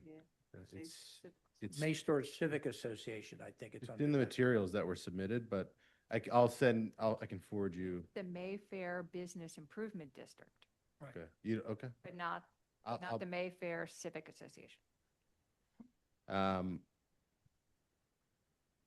my screen. Okay, so this is the proposed adaptive reuse of a closed Wawa for use as personal vehicle sales and rental. My client, Mike, owns a business called Rolls Auto. On this specific block, he has 2 other Rolls Auto locations, including across the street and directly next door. Despite this being a CMX 2.5 zone property, that zoning classification does not permit this type of use. It also did not permit the Wawa use, which obtained a variance in 2003 for a retail convenience store. Prior to that, there was a 1985 variance for oil change and gas and a gas station. That Wawa closed at some point in 2025, and it's been sitting vacant since then. My client is going to keep the shell of the building structure and gut the interior and have, essentially a car sales showroom and sales business that's going to be complementary to his business across the street and next door. You can see that is the only refusal that we're seeking. Here's the letter of support from the RCO, which I'll forward over at the conclusion of my presentation. My apologies. It was unanimous support. It was not, to be honest, it was not a well-attended meeting, but there were 3 community stakeholders there. They knew Mike from his community engagement over the years and from his successful businesses on this commercial corridor. It was a positive conversation, and they were in support, as was the business improvement district, as this is going to revitalize a commercial property that has been vacant. There are comparable uses nearby. For the most part, they're Rolls Autos. They're his business, 6530 Frankfurt Ave, 6553, and 6601, which are all car sales. Here's the zoning map, corner of Frankfurt and McGee. Photos. So this is the front of the property. Again, we're just proposing to keep the building structure as is. He'll put his signage on the structure that was built for the Wawa signage. His proposed hours are 9:30 a.m. to 7 Monday through Saturday, closed on Sunday. He's planning to have 10 to 15 employees here.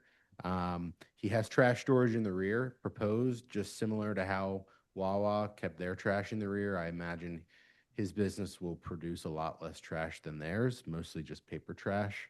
But we will have a dedicated trash storage in the rear. He sells newer used cars, I would say. He specifies that they're still under warranty, so they're relatively newer. And you can see to the right of the property on Frankfurt. Obviously, this is a very busy commercial corridor. What we're asking to do here, not only is it not out of character because of the other car sales, but generally it's a busy commercial corridor. I think this is an appropriate use here. The interior you can see is gutted right now. You'll see on the plans. It's pretty open concept.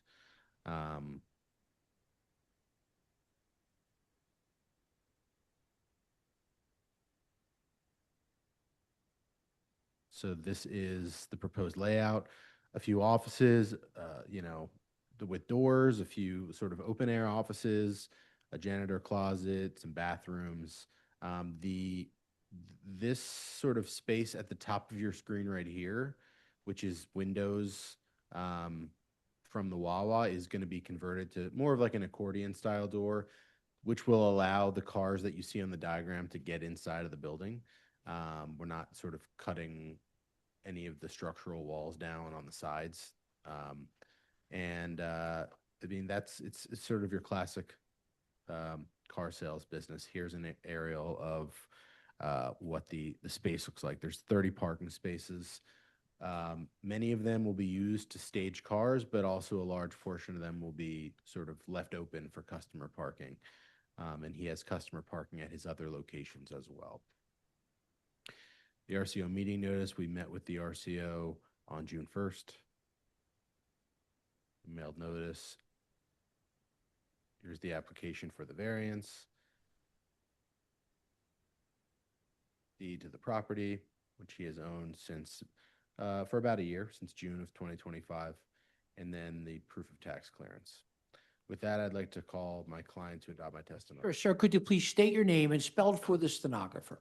Michael, Michael, last name Milis. Right, do you swear or affirm to tell the truth, the whole truth, nothing but the truth? Yes, I do. Counsel? Michael, did you hear my testimony today? Yes, Was it true and correct? yes, And do you adopt it as your own? yes. Thank you. Questions from the board? Is there no, there's an old pylon sign. Are you planning to do signage to Yeah, replace that? so great question. He's going to put his signage on the structure that it was left behind by the Wawa. He's not proposing to build anything new there. I don't think that it is going to be require variance. Obviously, if it does require some sort of variance, we'll be back in front of the board. Just looking at the images, like there was an old, I guess, pylon sign on the corner. Yeah, There are two exactly. pylons still there. We're so- gonna reutilize that. So you are gonna put a new sign up? I thought you said Correct. on the building. The No, pylon wasn't on the building. on the sign structure that's existing, the pylon. Okay. Yes. Okay, correct. so that's a separate application? Correct. Okay. What about fencing? I noticed on the other locations, there's fencing around the property. Are you going to do fencing here also? No, we don't have, Closer to the mic. we don't have fencing on the other properties. Okay, I Just thought to on the let you images know, I saw fencing. The only fence there is in the back. We put up that fencing right after we bought the property for the neighbors, just to be more. And we also, there's no updated pictures. We put like trees in the back just to make it look better. Okay. Other questions? Yeah, would you keep that same border in the front? Like I know, in the front on, I guess that's Frankfurt Avenue, while I had the shrubs, will you keep that? No, we put stones and we just made it clear, neat and clear. We just cleared it up. So, like people walk by and throw stuff in there. So we just keep it clean. Okay, and my last question is, how many, exits do you have? I know there's two curb cuts, so which one, are you gonna close or use both of them or close one off? No, we'll use both of them. Okay, both of them, so if cars will be coming either way? Yes. Okay, thank you. And then Isn't there a requirement for a landscape buffer? We're not modifying the parking lot, so I don't think there is. There's reference on a refusal that the existing accessory parking spots will remain. So my assumption is that because we're not modifying it, and this is just a use application, we're okay. I would defer to L and I's it's modified interpretation. though if the bushes were removed, just a point. Fair, it's fair. I didn't hear, but what'd you say? I said it was modified if the bushes were removed. Oh, right, right, right. My question, well, one, I will say, like, I do think that the landscaping that Wawa had was nice, looking at the Frankfurt Avenue and knowing that, like, specifically car-oriented uses break up streets and make it really not great urban environment. So I would have supported and Okay. strongly encouraged not too keeping late. the vegetated buffer. But this is just car sales, right? We're not doing any repairs. It's car sales. Other questions? Questions from our attorney? No, my one question was going to be about signage, but that's been addressed. Thank you. Questions or comments from the virtual audience? I see no hands at this time, Chair. Planning Commission? Nina Solomonic with the Planning Commission. The comprehensive plan recommends no change to the existing CMX 2.5 commercial mixed-use zoning. The appellant has not shown that the property cannot possibly be used in strict conformity with the zoning code and that a variance is therefore necessary. Planning Commission recommends the board deny the requested use variance for the personal vehicle sales and rentals. MI 2026-001-282-6506 Frankfurt Avenue. I vote yes. Michael Johns, my vote is yes. Tanetta Graham, my vote is yes. Brian McAdams, my vote is yes. Talia Wood, my vote is yes. Thank you. Thank you, council. Thank you. Thank you. Number 12. MI 2026-001-569-2229 Fillmore Street. Alan Nachumson is the attorney. Alice, are you involved in this too? That's it.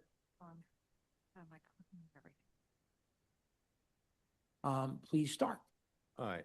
Just state your name because you've been sworn a few times and Yeah. you've been here. And could you identify your client, the relationship to the property? Yeah, to the left of me. Oh, my name is Alan Nachumson. Right. And to the left of me is Nelson Shabanaj, who's the owner of the property. Okay, our vice chair has a few questions. Good afternoon. Have you submitted your documents for this case 5 days in advance of this hearing? Yes, we have. Okay, and you have a host of refusals. So do you waive the reading of the refusals and stipulate to their accuracy? Yes, I do. I just want to make sure that the board got the most recent refusal that was issued. I think it was a couple days ago. Just want to make sure it was, yes, July 28th. We received it, yes. All right, great. All right, Yeah. great. Thank you. You can share your screen and proceed with your case. And the point, we do have several letters of opposition, right? We just have, my understanding is the only letter of opposition is from the, Oh, I see Greater Bustleton, right? that's the only one I have. Right. And a letter of opposition from the council member O'Neill. We never received that, but I can, respond obviously to. Well, both. his person's here. Okay, great. So, I will say this, that seems worse than it is from a variance standpoint. And I would say that most of the refusals that came in from the landscaping came in with this secondary amended refusal. So while this project or the property is noted as 2229 Fulmore Street, it's really a Roosevelt Boulevard address. Like that street that's facing us is Roosevelt Boulevard. So well, we're at the beginning of a residential neighborhood, but for all intents and purposes, we're right on Roosevelt Boulevard. And you'll see from the aerial view that we're right next to a commercial building, a Verizon building. So what we're proposing is more in line in character with the surrounding neighborhood in that we're on Roosevelt Boulevard. But we'll have 11 exhibits to look at. I also have the architect's representative, David MacArthur, on the line, and I have Nelson to the left of me, who actually lives in the property. So he's owned this property for almost the past 4 years. So he can speak volumes about how well it's to live in a property that's essentially on Roosevelt Boulevard. He has a single family house there, which is rather loud, and it's out of character to have a single family house right there and then. So we will go over the refusal. So let's go to the first one. The first one is about the height. We got rid of that height refusal where we're supposed to do 35 feet, where we're originally proposing 37 feet and 5.18 inches. We reduced it by way of revised plans. The second refusal has to deal with more than one principal building. We're trying to put two duplexes there. We're doing 4 units here, 2 units in each building. We're looking to condo this. This is for a sale opportunity. But what we wanted to do was 2 separate residences or building structures there to have as many windows as possible for the units to make it more livable. So that's the reason why we're doing that. Well, tell us what's there now. It's a single family residence right there. It's a Wanna rather, knock that down? we are going to knock that down. It's a rather large lot, which is, the lot area is 9,111 square feet. So it's a rather large RSD3 lot. The next refusal has to deal with the surface parking. Again, not out of character, you'll see surface parking right next door to us. The next refusal has to do with screening with regards to the parking lot, which I wouldn't really call a parking lot. It's more like, again, a residential driveway. But we did add a lot of screening to the left of us. So the person who is to the left of us supports this project. And by the way, when you say that the coordinating RCO is in opposition, while there was a lot of opposition within that room, you'll see there were no nearby neighbors who voted on this project at all. And that we did a separate petition of nearby neighbors because, Nelson lives there and they're all in support of this. They rather have like something more in line like this, provide a diversity of housing, opportunities for other people to move in the neighborhood, where single family is just not appropriate right there on Roosevelt Boulevard. How long's it been there? The property, I don't know. I mean, it's a single family home, but it's been there a while. Nelson bought it, and like I said, in terms of the noise and the traffic, it's it's for the board to decide. I think this is a good. I got it. Yeah, it's a good use. It's a good use of the property. It is for sale opportunity, and again, it gives opportunities for people to buy differently. And these are 3 bedrooms, 2 baths, where around 1,800 square foot units. And again, all these other refusals have to do more so with the shrubbery and things like that. Again, he added a lot of shrubbery to the person to the left of him. That's more appropriate. He did not add any shrubbery in the parking lot because he wanted to provide 1 parking spot for each unit. This next refusal has to deal with the 4 dwelling units. We're RSD3, but again, we're a substantial lot. We're almost 10,000 square foot lot. Side yard, it's interesting here. So L&I had it both ways. They said, okay, when we analyze the side yard, and we'll go through the site plan, when you analyze the side yard, we're going to call Fulmer Street the front street, which, it should, I guess, right? Because it's named Fulmer. And so it's a irregular shaped lot where our side yard is 7 feet wide for a portion of it. And then how it tapers off, we're slightly less than 7 feet. But then on the front yard, they decided that Roosevelt Boulevard should be the street that they analyze it based on. And we run afoul of the RSD3 residential zoning district, where 25-foot front yard should be allowed or is required, where 15 feet 11 inches and change is proposed. But if you took the front yard as Fulmer Street, then we would actually fall in line with it. So they said for one part of the analysis for the side yard, we're going to count Fulmer Street as the main street, but for the front yard, we're going to count Roosevelt Boulevard as the primary street. So we did meet with the Bustleton group. Again, what I would highlight is this: there are no nearby neighbors at all. So I mean, yes, this is a very active group, and they're very vocal. Which is great, right? Everyone should have a vote in their neighborhood. What was the vote? It was 11 in support and 31 against.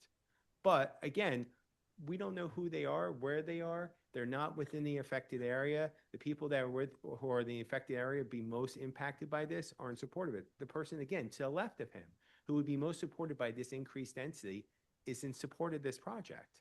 And again, he personally walked the block because that's his block. He knows those people.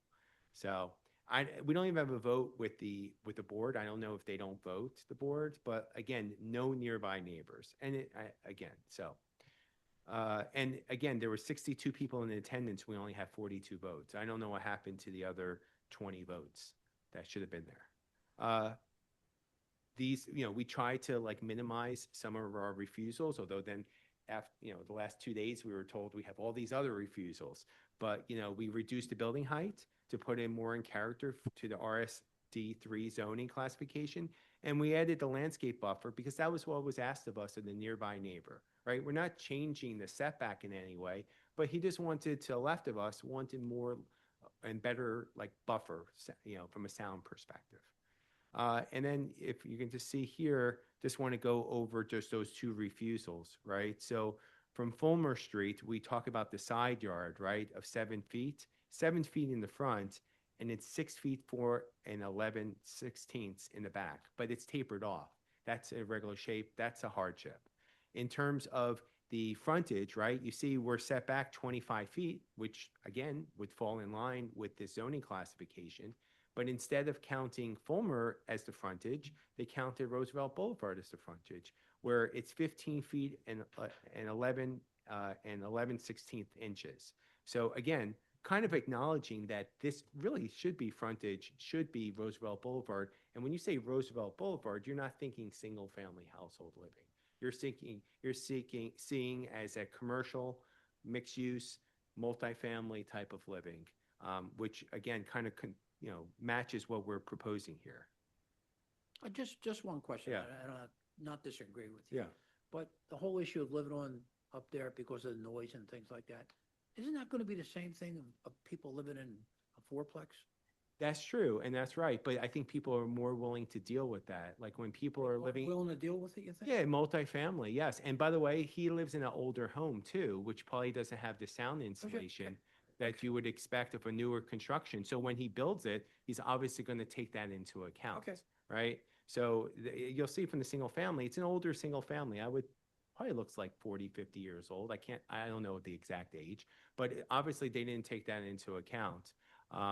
And just the setback, how we're set back further in, we were mindful of that. But you can see here that we have multiple people on Fulmer Street, which is including the person next door to us, who are in support of this project.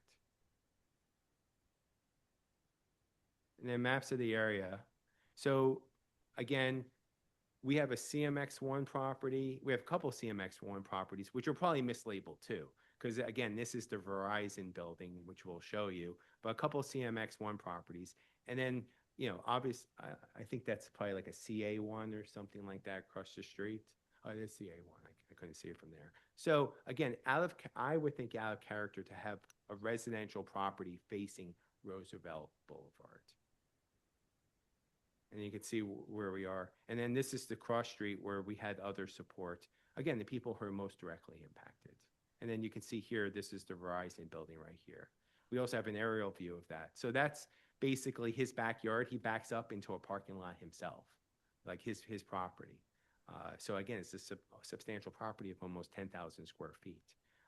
And so again, a little bit out of character under the circumstances. Then the photographs of the property. This is his property. While we don't have a fence as proposed in the application, we're going to have something similar to that. Like you'll see the renderings that are more open to kind of see, so you can see like what's there, but he's going to put a fence there just from a sound perspective and it's just a privacy perspective as well. He's pretty set back too, right? He is set back as well.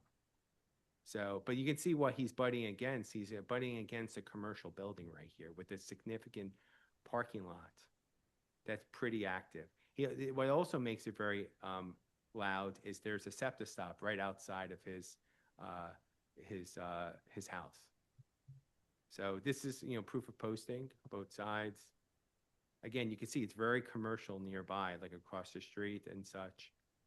And this is Fulmer Street to the right of the property, to the left of the property, and you can see like, you know, the shopping center that's across the street from his house. So if you're looking at from Roosevelt Boulevard, what you're seeing is a shopping center. And you can see it's a very well-traveled street. Through the street a little bit, not much, and you know it's pretty intense over there. So again, having that as your single family that you're facing, it's a little intense. And I think having, from a density point of view, having a multifamily, then going to the next level, having single family is more appropriate from a city planning perspective than having a single family facing Roosevelt Boulevard the way it is, and you're hugging all these commercial properties. This is East Roosevelt Boulevard to the left of the property. You can see here, that's the Verizon commercial building there. And then these are our plans and drawings. Again, the fence is going to be, oh, hold on a second.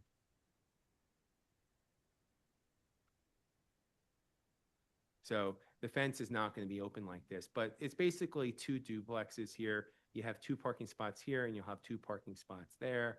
And again, we're agreeing to do a lot of landscaping here. I don't know if this is accurate, this part. I think the house is a little bit closer than what's saying here. We did look at the site plan to show the 2 refusals. We are 4.5 feet out of the ground. And you can see for the lower level. It was important to have a lot of light and air for that lower level. And then you can also, let me just get back to that.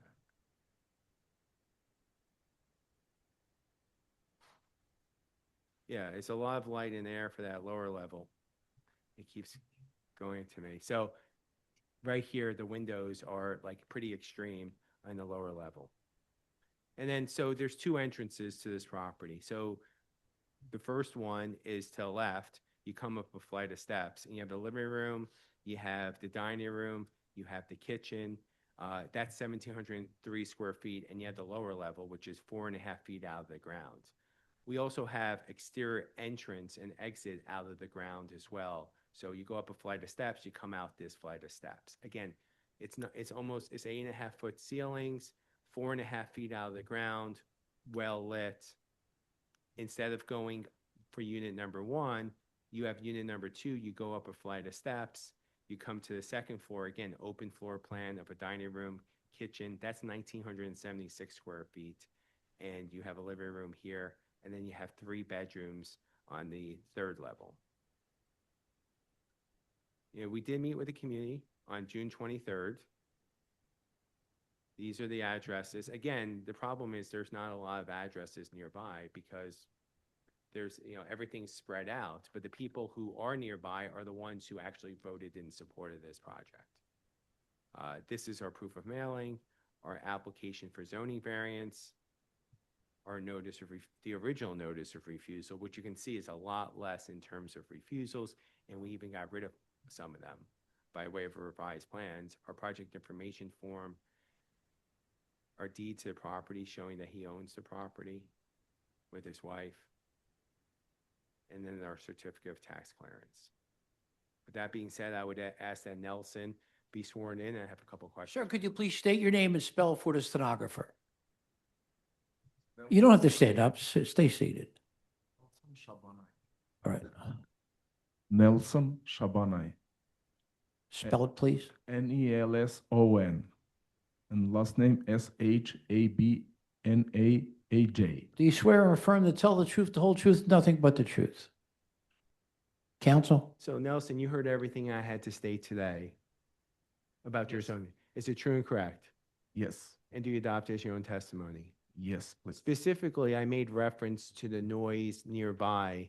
It is rather noisy nearby just because you're on Roosevelt Boulevard and you're near a transit stop right outside your house. Yes, you're right. Questions from the board?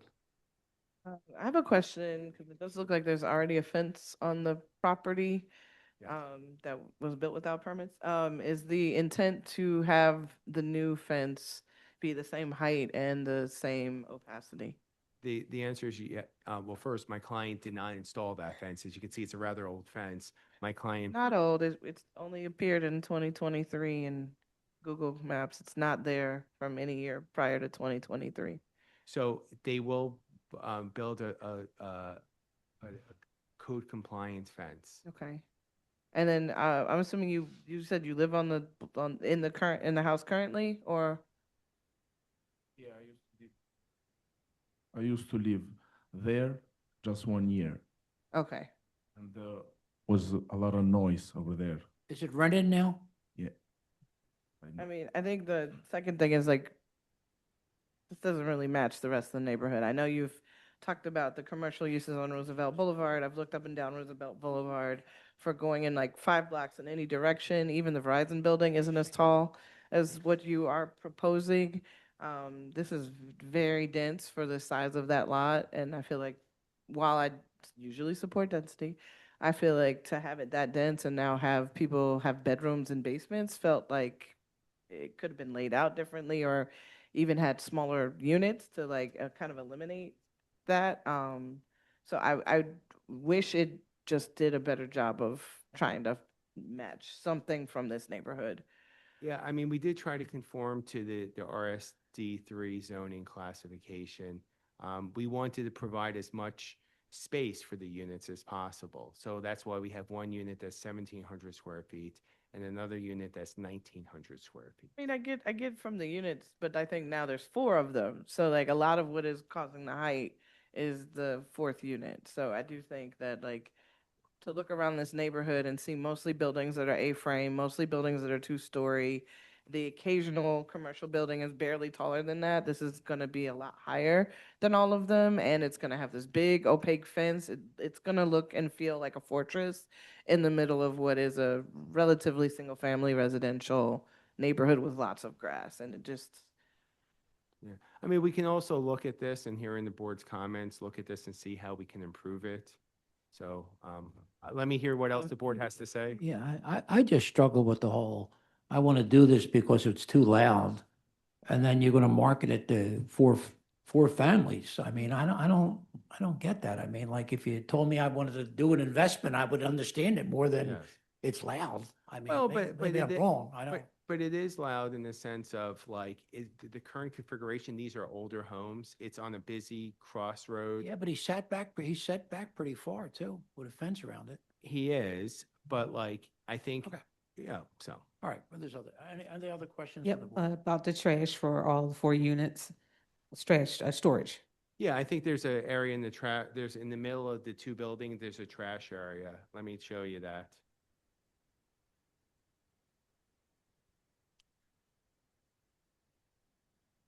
Let's see. And the, in your, site plan, it didn't have the streets. So the entryway is through Fulmer Street That's right, Fulmer Street, that's for, right. for both buildings? Yes. Let me, The questions? let me show you, hold on. When you get to the site plan, just struggling with, let me try to get through this.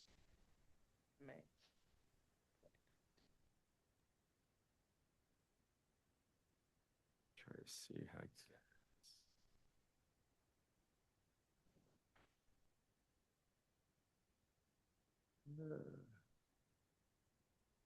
I'm gonna get through this. Oh, there it is. Oops. Come on.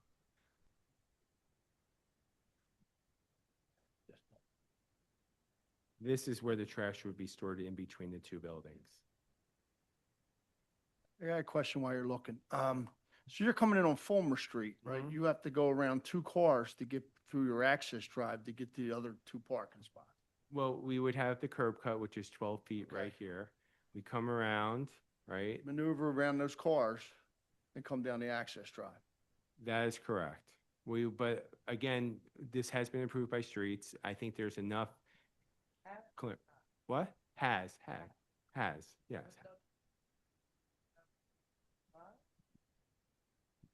Sorry, I was not on mic. With no turning radius and no lines? Again, when we're providing off-street parking, this is approved by the streets department. This is not what they. No, this is not what they looked at. I'm just saying these are revised plans. Okay. Nothing's changed in terms of these revised plans other than indication of the height. Right. And then the only other change is the landscaping right here that we proposed on here. Everything else is the same from the original drawings that was approved by the streets department. I mean, it's almost as if, to Ryan's kind of point, there's a lot of shenanigans to get to the parking spaces in the back of this building. You know what I mean? You got to go around, then you got to go past the people that are asleep in the basement. Michael, if you're You got- interested, you got a lot of chuckles in the audience with the word shenanigans. I just want you to know I that. mean, it's just, I don't it's know if like he said shenanigans. You that's walked the whole that's a place tech- up with the shenanigans. That's a technical architectural planning term. So, I mean, it just seems as if for those two parking spaces that are in the back, they should really enter off of Roosevelt Boulevard. And then you've got green space in between the two buildings, and it kind of makes more sense. And I guess I kind of agree with sort of the rest of the board's points on the other issues. That bothers me, this access aisle. It's just a lot to do. We have a lot of people waiting here. Our attorney. Yes, I just wanted to point out, you mentioned the fence. The fence is not on your. No, I said that it was not. Okay, I just I wanted to. said it was not. The intention was to add that as of later on, but To make another application. yes, of course. Okay. What just wanted questions to- or comments from the audience? Sir, could you get up? Oh, Nelson, you have to get up for a second. Oh, you have to get up. Yeah. Hi, could you please state your name and spell it for us tonight? Good afternoon, Chairman, members of the board. Alice Udovich, ALICE, on behalf of Councilman Brian O'Neill. Do you swear or affirm to tell the truth, the whole truth, and nothing but the truth? I do. Please proceed. Thank you. I agree with all of the comments that were made by the board. I don't know how I wouldn't be able to back out of those two spots at the end and, be successful without hitting either a car next to me or whatever was next to that. I have a problem with that mainly, but this property, I mean, this is not a modification. This is an overbuild of this site, and there's no hardship. If you were to look at Fulmer, as I believe you did, it's small, single family with large lawns. That is how Greater Bustleton is, and this is so out of character for that area. In addition to that, I don't feel like a financial windfall should come at the cost of the neighbors losing the aesthetics of their own properties. Thank you. Yeah, Alan, do you have any questions? No, I would just say, like. Well, what- why don't we see if there's anyone else, right, Yes. Fegan? Thank you. I believe. Is there anyone else in the virtual audience? Yes, Chair, I have two hands up. The first hand is Jack O'Hara. I'm going to allow them to speak. Let's see what's yours. Jack, could you please state your name and spell for the stenographer? Yes, Mr. Chairman, it's Jack O'Hara, JACKO'Hara. Do you swear or affirm to tell the truth, whole truth, nothing but the truth? I do. Please proceed, sir. I head up the Greater Bustleton Civic League, and the surrounding neighbors oppose this. I don't know where the list of people that support it came from. They did not attend our meeting. That's one question I have. And it's, a lot of these refusal issues are minimized, and there's a number of them. 4 dwelling units, your 2 buildings where 1 lot is, and Alice was absolutely correct. This is a neighborhood of single homes.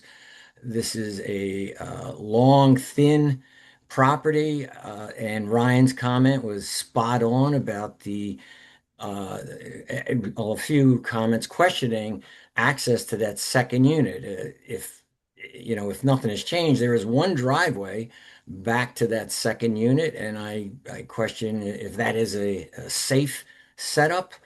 But everyone seemed to pick up on that pretty quickly. So yeah, the minimizing of the RSD3, it's very important to the neighbors, I can tell you that. And I know there are a few neighbors also online to make similar comments. All right, do you Thank have any? I would like to hear what the. Okay, next hand, please. The nearby neighbors. Chair, I have a phone number ending in 0118. I'm going to allow them to speak, and this is the last hand up. Thank you. Hello? Hello? Hi, could you please state your name and spell it for the stenographer? Yes, my name is James Cantwell, Cantwell. Right, do you swear or affirm to tell the truth, the whole truth, and nothing but the truth? I do. Are you a neighbor? I am. I live on Murray Street, it's a block away from Fulmer. Okay, And please, it's I just have a couple, I'm sorry, go ahead, what did you say? go ahead, why don't you start your testimony? Okay. Couple things. First of all, somebody mentioned access from the boulevard. And that's a horrible idea because, there's access like that a little further up the boulevard, and I almost had a couple accidents there. People stop to turn in, and there's no red light or anything. It's like, why is this person stopped? It's not good. And, the property it's mostly residential. That parking lot next to there, the Verizon building, that's an old Switch building. Hardly anybody works there. You go by, you'll never see more than 2 or 3 cars there. That's not an active parking lot. And the other commercial building at Murray and the boulevard is also empty. And, like I said, everything around here is residential. I think this is a terrible idea. Okay, thank you for taking the time to call us. Alan, do you want to Okay. respond before I go to planning? No, but I do think there's a lot of information here. I think that I would like to confer with my client and hold the vote to see if we, maybe make some modifications that may be more in tune with, the surrounding area, in potentially the height, the density, the parking. Let's see where planning is. Ina Solomonic with the Planning Commission. The comprehensive plan recommends no change to the RSD3 residential single-family detached zoning. The proposed dimensional variances for building height maximum above 35 feet, minimum side yard below 7 feet, minimum front yard below 25 feet, surface parking in the required 25-foot front yard, and the proposed use variances for 2 principal buildings and 4 dwelling units on a single-family lot all conflict with characteristics of the surrounding neighborhood. As well, the application is also subject to the landscape and tree code, and the appellant refused to comply with the requirements of the parking lot landscape buffering from residential, parking lot perimeter screening, and parking lot interior landscaping because the appellant is proposing 4 parking spaces. In total, the applicant is responsible for 16 trees, 42 shrubs, as well as screening fencing, which have not been provided. In certain situations, if some or all of the landscape provisions are impractical or impossible to comply with, the number of trees and plants or landscape dimensional requirements of the zoning code, the Planning Commission staff could consider a waiver with a fee in lieu of providing trees. In this case, however, the appellant refused to comply with the code and did not submit a waiver request letter after various attempts from the Planning Commission plans examiner. For this application, that is calculated as $14,000 fee avoidance, which should be going to the Philadelphia Tree Fund for future citywide planting and greening initiatives. The Planning Commission recommends the board deny the requested dimensional and use variances and deny the requested variances for the landscape and tree code. The applicant will need to return to Planning Commission to comply with the landscape and tree code or the waiver and fee in lieu process. The proposed landscape plan on the proviso plan still needs to be reviewed for compliance as it does not meet the code requirements. So can I respond, Mr. Chair? Sure. So first things first, we didn't get the updated refusal until yesterday's date. So, and if you look at the original refusal, it had nothing to do with the landscaping. I'm looking at the original refusal, had nothing to do with the landscaping. So we had a business day to look at this. As far as the height, we reduced that. We're in conformance with it. As far as the side yard, that's because of how the lot itself is, juts in a little bit. That is more of a hardship. And then in terms of the front yardage, they're having it both ways, where Fulmer is the front yard for one refusal, but Roosevelt Boulevard is the front yard for the other. But especially since we received an updated refusal yesterday, where there has to be like at least a look at, with the landscaping, what we're going to do with that, I think it would be unfair for the board to vote, today. I just didn't see much support, period. Well, I know. So, that's all I'll say, but I am going to call for a vote. Okay, so MI 2026-001-569-2229 Fulmer Street, I vote no. Michael Johns, my vote's no. Tanetta Graham, my vote is no. Ryan McAdams, my vote is no. Taya Nguyen, my vote is no. Thank you. Thank you. Mr. Chairman, remember their provisos? You want the provisos read in?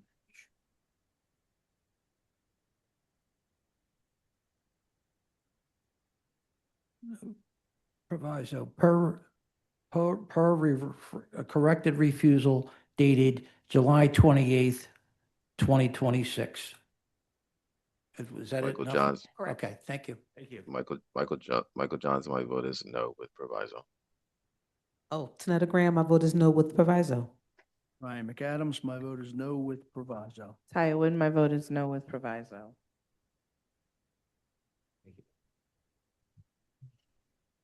Number 7. MI 2026-001-509-7172 Keystone Street. Andrea Solomon is the attorney. Counsel, could you please state your name and spell for the stenographer?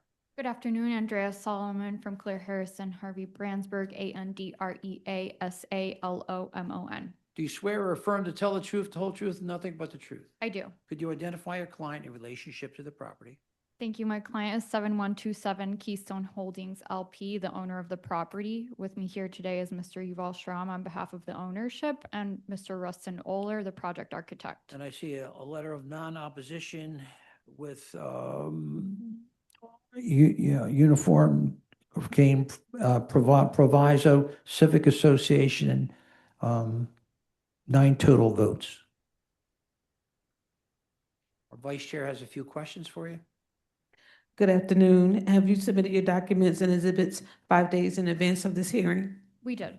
And do you waive the reading of the refusal and stipulate to its accuracy? I do. All right, thank you. You can share your screen and proceed with your case. Thank you. I respectfully request that the exhibits 1 through 11 be incorporated as part of the record. Okay. 7127 Keystone Street is a new construction, mixed-use building, housing multifamily dwelling units, vacant commercial spaces, and accessory parking. The building was an investment in this former industrial neighborhood to bring high-quality, modern residential units to meet the changing needs of the neighborhood. The current application is for the change of use of the vacant retail commercial spaces at the ground floor to 7 additional dwelling units and accessory amenities in the existing structure. As Chairman Bergman stated, you have a letter of non-opposition with provisos from the coordinating RCO. We worked with them to incorporate all of the provisos and related to parking concerns in the neighborhood and traffic calming measures. This is the view of the property. I'll return to the floor plans with Mr. Oler to walk through the layout, the prior approved permit. Again, the property is zoned IRMX 3. The change of use application received 1 refusal because the underlying IRMX district, an industrial use must account for the floor area anywhere in the building equal to at least 50% of the total ground floor area of or commercial ground use for at least 60% of the total ground floor area. So this building was designed per the IRMX requirements to include the requisite ground floor commercial space.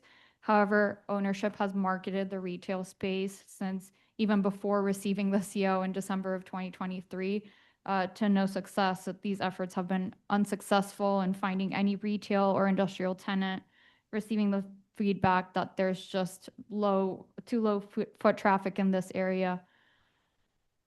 This is an aerial image of the site. As you can see, even though the property is zoned IRMX, it's a very residential neighborhood. You can see they've marketed the retail space for a long time, and the surrounding streets are really residential in nature. This is what the existing apartment units on the upper floors look like, and what the proposed units will look like also in terms of finishes. The ground floor since 2003 has remained raw vacant commercial space because they've marketed it, had multiple brokers, but have not been able to lease it as commercial or industrial. With that, I'll ask that Mr. Oler be promoted as panelist, and we can go back to the floor plans.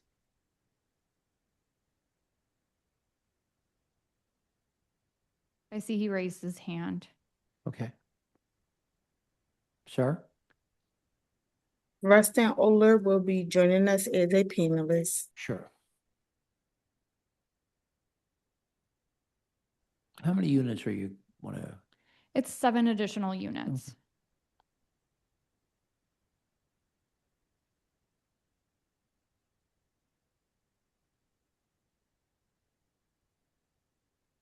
Sir? Rustin, can you hear us?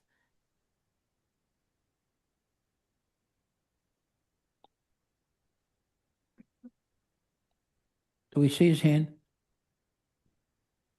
Yes, Chair. He is a panelist. Rustin, can you please cut your camera on? It looks like he is off mute, so I'm not too sure what's going on. Okay. Well, in the meantime, I'm happy to walk through the units. As I said, it's 7 additional units. They're Yeah, facing, why don't you do that? they're facing Keystone Street, so really activating that street frontage. The units will have access to all the common amenities, and there will be some reconfiguration of the amenities, a gym, a common room, flex space, and they'll all have access to the package room and a refuse room. Hopefully he can work his mic issues in case the board has any additional questions, but Mr. Schramm, Yuval Schramm is here as well, and I'll ask that he also be promoted so he You're can gonna have adopt to my adopt- Sure, testimony. why don't you bring him on?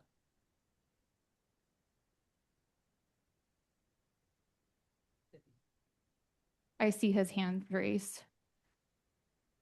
Yes, he has been promoted to panelist.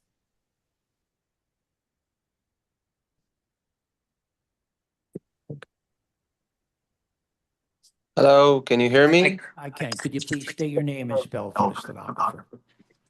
Yuval, Y-U-V-A-L, Shram, S-H-R-A-M. Do you swear or affirm to tell the truth, the whole truth, nothing but the truth? I do. Counsel? Yuval, you saw the entirety of my presentation, Yes, I did. and is it true and accurate to the best of your knowledge? It is. And do you adopt it as your own testimony? I do. And can you just state briefly for the record your relationship to 7127 Keystone Holdings? Yes, I can. I am the managing partner of the entity that owns the property. I represent the ownership. And you have marketed these commercial spaces for a while, is that right? I have, yes. I've tried my very best to lease up the property, as you said, probably a year into the construction, so probably around the beginning of 2023, and all the way up until we've obtained the CO, and afterwards, and up until now, and during now. We've had several different retail brokers, representatives that are in the industry and have tried to, for the best of their abilities, to find for us retail tenants, but we were unsuccessful. We've done it in different ways and methods to try and find the right tenants of different kinds, but and failed. Thank you. And with that, we're happy to take any questions from the board. Questions from our attorney? None at this time. Questions or comments from this audience or the virtual audience? I see no hands at this time, Chair. Planning Commission? Nina Solomonic with the Planning Commission. In 2017, the zoning map was amended from I2 industrial to IRMX industrial residential mixed use at this location in accord with recommendations from the comprehensive plan and with support from the community. This site is particularly situated to buffer the light industrial corridor's ICMX edge from the residential uses across the street. The appellant has not shown that the property cannot possibly be used in strict conformity with the zoning code and that a variance is therefore necessary.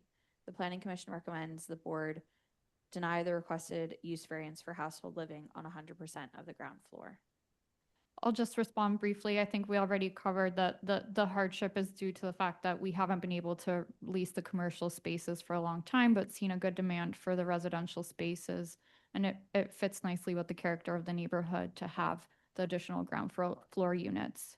So MI 2026-001-509-7127 Keystone Street, I vote yes. Michael Johns, my vote is yes. Tanetta Graham, my vote is yes. Brian McAdams, my vote is yes. Kaya Nguyen, my vote is yes. Thank you very much. Have a great afternoon. Thank you. Number 8, MI 2026-001-510-575 Adams Avenue. Richard DeMarco is the attorney.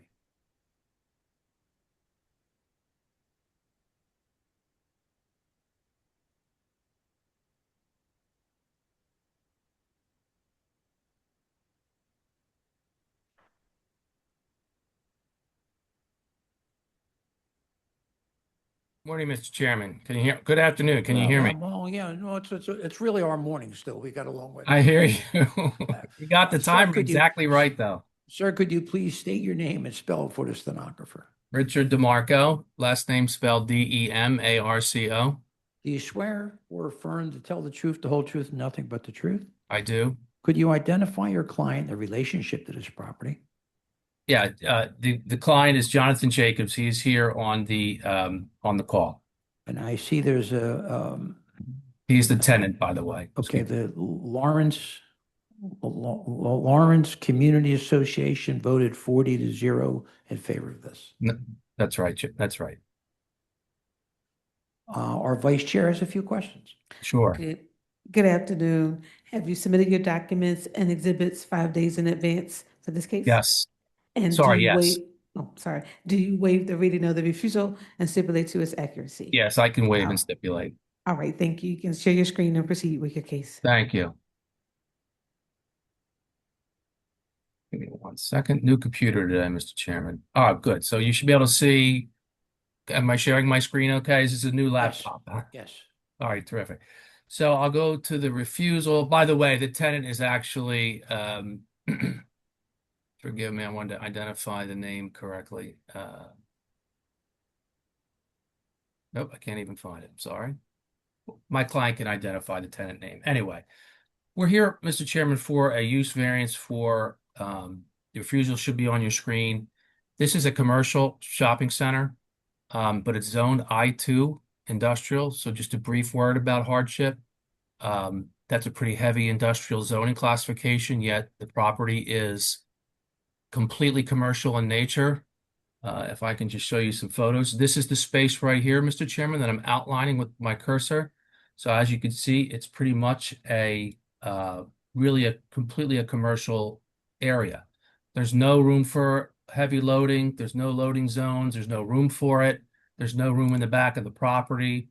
It's restaurants, a pet store, and some empty spaces. There was a furniture store here. And it's, not that easy to rent, but it's completely commercial tenants. So back to the main exhibits. So obviously the zoning itself we feel is not really appropriate. This board has also granted consistent and multiple variances for commercial uses at this shopping center, including what I just showed you on those photos. And I did submit with my exhibits multiple proof of prior decisions by this board granting all sorts of variances for all sorts of different commercial uses, namely animal uses. There's some animal kenneling and hospital use, and again, restaurants and furniture store, etc. So taking you to the plans, I do have better layouts of the plans. So let's go ahead and take a look at that. This is an event space. My client is an experienced caterer. I'll bring him on in a moment.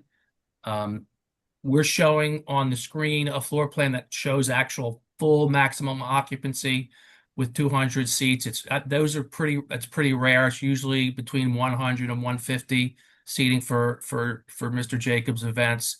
He's got great reviews online. I submitted with my my documents, really stellar 5-star review. He averages 5 stars, which is not that easy generally. But no cooking on premises, but people do bring their own food. Obviously, Mr. Jacobs is a caterer. It's just warming of the food. There's no actual cooking on the premises. There are some alcohol-involved events. Mr. Jacobs has experienced bartenders and experienced security that are involved with that when there is alcohol, and they are very experienced in dealing with that. Let me show you the site plan so you can see how plentiful the parking is. So these parking spaces are all available for events.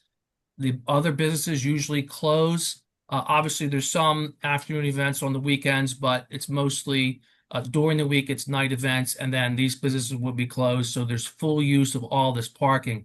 Not only that, Mr. Chairman, let me see if I can, on this overhead, you actually have a cross easement here, and there's overflow parking that is available for this business, which also closes early.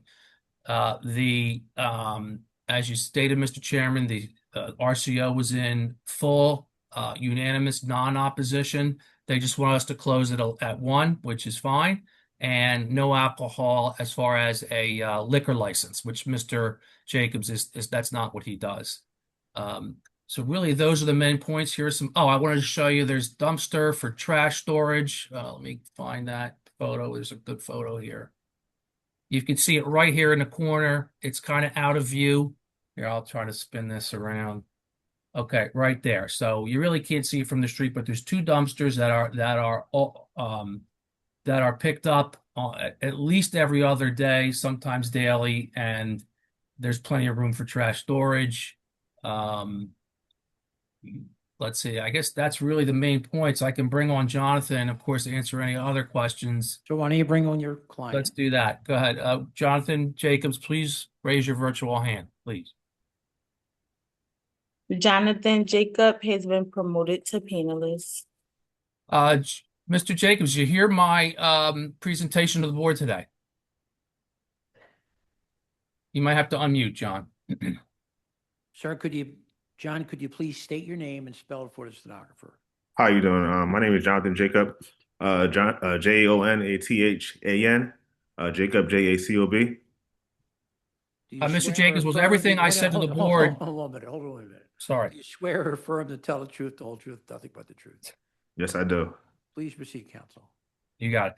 So, Mr. Jacobs, did you hear all of my presentation made to the board today? Yes. Is it true and accurate, and can you adopt it as your formal testimony in this matter? Yes, I do. Okay, Mr. Chairman, we can take questions. I would just Questions from the board. go ahead. I have a few questions. One, deliveries. So it looks like there's really one main access point for the entire commercial space. And what is going to be your plan for deliveries and drop-offs? Okay, so with our events, we tend to have a lot of time for everyone to deliver before decorators coming, as far as food or props or whatever. But everyone is given their time slot to deliver, so it won't be overcrowding of the doorway. We kind of manage it prior to the events. And there's never any deliveries, drop-offs, or anything while an event is happening? No. That it never happened. No. So everything is done prior to that. So our company basically just handles everything. So we kind of prep the events prior to the event and have everything done before it starts. So there's no deliveries happening during the event. Okay, and then during a live event, what's going to be your interior trash plan until you take it to the dumpsters? So I have a hired crew of cleaners, about 2 to 3 per event.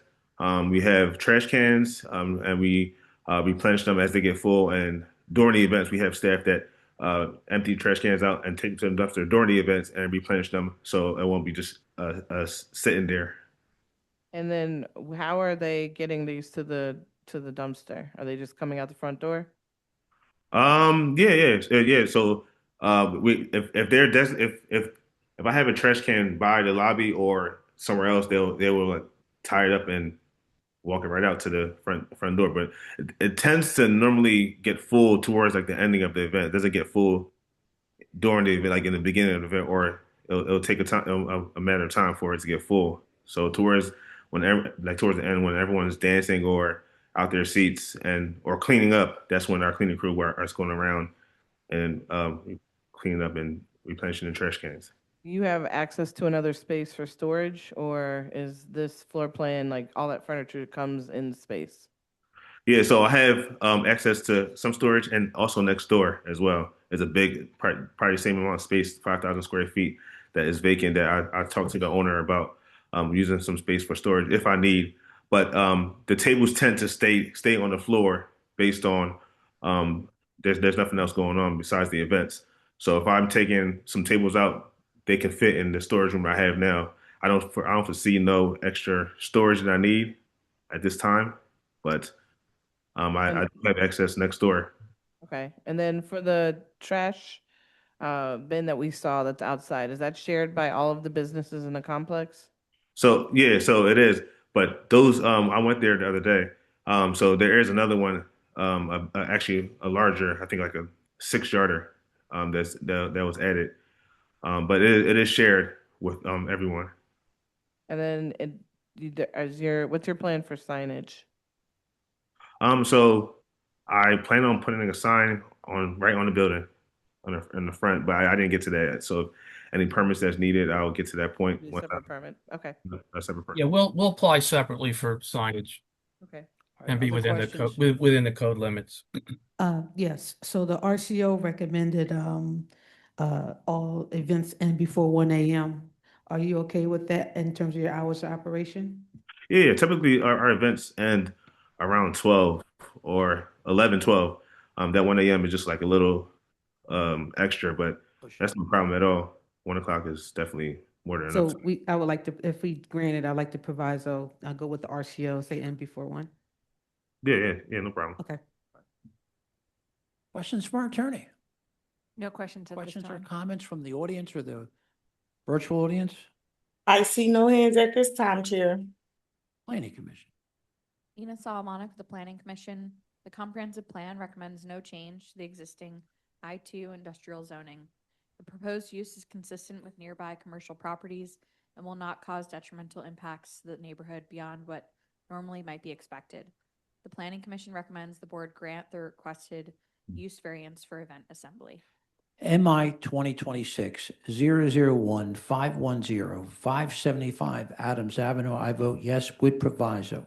Use limited to Unit 3, Space A, and all events to end before 1 a.m. Michael Johns, my vote is yes with proviso. Tanetta Graham, my vote is yes with proviso. I am McAdams. My vote is yes with proviso. I win. My vote is yes with proviso. Mr. Patterson. Thank you, sir. MI 2026-001-535-1115 Frankfurt Avenue. Mr. Patterson, could you please state your name and spell it for the stenographer? Sure. Good afternoon. Ronald Patterson, Patterson, Claire Harrison Law Firm, KLEHR, 1835 Market Street. Do you swear or affirm to tell the truth, the whole truth, and nothing but the truth?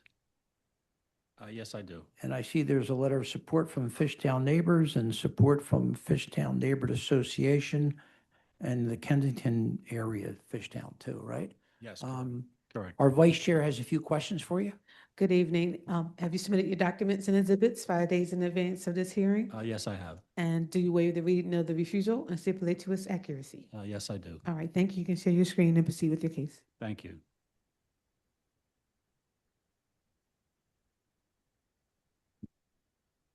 This is going to be the coolest thing you've seen all day. I hope so. I hope so. So this regards property 1115 Frankfurt Avenue. There's one property in from Frankfurt and Girard. This is an aerial photograph. It's a little older, but it's to see the context. This is the building here. There's a side yard and rear yard here. This building, we find that it's a historical building built in 1886. It was an elevator manufacturing company, Otis, which I guess is still around. Seems to be the only remaining building. Here's a more current picture, but not the most current. So the warehouse itself, which it was undergoing extensive renovation. It's probably 80% complete. You'll see here that there were additions made to the building. They were designed by fine Italian architects using storage containers. And you're saying, well, what is this place? Well, we're going to get to that. So the building eventually is owned by the West Art Collection, Page West being a principal. And they're modern art collectors and purveyors, right? The building here, as you see, is that's where it's going to be an art museum for modern art. Here's the surrounding buildings. Some history to the building, as I mentioned. Some existing photos. There's a rendering.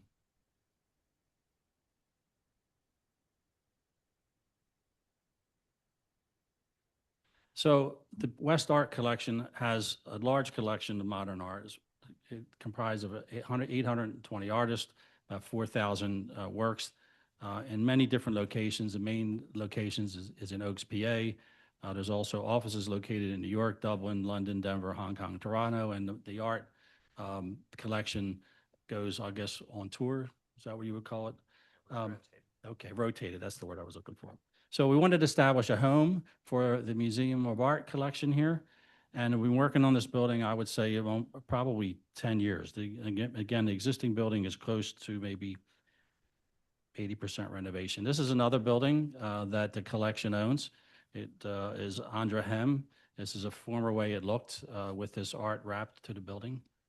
This is some of the artwork you'll see. It's very physical, I will call it. That's what you'll find in this museum. This is a creeping, actually a live exhibit that continues to crush each other. I don't know at what rate, maybe a centimeter per day, but Lee will tell us about it soon.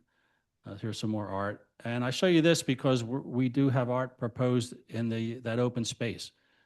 And we'll talk about that. So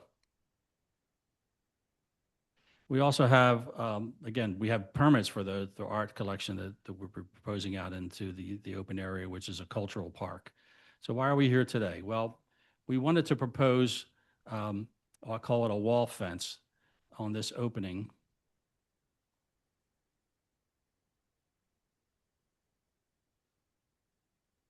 Here. And we proposed a wall fence of 11 feet 4 inches with 100% opaqueness, which the zoning code states that a front fence cannot exceed 4 feet and cannot exceed 50% opaqueness. We filed this application with the zoning plan, and you'll see here, this is where the fence wall, I'll call it, would actually be located. To me, it's not a fence because it's not on the front property line, and that's how we filed it. Elle and I disagreed, but they did agree that if we put a fence and then put that wall behind it, then that would be a structure. So we didn't really want to play that game because we want a fence in front of this wall. And here's the wall we're proposing. It's really, and it serves multiple functions.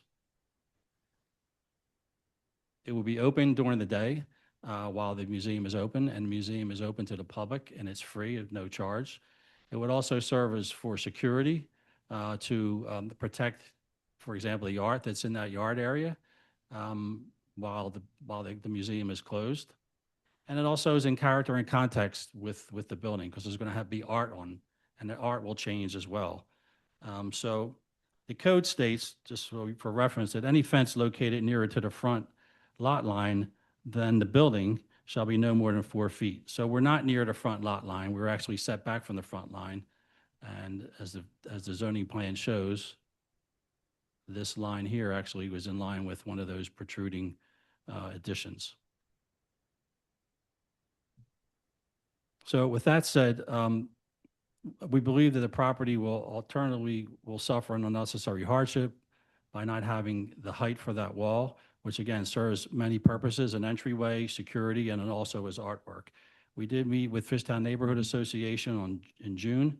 They took a vote, and it was 45-2 in favor, 0 opposition by near neighbors or the board. We also met with the Fishtown District on April 1st. They all recognized the need for the height and the opaqueness and the appropriateness for having security and allowing the open air garden to be open to the public and then, of course, closed at night. So with that said, I'll introduce you to Lee Stotzel. And Lee, if you could just tell the Lee, board could your you name please and address. Your name and spell it for the stenographer. Lee Stetzel, Leestoezel. Right. Do you swear or affirm to tell the truth, the whole truth, and nothing but the truth? Yes, sir, I do. Please proceed, counsel. Hi, Lee. You've heard my presentation. Would you believe it's true and accurate? Yeah. And would you adopt it as if it were your own? I would. Okay. And what's your affiliation with the Look collection?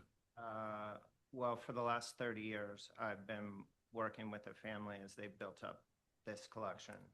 And I've been living near this site for the last 10 as they've been working on this building as well. So we're pretty Okay. familiar with the area. So if you could tell the board, the 2 or 3 minute vision of what's going on here and why we need this fence wall.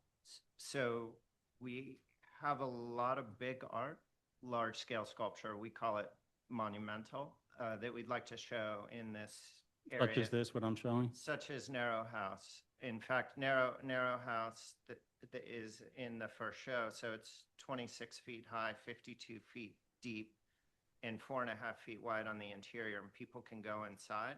So it's sort of like, almost like a fun house, if you want to say it that way. Like, people experience it, they kind of like an amusement ride, almost. And our feeling is just, we'd love to be able to protect these objects from graffiti, from people scaling a wall, people throwing stuff at them in the evening time when we close. And really that's all. In order to make it more appealing, we thought, wouldn't it be nice if on this wall, which is, we grant you, is tall, 11 feet 4, what if we beautify it with rotating art itself so that the streetscape also reflects that there's something beautiful there? So essentially, I think that's our ask. There are only a couple other things I just want to say, and that is that we really do care about our community, and we really have reached out to Lutheran Settlement House, for example, who's been in the area for 120 years. And we do want to do things in the neighborhood to make this place accessible. And really important, this is not a museum that charges a ticket. Our owner wants to make it free and open to the public. So I think, I hope, and I think our values are in the right place to really be a nice neighborhood art center for people. Anyway, I'll stop. Okay. Thank you. Any questions? further? Questions from the board? 11 foot 4 is very specific. Is that the exact height of the container next to it? Is that what you're aligning with? Yes, it is. Okay. What about lighting? What is your proposal for lighting? Will this gate be lit in any way? I definitely think with your approval, we would like to light the artwork on the gate in a discreet way, though, so that it doesn't blast you off the side. But this is not an LED display. It's Right. It's not the biggest LED sign you'd see. No, this Right. is a painted or applied rotating art wall. Right, but there would be maybe uplighting from the ground or something like that. We would like to figure that out with your approval. So I just, in summary, I would say that, we feel the hardships exist per the code interpretation and the viability to protect the property, yet having this will create no detrimental impacts on the public health, safety, welfare, or traffic. And it's within the character and the context of the building and the area. So is this fence retractable or just certain portions of like accordion style? So- On the north side, Which the is gate towards Gerard. towards Gerard, the two gates you see open, I think, is a 16 or 18-foot opening where they can be completely opened in that way. And Lee, The the, middle section is more static, Mhm. and then there are two sets of man doors for fire egress Right. as you get to the southern part. and the building next to us is the garage, correct, right here? Correct. And the idea is to have the gates open while the museum is open so that folks can come through, or no? Whenever we have decent weather. In January, I might suggest that we have glass doors on the old building itself. Mhm. And maybe in the winter, we have two entrances. This is optimum right now. And then in the dead of January, we may. It's in the use building? the other one. Through right here. No. So let's call it the gates. Are they painted? Tell me what that is. They're And- steel, they're just steel, and then we're going to paint or applique on top of And it. that holds up in bad weather too? Yes. Okay. Any other questions? I mean, I think it's all been said, but I would just make sure that you pay attention to lighting and street. 11 feet is really high. This is a very walkable neighborhood with lots of foot traffic. I get why you want the fence and I can support why you want the fence, but that much length of sort of dead fence creates a lot of safety concerns, especially in a really active area that's known for nighttime activities and drinking. So I wouldn't want to create any like blind spots or even darken that street any more than it already is. It does seem like you guys are being thoughtful about it, but I would just continue to keep that in mind, especially in the winter, if you're talking about leaving it closed in the winter. I did see some of the examples that you kind of rifled through, Ron. I know Low Tech really well as architect there. But I do think the MoMA fence is oppressive. I don't think that's a great example. I think it's really great for the sculpture garden on the inside and the rich people who have memberships to MoMA, but it gets really crowded in the winter and it's a really terrible experience for any pedestrian walking on the outside. Right, 54th Street. Yeah, so I think even if there's ways to open up viewpoints in, like I know other museums have done that sometimes where like the seams, it might only be 3 inches, but you can at least get a little glimpse. But it also helps because then people walking by will be like, what's going on in there? And it draws the crowd in, but I would maybe rethink. I guess you'll consider having the lights on a timer to have it have it on later into the evening? I mean, first of all, we want to activate it with art Mhm. and we want it to be bright. And hopefully that was a reasonable example. I mean, we happen to own the work that we showed, which was the icebergs. Okay. That was rendered on the wall. Okay. And I think it would be like bright and would show something. So I just know that mural production in Philadelphia is not the cheapest. So oftentimes, once something goes up, one, neighbors get attached, and two, it's not easy to repaint these things. So When we presented to the neighbors, just to be 100% transparent, we said we would change it every single year. okay, So that's our commitment Okay. to the neighbors and to you, is to change that every single year. okay.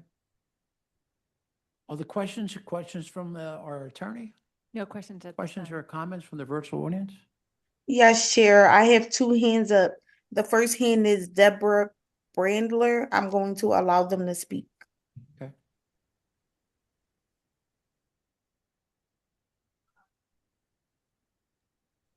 Deborah, please unmute yourself.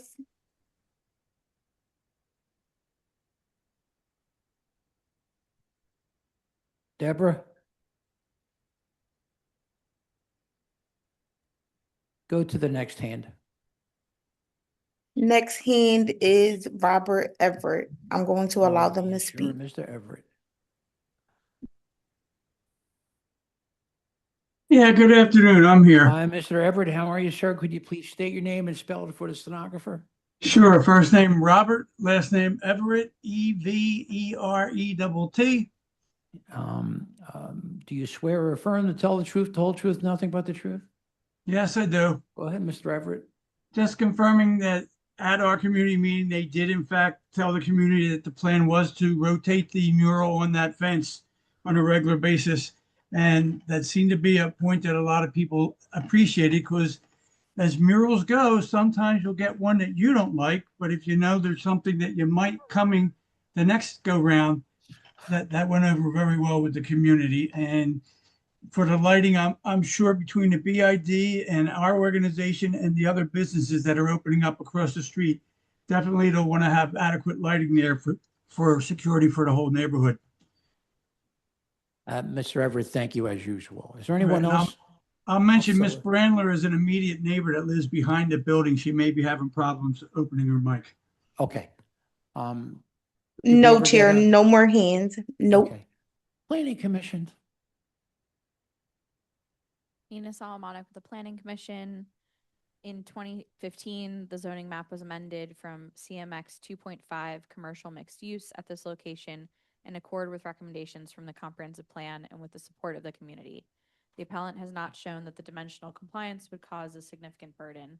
The proposed dimensions conflict with characteristics of the surrounding neighborhood, and therefore the Planning Commission recommends the board deny the requested variance for fence height and opacity. Thank you. MI 2026 001 535 1115 Frankfurt Avenue. I vote yes. Michael Johns, my vote is yes. Senator Graham, my vote is yes. Ryan McAdams, my vote is yes. Taya Nguyen, my vote is yes. And you're right, it did brighten us up a little bit. How's that? Thank you. Number 10, Thank you. MI 2026-001 539 3246 R 66 South 61st Street. Dawn Tangradi is the attorney.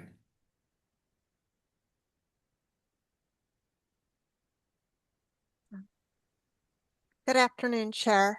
Good afternoon. Counsel, could you please state your name and spell it for the stenographer? Yes, it's Dawn Tancredi, D-A-W-N. My last name is Tancredi. Do you swear or affirm to tell the truth, the whole truth, and nothing but the truth? Yes, Could you identify your client in relationship to the property? yes. So I'm here representing the owner, 3246 South 61st Street LLC. Also here today is a representative on behalf of the proposed tenant that will take over this commercial space. Okay, our vice chair has just a few questions. Good evening. Have you submitted your documents and exhibits 5 days in advance of this hearing? Yes, And did you waive your refusal and stipulate to its accuracy? yes, Okay, thank you. You can share your screen and proceed with the And case. counsel, we don't have an RCO letter, am I correct? But you did have a meeting. we did have a meeting and I believe that letter was just uploaded We have today. Oh, It is okay. a letter of support. All right, good. Thank you. Please proceed. Thank you.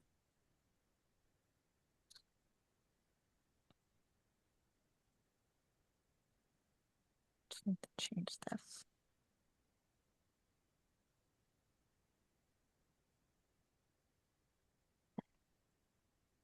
Okay. So I did submit materials which I would ask be incorporated into the record. Okay. We are here seeking approval for an animal services use. And the proposed use would be a doggy daycare center. I will just show you some photos of the existing property. What we have here is a property in Southwest Philadelphia that was previously, just get this, it was previously a junkyard. And my client has cleaned up the property. You can see even from this photo, which is in front, there's a tractor trailer. It is an industrial area. It's surrounded by other junkyards and a concrete manufacturer is even across the street. There's other auto related uses as well in the area. And so the plan here is to take this space, which is at the back of the property. I'll just scroll through and show you photos of the actual building in the back.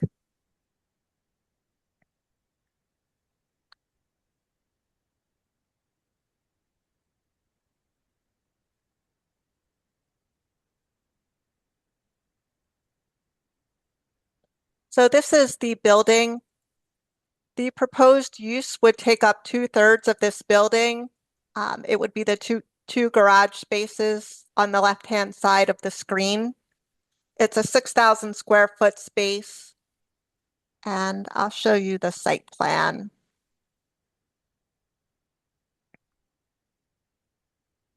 So you can see 2/3 of this building in the back would be used for the doggy daycare center. There's an outdoor area that would be fenced off and 7 parking spaces.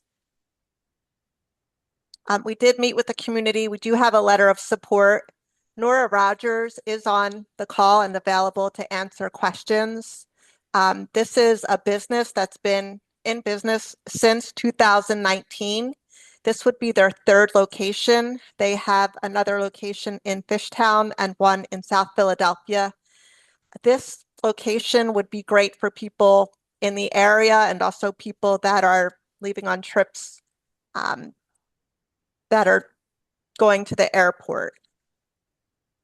The granting of this variance makes a productive use of this vacant space. It has no impact to near neighbors, and it's in line with the city's planning, with city planning's long-term vision for this area to move away from heavy industrial. And I could let Nora answer some questions if you have some questions for her. Okay, why don't you bring her on? And Okay. she's the owner, am I correct?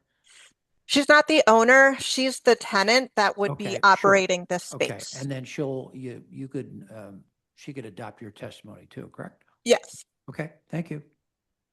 Honora Rogers has been promoted to panelist. Thank you. Hello, Nora. Can you Hi, hear me? hi. Hi, Nora. Yes, Could you please hello. Hi, Nora, could you please state your name and spell it for the stenographer? Yes, my full name is Honora, Hanora. My last name is Rogers, Rodgers. I All go right, by do you s- Nora, though. All right, Nora, do you swear or affirm to tell the truth, the whole truth, and nothing but the truth? Yes, Counsel? And Honora, have you heard my presentation? yes, Is it accurate and truthful? yes, it is very, very accurate. The only thing I would add is that we will be doing some, as you can see in the drawing, we'll be doing some cat boarding and dog daycare and dog boarding and dog grooming. That's just in addition to what you said, Dawn. So thank you. Okay. And would you adopt what I've said as though it were your own testimony? Yes. All right, Would the, question. yes, Go ahead, go ahead. go ahead. I Wait, was can- just going to ask, does the board have any questions? Sure, questions for the board? Questions from our attorney? Yes, I have a question about the parking spaces, the 7. Are you creating those parking spaces? Yes, they were shown on the plans that were submitted. Okay, they were not submitted on our plans. And it isn't indicated in the refusal. There's no indication about parking whatsoever. So Okay, that's we going to can- be it. You're going to have to submit a separate submission to L&I on that. We can do that. Okay. All right. Questions from the virtual audience or the current audience? I see no hands at this time. Chair, well, Any- yes, Chair, I have one hand up by the name of Craig Melodosian. I'm going to allow them Oh, to speak. sure. And this is the only hand. Yeah, that's fine. Good afternoon, Chair. Hi, good afternoon. Your name is spelled for the stenographer? Craig, Craig, last name Melodosian, Melidosian. Do you swear or affirm to tell the truth, the whole truth, and nothing but the truth? I do, Chair Please Bergman. proceed. Just wanted to indicate that we had a small turnout on this in part because of the I-2 industrial area with only 13 people in the affected area for mailing. We are having increasing demand for such services in our area of Southwest Philadelphia and also adjacent to the Bellwether District, which is immediately across the Schuylkill. To give you an example, we have a major animal hospital out here, the Philadelphia Animal Hospital. There is an associated pet villa, though its market segment is somewhat different. And what Honora is offering is something different. And obviously, as a very astute businesswoman, she would not be coming out here if she did not believe there was a demand. I had also indicated in our letter, I referenced a think piece that was done by Martine DeCamp as the leader of it. I believe it was in 2017. I did not have it at the time to attach to my submittal, but if the board members are interested in taking a look at it, there was quite a comprehensive revisioning of quote unquote the salvage yards, and I'll be happy to send it over to Ian so it's available to the board should they wish to see Thank it. you. We would appreciate that. Thank you. All right, thank you. Planning, Ina Salamanca, the Planning Commission, the comprehensive plan recommends no change to the existing I3 industrial zoning. The proposed use will not cause detrimental impacts to the neighborhood beyond what might be expected. The Planning Commission recommends the board grant the requested use variance for animal services use. thank you. Oh, MI 2026. Looking at what was actually submitted to L&I, it's on the plans, the parking, but it's not part of the refusal, so we should hold it. All right, sure. Okay. For us to, maybe Can we, for them to get a can we corrected do that in a refusal. week?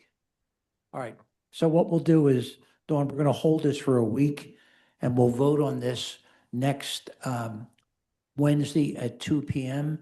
and everything else is closed. Dawn? I think we lost her.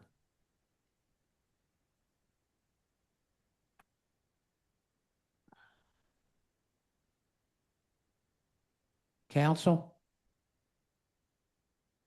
She's coming back in, sorry. All right, thank you.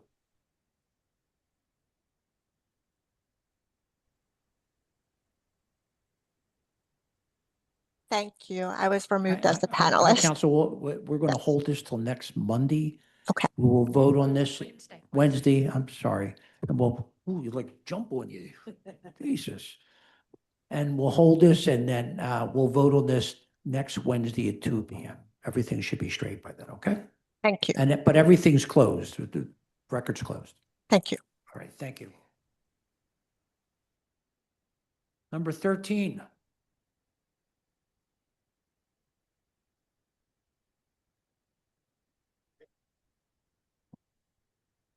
Number 13, MI 2026-001-874, 7200 Old York Road. Isaac Santiago is the attorney. Good afternoon, board. Let me just get the And by the way, thank you. You've been here a long time. I saw you sitting out there at 2 o'clock this afternoon. Not a problem, board. All right, so, Yes, I can. Sorry. why don't, well, you pull if you can, pull it closer to you, the whole thing. Perfect. But, okay, all right. Can everybody see that or do I have to? I'll That's zoom okay. in. All I'll right, could zoom you in a please bit. state your name and spell it for the stenographer? Yes, Your Honor. This is Attorney Isaac Santiago, ISAAC, Santiago, SANTIAGO. I am accompanied by Idalis Santiago, who is the CEO of Studio Pink LLC, who is also the tenant of the property located at 7200 Old York Road, Philadelphia, PA 19126. All right, hold on. Do you swear or affirm to tell the truth, the whole truth, nothing but the truth? I do, Your Honor. And I do see there's some opposition to this, right? And Correct. you have copies of that, right? Correct, Your Honor. Okay, and wait, our vice chair has a few questions for you. Yes. Good evening. Have you submitted all your documents and exhibits 5 days in advance of this hearing? I have. Okay, and this is a referral, so do you waive the reading of the referral and stipulate to its accuracy? I do. Okay, all right, thank you. You can share your screen and proceed with your documents in your case. Yes, Your Honor. I mean, the board.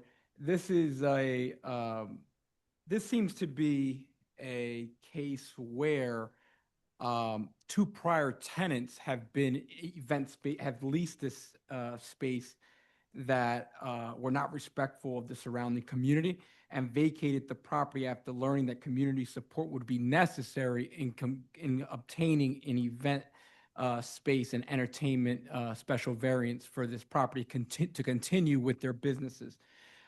Studio Pink should be distinguished from those prior operators, as we are here now seeking that variance after we received the notice of referral to get this permit. The space was leased to Studio Pink for the sole purpose of operating an event venue. Studio Pink believes that the property could be lawfully be used for that purpose. Upon learning that this understanding was incorrect, Studio Pink immediately began working to identify and address the neighborhood's concerns rather than continuing operations without community input. Studio Pink has also made substantial investments specifically related to the proposed event space use. The lease does not permit Studio Pink to convert the premises to an unrelated use, and the resources are already invested or selected for the operation of the event venue. What is Studio Pink, members of the board? We are a small, we are providing a unique, welcoming, and aesthetic uplifting space designed primarily for women-focused celebrations, gatherings, and community events. Our long-term vision is to create a space that encourages positive community engagement, supports women-centered programming, provides safe and uplifting experiences. We are going to host community events such as back-to-school drives, Thanksgiving food drives, and women networking and empowering events, and faith-based and cultural women community events.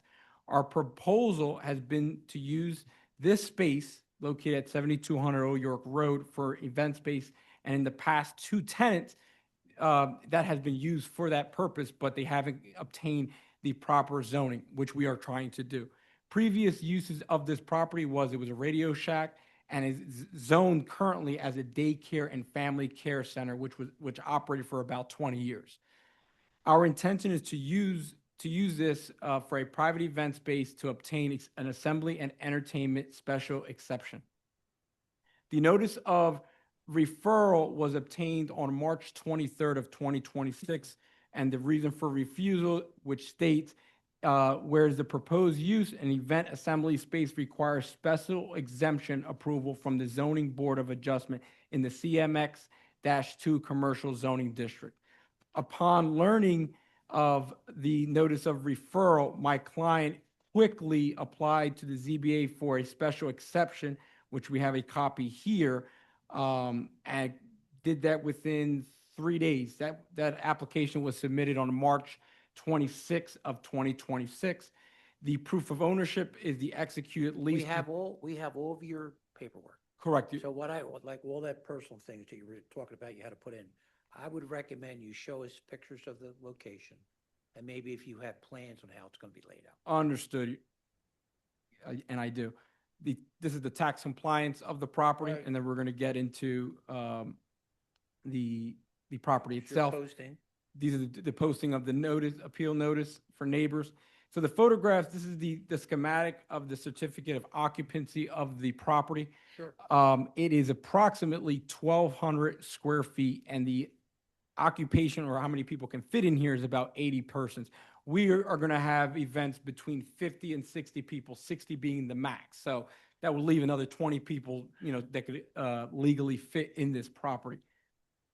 This is the photos of the building's exterior. This is the view from across Old York Road, which is here. This is view from across Old York Road and Cheltenham Avenue. This is the building in question as depicted. We have the side of the building on Cheltenham Avenue, same side. We have cameras posted in the front and rear on both sides of the building. This is the camera on Cheltenham Avenue.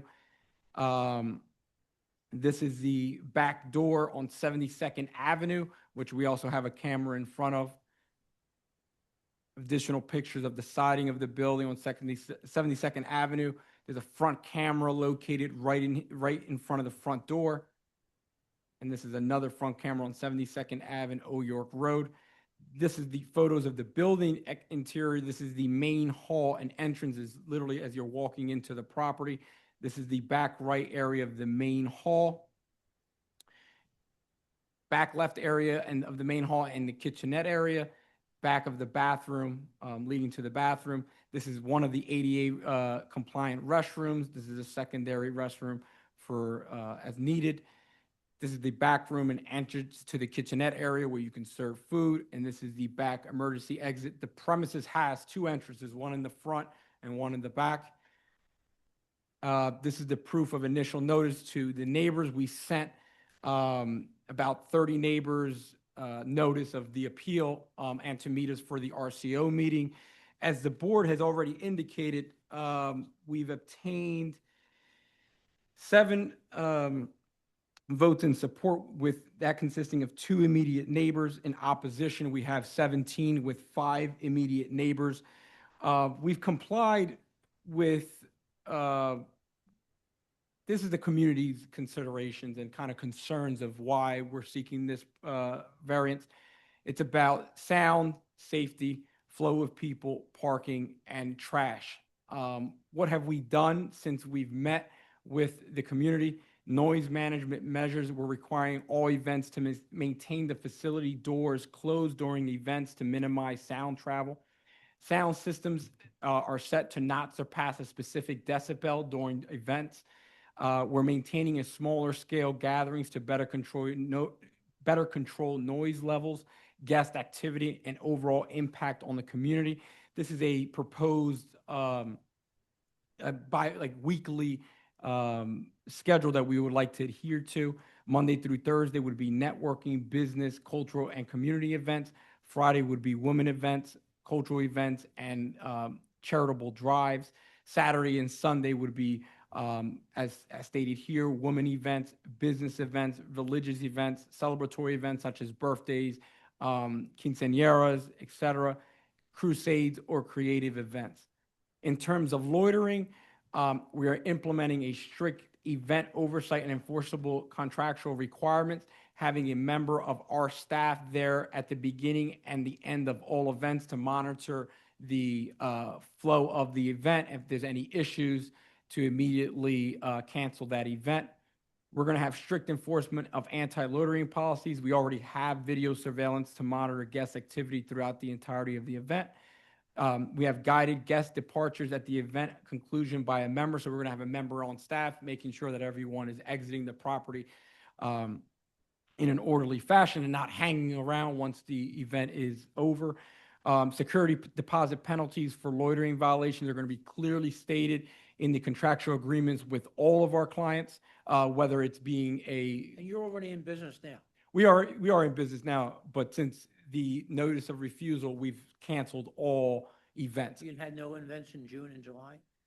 And I'll let Ms. Santiago Okay, sure. talk a little bit more of that just give me a few. And then we're going to focus on smaller scale and low impact gatherings so that the community is not inundated with parties every single day or every single weekend. We're working with getting the proper special exemption process. That's why we're here. We're committed to the community's concerns. We understand that the two prior tenants were trying to have an event space that had no city ordinance and no the proper documentation. And when did you take over? I think we took over in October 27th of 2025. That's when the lease began. The trash and cleanliness improvements, we paved the cement block for the designated area for trash away from the residential street. We secured a dumpster service pending city approval through waste management. Actually, this is what the property looked before our tenancy is on the left-hand side, and this is what we've done since then on the right and the left. On the two right pictures of getting an actual dumpster for this property so that trash is not inundated, not left on the street as it once was. Parking and traffic management, we're enforcing guests to park on Cheltenham Avenue rather than on 72nd Avenue. We're creating clearer parking instructions in the contractual agreement with our event host. We're managing guest flow more carefully during events. What we've also come to the understanding is there's literally across Cheltenham Avenue is actually H Mart, and it's actually a plaza of other shops. We are in contact with them as of today to release additional parking spaces dedicated for Studio Pink, which our tenants and our event planners could actually use. So it won't cause more traffic. On the other side of the city. Correct, which is unfortunately Outside of the city. Montgomery County, correct.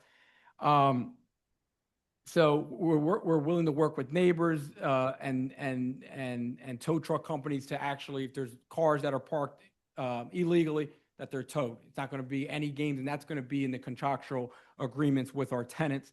We also do have a parking option. There's a parking option on the rear of our property. However, it's not leased as it's leased as a parking lot under our lease agreement, but it's not zoned for a parking lot. That would need additional permit that we would love to get at a time, at a different time. We are working on that. What we can say to the community is that we're a new ownership. We're not doing what the last two tenants have done. We're committed to going to the RCO. We've had the meeting.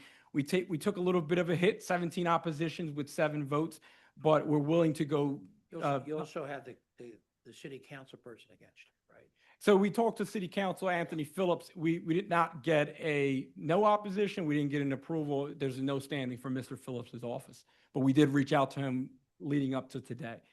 And that's all I have. I just was going to have my client get sworn in. So why don't you state your name and spell it for the stenographer? My name's Idala Santiago. First name Idaliz. Last name Santiago Santiago. Do you swear or affirm to tell the truth, the whole truth, and nothing but the truth? I do. Counsel? To just state we have no blood relation, even though there is the same last name. I just want to make that clear for the record. Ms. Santiago, you heard my testimony today. Yes. And is it true and honest to your belief?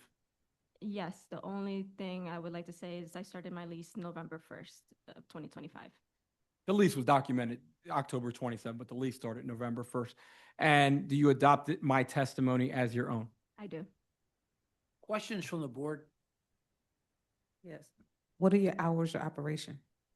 Yeah, so all of our events we're proposing to end by 9 to 10 p.m. so that it can, we can make sure that we're working with the noise ordinances in Philadelphia. 7 days a week? So usually most of our events would be Friday, Saturday, Sunday, with the events Monday through Thursday being more networking events in the evenings, cultural events, smaller, more smaller events. So 7 days a week Yes, and up till 9 p.m. every day? correct. Okay, thank you. What's the total capacity on site? Seated and without tables? 80. 80 total. 80 total. Okay. We only have chairs and tables for 48. And then do you have a basement? Or is it just that first floor that we saw on the plan? We do have a basement. We only use it for storage. Okay. And then what's your current plan now for deliveries? So we have 2 parking spots on 72nd Ave next to the emergency door. So we only allow people an hour to be able to offload through that door, and then they have to come in through the front door, which is on, what is it called? Old York Road, in order to go in for the events. Okay, and then I know you said the plan now is to have a member of your staff on site for every event. Is that correct? During the beginning and during the end. During the beginning to ensure that everything is going smoothly and we redirect the traffic to Cheltenham Avenue. And then at the end, an hour before the event ends, to make sure that we're assisting them with any cleanup as well as to get the flow of traffic out of the event space. What are the provisions that you put on tenants or lease, people who are renting from you in the agreement to ensure that they sort of comply with all of your requirements? We have a lot of clauses that state parking has to be either in the lot that was in our lease or on Cheltenham Avenue.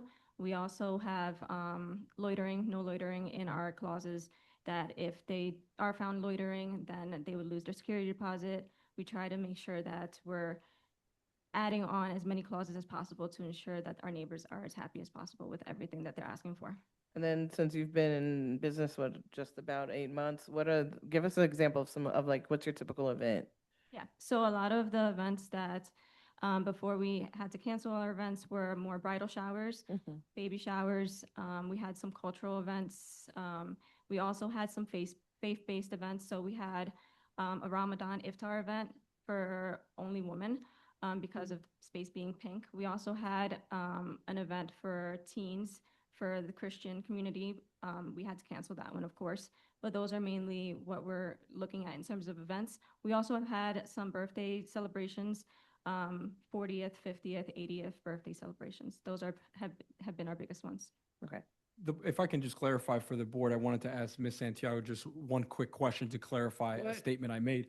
I know that we had said to the board that we had canceled all the events once the notice of referral was obtained. Can you state that there was there was events that you couldn't cancel because of contractual obligations that would have had legal ramifications?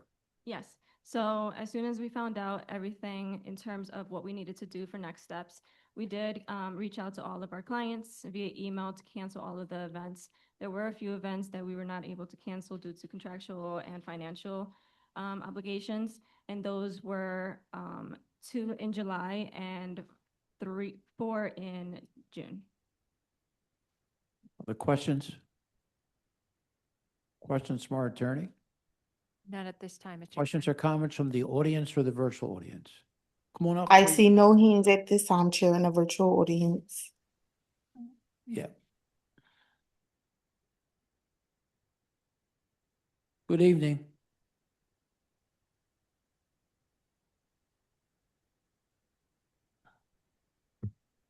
Could you please state your name and spell it for the stenographer?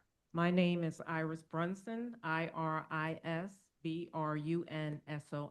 Do you swear or affirm to tell the truth, whole truth, and nothing but the truth? I do. Are you a neighbor? I am. Please proceed with your testimony.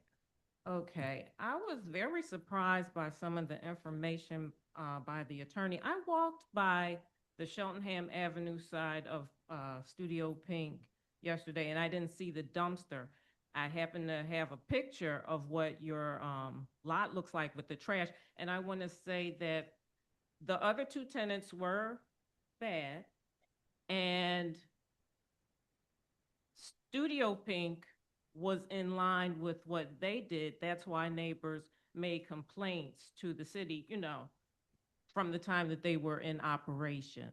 And that's when they said they were contacted in March and told that there were problems with the community. And that's when they learned about the problems with the other two entities. And yes, noise is a problem, the patron noise and the loitering, everything. And I sent my letter of what I have experienced with Studio Pink in regards to their trash and garbage management. Besides the music and the patrons and the noise, there is loitering and crowds on the street. And it's very surprising to learn that your establishment can fit 80 people. Sometimes crowds for an event, they spend the entire hours of the event on the sidewalk, smoking marijuana. They may have a bridal shower, but they are out there smoking marijuana for hours. I wish I could have a recording in my house of what it sounds like when the crowds from Studio Pink, and it was in March when they were in operation. I hear the sounds in my home. It's not just the music, because sometimes their patrons leave the doors open and you can hear the music. I understand that they said they're going to talk to their sound technician and turn the decibels down and everything. But if you're renting a space, you're renting the building, you're not renting the neighborhood, you're not renting the residences, the spaces in front of people's houses. There have been incidents of public intoxication. There have been incidences of short dumping from staff of Studio Pink and improper trash storage. So it's very interesting that you have a dumpster now, and hopefully the lot maintenance will be better. The traffic hazards with the drop off. They just had an event on Sunday, and trucks, cars, they stop in the driving lane of Old York Road, you know, for the convenience of where the front door is to unload. And they are better than the other customers from the other two establishments who used to stand there, park there. And at the RCO meeting, some neighbors said that they have trouble getting around the cars to get onto 72nd Avenue to park. And on Sunday, when there was an event at Studio Pink, the cars were parked on 72nd Avenue. There's been no stopping of that. They take up a lot of the parking spaces. And I will conclude by saying, I submitted a letter. I submitted pictures of what businesses all along Old York Road look like in terms of how they can manage their parking and how they manage their property maintenance, how they manage the trash. And I ask that the board deny the request for special exception as an event space because the proposed use has shown a pattern of adverse impacts on the neighborhood, and it changes the character of our neighborhood with the crowd standing on the street. And also SEPTA has a soon coming bus stop. I know they made promises of what they plan to do. This is a quiet residential block. It causes detriment and impact to the way we live. And it's not just what the other two entities did. Studio Pink came in doing the same thing they did. And they only stopped once the city intervened. Thank you. Do you have any questions? I don't, not that I have any questions at this time. But let me just see, is there anyone else in the virtual audience at all? Yes, Chair, I have one hand up by the name of Scott Stevens Jr. I'm going to allow them to speak. Thank you.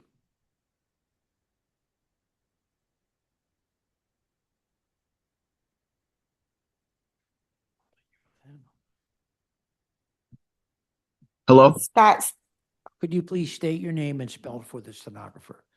My name is Scott Stevens Jr., SCOTT STEPHENS Jr. Do you swear or affirm to tell the truth, the whole truth, nothing but the truth? I do. Are you a neighbor? Yes, I am. Please proceed. So I understand that the current ownership is the third and then the most current owners. But as someone who's lived here for the majority of their lives, I've seen what the previous two owners have done. And I know you guys have purchased it in November of 2025. Is that correct? That's it. That's Well, it. why don't we do this? Why don't we let him testify? You should testify, not ask questions, okay? Okay, sorry, I won't ask questions. Sure. But I will say, within the last year, you still see a lot of the things from the previous two owners, from the parking and them taking up parking of residents who live here, which has still not stopped, from the loud noises that disrupt the residents in this area, from the elderly residents in this area to children who live here. You can hear it all the way down halfway through the block from the loud. And there's times when if I'm coming home at night, I'll still see, if they're having an event, people hanging outside, like Ira said, drinking and smoking. And it's very disrespectful to the neighborhood itself. And I understand that you guys have pitched these changes that you guys want to make to the community, bring the community in more. But if we're being honest, these only came about after all of our complaints were made. Because from the jump, there wasn't any real, not just you, but even the previous owners. It's a consistent trend here. There wasn't any real attempt to reach out to the community until problems were had. So it's not, I don't believe it's a genuine attempt, but that's all I want to say. Thank you very much. Do you have any questions of that man? No. All right, okay. Is there anyone else in the audience? No, Chair. Could you want to make a short response? I have a short response to Mr. Stevens' remarks. So my client is not the owner of 7200 Old York Road. She's merely a tenant. The other two individuals or the other two entities that were suggested to be owners were also tenants as well. Just to clarify that for the board. In terms of the community's, I would say, fears of what has gone on at this location, not only with my client, but the last two, is that what is going to happen going forward, if this board chooses to do so, would be, we're going to put strict measures in place. I mean, I'm an attorney, so I know you have to put strict measures in contracts so people understand what conduct is allowed and is not allowed, and what those ramifications will be, which will be losing of security deposits. Everyone takes a financial hit, but not only that you will not have another event on 7200 block of Old York Road. In terms of parking and traffic, we understand that parking is a little bit tight on Old York Road. Old York Road in Cheltenham is a very commercial neighborhood. I mean, you got H Mark across the street. It's pretty big. And we understand that parking is limited. We are working with those. Yeah, you said that already. Correct. We're just working with those, and we want to know that the community's wants, needs, desires, and fears are being listened to. Okay. That's all I have for the Thank you. board. I do want to mention that Iris said something about the trash. That is a schematic. We do have a contract in place with Waste Management. We also put in an application for the dumpster license. The only thing is that they delayed it until we had an answer regarding this application, because there was already an application in process. So we have all of that in place, and we are looking to start the waste management contract as soon as possible for the dumpster. We're just waiting for an answer with the board. Thank you. Planning? Nina Solomonic, the Planning Commission. The comprehensive plan recommends no change to the existing CMX2 commercial mixed-use zoning. The event space was opened without the benefit of permits, and the proposed use would have detrimental impact to the surrounding neighborhood and fails to conform with the purpose of the zoning code. The Planning Commission recommends the board deny the special exception for event assembly in an existing structure. Okay, so, obviously we've had different viewpoints back and forth. What I'd like to do is to hold this till next Wednesday, August the 5th. We'll vote on this at 2:00. I'll take it to executive session Wednesday morning, and we'll discuss it among the board, okay? We understand that. Thank you. Thank you for your presentation. Thank you. Is there anyone in the audience who's, the 2:00 list? Their case has not been called? I see no hands at this time, Okay, Chair. So I know, you've been waiting a long time, but we need a 5-minute break. And I promise you, we'll be right back. But thank you for your patience today. And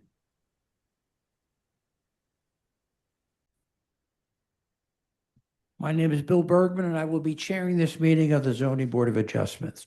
With me is our Vice Chair, Tanetta Graham, Present, Mr. Chairman. Board Member Michael Johns, Present, Mr. Chairman. Taya Nguyen, Present, Mr. Chairman. Ryan McAdams. Present, Mr. Chairman. Also here is our attorney, Lynn Reuter Huber, our ZBA Director, Ian Haggerty, and our Board Administrator, Lakeisha Dandy. This hearing is being recorded and will be posted on the ZBA website. By participating, you agree to be recorded. This is an in-person meeting with remote participation. Whether in person or on Zoom, if you're called to speak, please state and spell your name, then wait to be sworn in. Once you've been sworn in, each time you testify, please state your name again.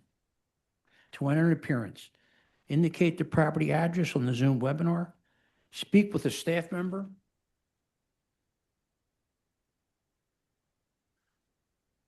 call the ZBA office by calling by the end of the business tomorrow. Please call 215-686-2429 and provide them with your name, email, and the address of the property in question. Remote participation. Raise your virtual hand when directed. When you're called to speak, please make sure you click the Join as a Panelist button. Use the Q&A questions for procedural questions only. Do not talk about the individual cases. If you are joining by phone, press *9 to raise your hand and *6 to unmute. In-person attendance. If testifying, please make sure the mic is close, that all attendees and the court reporter can hear. No talking, eating, or drinking during the hearing. Aggressive behavior will not be tolerated.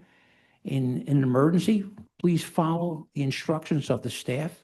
The main exit is the double doors in the rear, and the stairwells are to the left. In the event we have to evacuate, please go to Love Park, which is directly across the street. Please remain there so that we can account for you. So let's look at our schedule for this afternoon.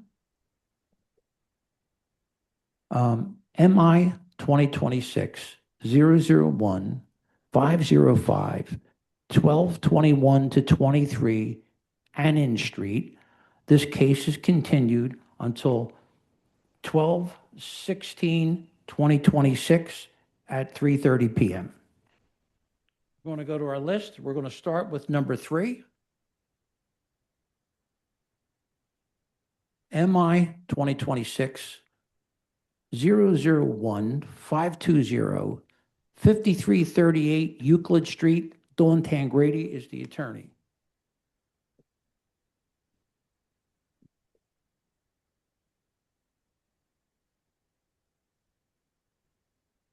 Dawn Tangrady will be coming back in as a panelist.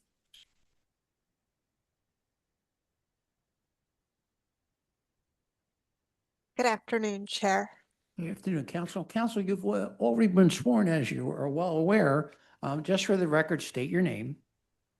Sure, it's Dawn Tancredi. It's D-A-W-N. My last name is Tancredi. All right. Can you identify your client, the relationship to the property? Yes. I'm here today representing the owner of 5338 Euclid Street. The owner is Supportive Housing 1840 LLC. And with me here today is Ahmad Gilliard, representing the LLC. And I see a letter of non-opposition from the Winfield Residents Association. Our vice chair has a few questions for you. Good evening. Have you submitted your documents and exhibits 5 days in advance of this hearing? Yes. And do you waive the reading of the refusal and stipulate to its accuracy? Yes. Okay, thank you. You can share your screen and proceed with your case. Thank you.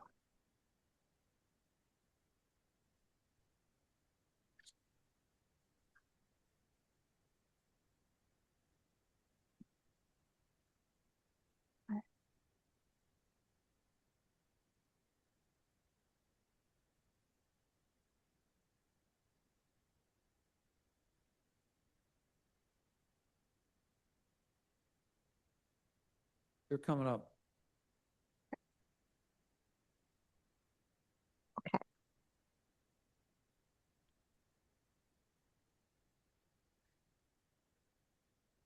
We should door with a posting. Okay. Okay, so what we have here is a 3-unit building at 5338 Euclid. And just a little bit of background about my client. He does have experience, extensive experience over the years, renovating and holding properties throughout the city in neighborhoods such as Grays Ferry, Point Breeze, and Winfield. And he does rent to affordable tenants. And this property here, he found this property, it had been destroyed by fire, and it was an existing 3-unit building at the time. The zoning was, he learned, was not valid, and that's why we're here seeking approval for the 3 units in this building. I can just show you some of the photos here of the units so that you can see. He has been making repairs and fixing up the kitchens and bathrooms. We did meet with the community. The community asked for 2 provisos, 1 having to do with the location of the trash, and 2 having to do with the tenants. For example, they were seeking tenants that were over 62 years in age. My client did agree to both provisos. And just as some additional information about the surrounding area, there are other multifamily units in the area. For example, 1818 North 53rd Street has 98 units, and 5301 Montgomery has 7 duplexes.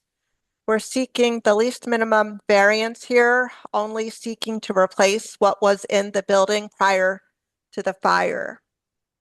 Granting this variance brings this property back into productive use. It also gets rid of the dilapidated conditions and adds eyes to the street. I could bring my client on to adopt my testimony and answer any additional questions the board may have. Why don't you bring your client on?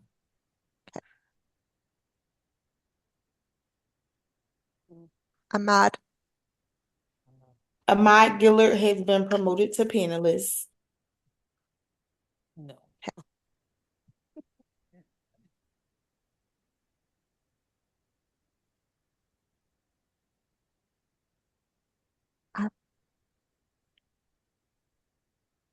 Do we see his hand?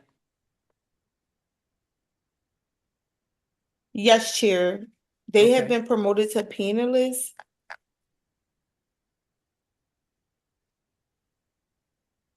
Ahmad Gillard, please turn your camera on.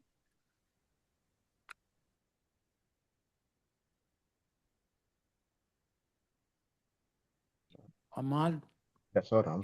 can you hear us? Yes. Could you please state your name and spell it for the stenographer? Yes, my name is Ahmad Gilliard, Ahmad. Last name is Gilliard, Gilliard. Do you swear or affirm to tell the truth, the whole truth, and nothing but the truth? I do. Counsel? Ahmad, did you hear what I said today? I have. And is it true and accurate? It is. And you adopt it as though it were your own testimony? I do.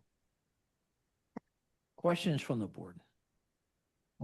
I have a question because it sounds like there was a fire some time ago. I can see, to be clear, you purchased this property in 2023, correct? Yes, correct. What was the condition when you purchased it in 2023? It was pretty, the roof needed replacing because it was an upstairs kitchen fire. But other than that, it was walkable. And of course it was dated, but pretty much it just was, the effect was from the upstairs kitchen. Did you pull no permits in any of the renovations that you've made to date?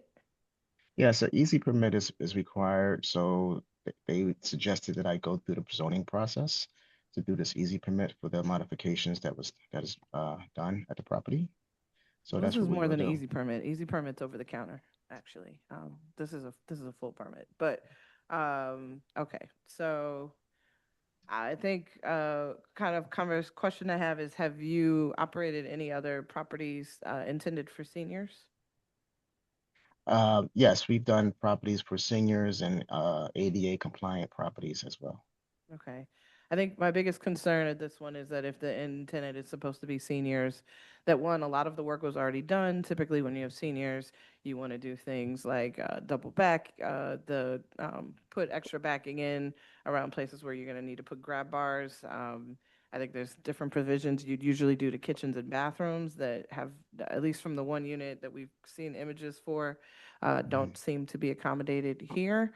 But also, this is a tall building, right? It's 3 stories. It's a 3-story walk up at this point, and like for seniors, that's typically not preferred. You usually want to adjust things like future mobility issues, and so I'm a little questioning how this is going to work specifically for that population and aging in place.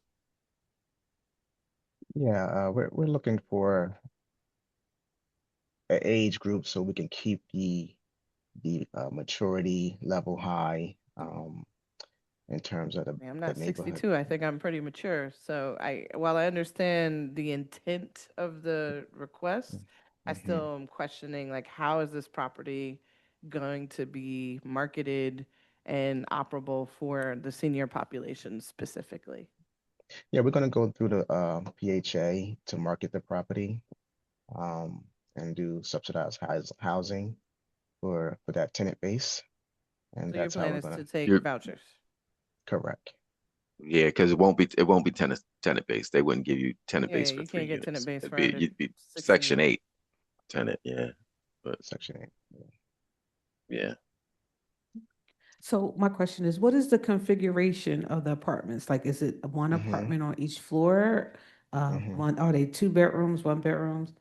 Yes. So the ground unit is a ADA compliant unit, and it's 2 bedroom, 1 bath, 4 kitchen, of course, with living space. The first floor will be 3 bedrooms, 1 bath with open living space, and then the top unit is also 3 bedrooms, 1 bath for open living space.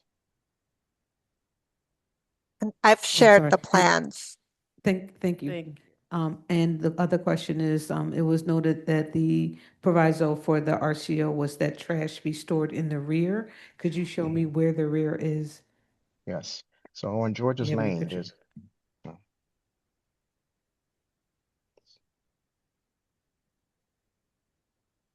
Yep. So that street we're looking at right now is George's Lane, and there's a driveway, and that's where the city actually picks up the neighborly trash. So we're gonna allocate a space along the George's Lane side. Yes, okay. Because all that area will be concrete, and we're gonna use a padding fenced in for trash and hauling purposes.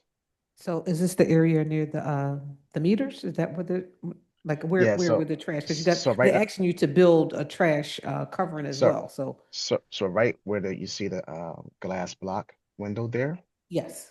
in that area right there, we will designate the trash space.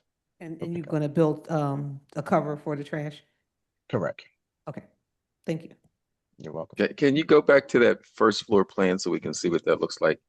Sure. And So Ahmad, the 3 right now 3-bedroom units are like family units. So that's Also, was the first floor unit 1 that you showed the images for? yes. And that's a roll-in shower It for the is, ADA yes. unit? Yes, it I is. saw that it was 0 step, but it did not look like a roll-in shower. Yeah, it's a rolling Looked like it shower. had a fixed glass door. Oh, no. so the entrance to that ground floor unit is where? That's on George's Lane side. So there are So no it's where everybody. steps. There's So no no, I'm steps, saying no. this. So it's where everybody's trash is. Trash Where you're. container. Well, the entrance is they have 2 different entrances for the ground Yeah, floor so I'm trying to units. figure out it. Yeah. So So it if you would go be, back, if you go back to the, yeah, okay. So this is their entrance. Is that their entrance? You've got two entrances. Which one is their correct, entrance? both. They have two entrances. So two entrances, one is into what space and one is into what space?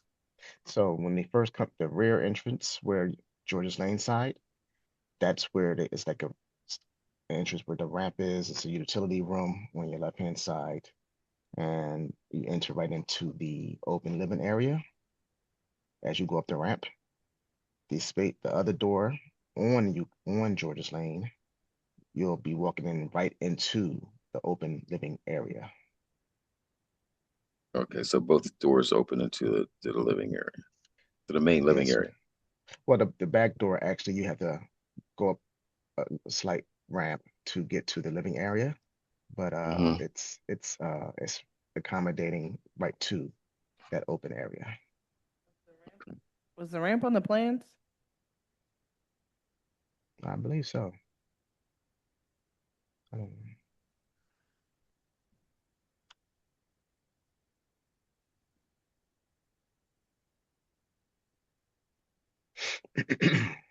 So that door where the meters are is kind of like the back door, and you've got a ramp inside the unit, not Correct. outside the unit. Okay, That's correct. Mhm. right. Okay. All right. Other questions? Questions or comments from our attorney? None at this time. Questions or comments from the virtual audience or the audience here? I see no hands at this time, Chair. Planning Commission. Nina Solomonic with the Planning Commission. The comprehensive plan recommends no change to the existing RSA 5 residential single-family zoning at this location. There is a documented use of the property for two-family living between 2017 and 2019. The renovation, including the third unit, was completed without the benefit of permits and has multiple open violations. The City Planning Commission recommends the board grant the variance for multifamily living with proviso 2 units only. Okay, council, we're gonna hold this so I can sit and talk to the board members about it.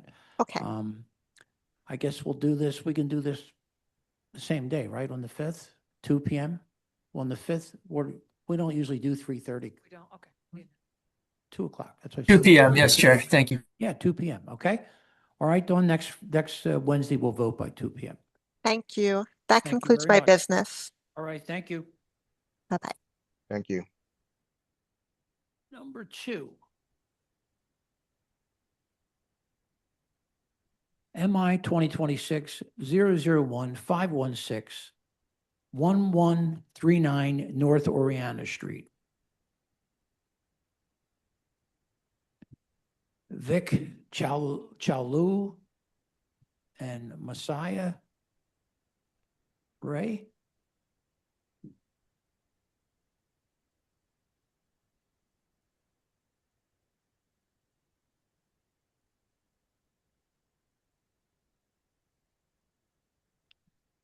Is there anyone in the audience for this? Yes, they're being promoted to panelists. Thank you very much. Good evening. Good evening. Could you please state your name and spell it for the stenographer?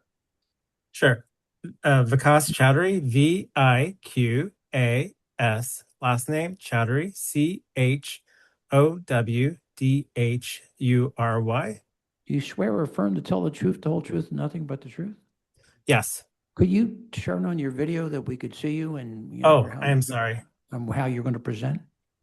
Yeah, Okay, our vice chair is right here and she has a few questions for you. sure. Good evening. Have you submitted your documents and exhibits 5 days in advance of this hearing? Yes, And this application is for, want to place a deck with some stairs leading to the ground? Is that correct? correct. Okay. And also, Okay. Wait a and minute, wait a request- minute. Oh. And you've been refused, you understand that the refusal is because that is prohibited. You can't have, decks leading from, the stairs leading from the deck to the ground level? You understand that to be your refusal? Yes, that I understand. Okay, all right, so you can, share your screen and tell us what you're trying to do. Sure. Please let me know if you can see my screen. We Yes, can. Awesome. Thank you. I also invited my architect, Juliet Whelan. I entered her as a witness for any questions regarding the plans. Okay. All right. So 1139 North Oriana Street is a single family home, RSA 5, located in Northern Liberties. It is a 14-foot by oh, sorry. My architect is saying that never mind. It's a 14-foot by 78-foot plot with a row home. I did watch the training, so I tried to follow that form of the agenda. So what are you doing and why? So we're looking to replace a tiny deck at the back of our house with a larger deck. Our current deck at the back of our house serves as our rear entrance to the building from our permitted parking pad. It has stairs that go from the ground to the first floor above grade. The deck is currently in poor condition and replacing the structure is now critical. We would like to build a larger deck to create a more usable space and add a door to the at the ground level for additional layer of security to the house with the added benefit of a covered spot for the car. Before I move on, this is just a picture just to give you an idea. So this is the current structure. Basically we just park the car here, go up the thing, and then there's a little landing, and then we're in the house, in the kitchen. So we're hoping that the board could grant us a variance on stairs to go from the ground to the deck to continue to allow the house to be accessible to us from the parking pad, and also allow us to increase the height of the deck by 12.25 inches from the first floor above grade to allow ample headroom underneath the deck for parking and getting in and out of the car without bumping heads against the beams. This is the refusal received from L&I. And then I have submitted, sorry, give me 1 second. Here's the project information form, and also the application with the explanation.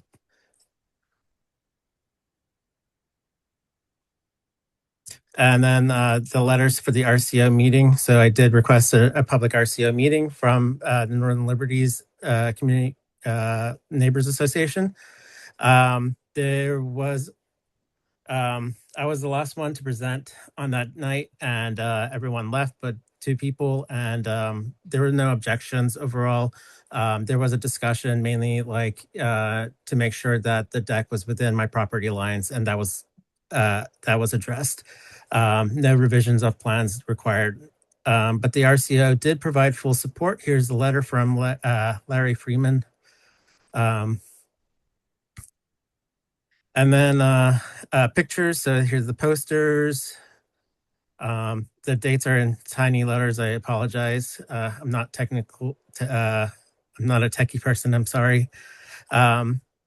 Here's a photo of the top of the deck. So this gives you like an overall view of the area.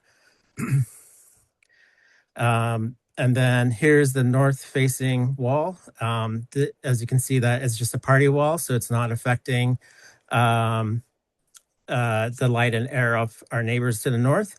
And also that it's a 3-foot setback to comply with code, so that it's not encroaching onto the sidewalk. Here's the south-facing wall, which is a fenced-in parking pad of our neighbors. And here's another angle to show that if we were granted this request, we would not be interfering with the air and light of our neighbors on the south. Here's a snippet from the plans. I will show the full plans, but I just wanted to show where the stairs are. So when exiting the house from the kitchen, there's a step up to enter the deck area. And then there's the stairs going down to the ground, and then the door, and then underneath will be the car. Here's a side view. that will address the height. So this is the full profile of the house from top to bottom. This is the height increase, and you can see right here, like without the height increase, it would be 6 foot 3/4 inches, and the 12.25 inch would give us 7 foot underneath the deck. Here is the full plans. Any questions so far? No, we're taking it in. Okay. And then, so this is pretty much like, you know, the deck with the lighting and gas, but we're decided to just stick with regular deck. This is the look from the front. And then this is the picture of the plot with the deck. So you see the 3 foot setback, and then 26 feet and 11 inches of the length, and then the property.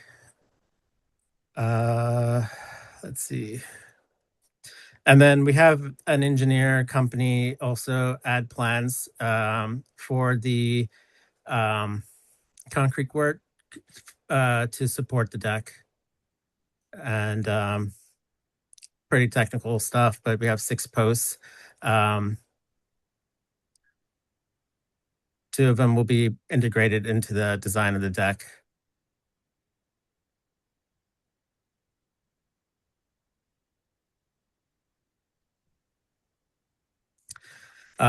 This is my tax certificate. This is We have that. okay, great. So why don't we do this? I know you Sure. have your architect there. Yeah, I'm There's a here. Question. Hi. Hello? Hi, Yeah, can you hold on. hear me? Yeah, hold on 1 minute. What I'm saying is, I know your architect's here. I'm not going to swear in until we decide that we need her. If there's somebody on the board has a question relative to her, we'll do it. So why don't we do this? Questions from the board for you right now. Yes, so the neighbor with the party wall, is he in support of what you're trying to do? Yes. Other questions? And the other neighbor Yes. with the I fence. sent, yes, I sent both neighbors the plans, and I have talked to them in detail about it. And they're And so both in the only way, support. so the only way to access the underneath the deck is from the steps at the back of this deck. Correct. Correct. Okay. And you said there'd be a gate at the bottom of the steps. Well, yes. So when you're facing the deck, you'll see the door. You open the door, and then there's the steps to go up to the deck. So is it a full height door? Is it just a gate? Are the stairs like enclosed in some way around it? Yes. So we plan to add some paneling so that there's That no should way show- to climb That drawing will show it right there, because that Oh. one right there. right Yeah, here. it's just a gate, yeah. Oh, listen to me. State your name first and spell it for the stenographer. You muted yourself. You're muted. Unmute. Yeah, go ahead. Okay, Just state your name sorry. and spell it for the stenographer. Juliet Whalen, JulietWhelan. Do you swear or affirm to tell the truth, the whole truth, nothing but the truth? Yes. Go ahead. Please I believe Mr. Johns asked about the gate at that door right there. It's a full height door, so it's a gate, and then the staircase is directly behind it. Right. And is the side of the staircase closed in some Yes. way or Yes. shielded? With Yes. a fence. Okay. So okay. Okay. All right. Yeah. S- Yeah. The idea is Questions from our attorney?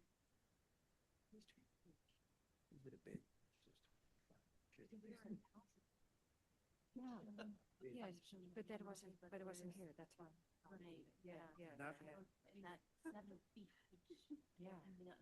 Hold on a minute. We have our attorneys speaking here.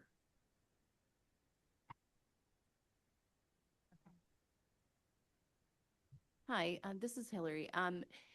So we're just a little concerned that the scope of this application doesn't include the gate and any fencing that you seem to be proposing. I see in the plans that were reviewed by LNI that there's a gate, but it's not mentioned on the refusal, and it's 7 feet, which is probably a foot taller than what's allowed. So I don't know if this got missed, like if they saw it but just forgot to put the refusal on, or so I'm just a little concerned that the application doesn't encompass everything. And you're also mentioning fencing now, which is clearly not on the plans. You know, we could eliminate the fencing and lower the gate to 6 feet. Okay, so if you did that, you would want to submit revised plans. Well, actually, since it doesn't show the fencing, it would have to submit the revised plans for the height of the door. gate. Yeah. Okay. Yeah, and yes, along with the proviso form noting the change. But yeah, I think you'd have an issue with that door being overheight. Okay, could we do that just as like an administrative thing? Like if we could go through the review now and just say, just say the gate, the door needs to be 6 foot tall? We can hold the vote, and you can submit revised plans, and we can vote Okay. it next week. You would, okay, could you repeat that? So you could submit revised plans, and the board could vote on it next week. There's a proviso plans form that you would submit along with that, outlining the changes. We can give you more information after the hearing. Okay, and should I upload that to the same the calendar scheduler link with QuickBase? Okay. And do actually, I have, so, sorry, just to interject. So is the idea that the door to the gate needs to be the same height as an allowable fence, which would be 6 feet? Was that what the concern is? Yes. Okay. Yes, and so I see where it says metal fence on there, but I assume that's referring to the existing fence that's already there and not additional fencing below the gate. Correct. Below the deck. Okay. All right. Question. Yeah, that's the only concern I have with this plan. I mean, the idea that you want to expand your outdoor space and create that, I think that I have no issue with that. The fact that the entire underneath is covered, and it seems like it's not too safe.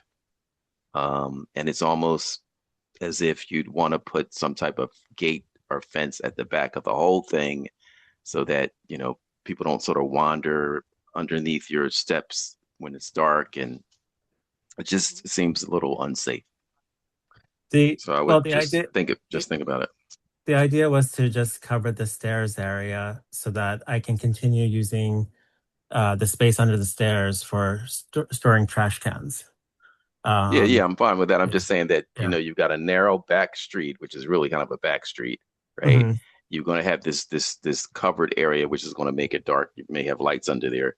It's just like some place for people to hide, potentially. So you may want to consider, like your neighbors have these gates on the back, you may want to consider having some type of additional security so that somebody just doesn't walk down that alley street and, Gotcha. you go to get in your car and they're hiding behind your steps next to your trash can.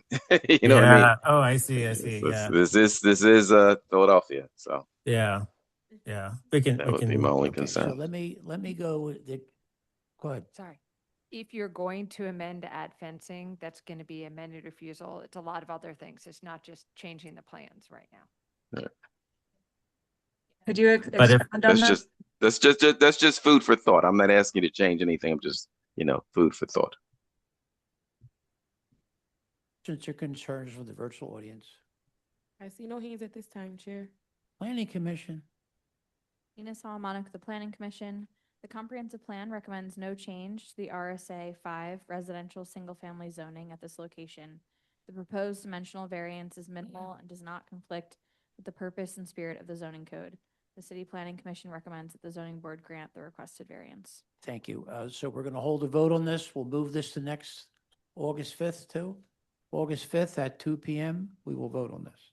Thank you very much for your presentation. Thank you. Thank you. Number 4, MI 2026-001-541, 11,003 Lindsay Street. Darajat Benza is the owner applicant. It's a pro se. Oh, okay. Oh, it's your mother. Well, you have to, somebody's got to sit down. Yeah, you'll be okay there sitting there by yourself. No, maybe I cannot understand every word and I can give you a right answer. She can give. No, it- we don't, oh, just relax. Okay. We can't do that. We Okay. can't do that. If you had to, we should have got you an interpreter beforehand. So do you think you can do it? I think. Okay, all right. Could you please state your name and spell it for the stenographer?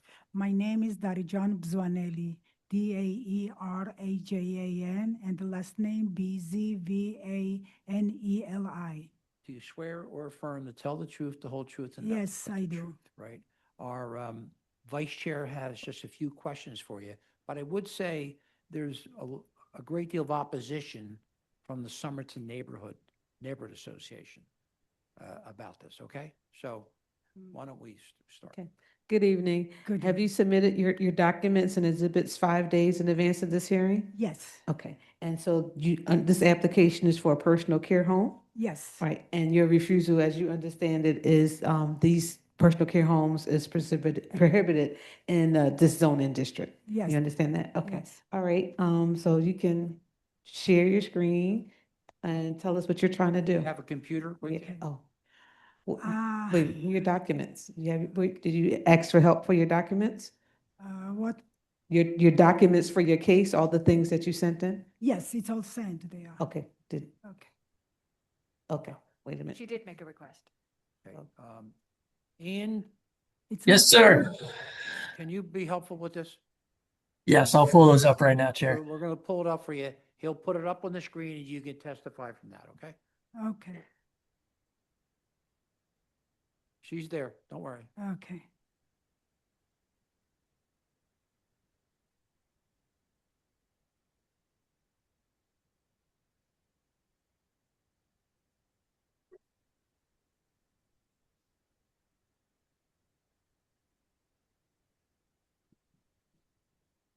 It'll be coming up any minute.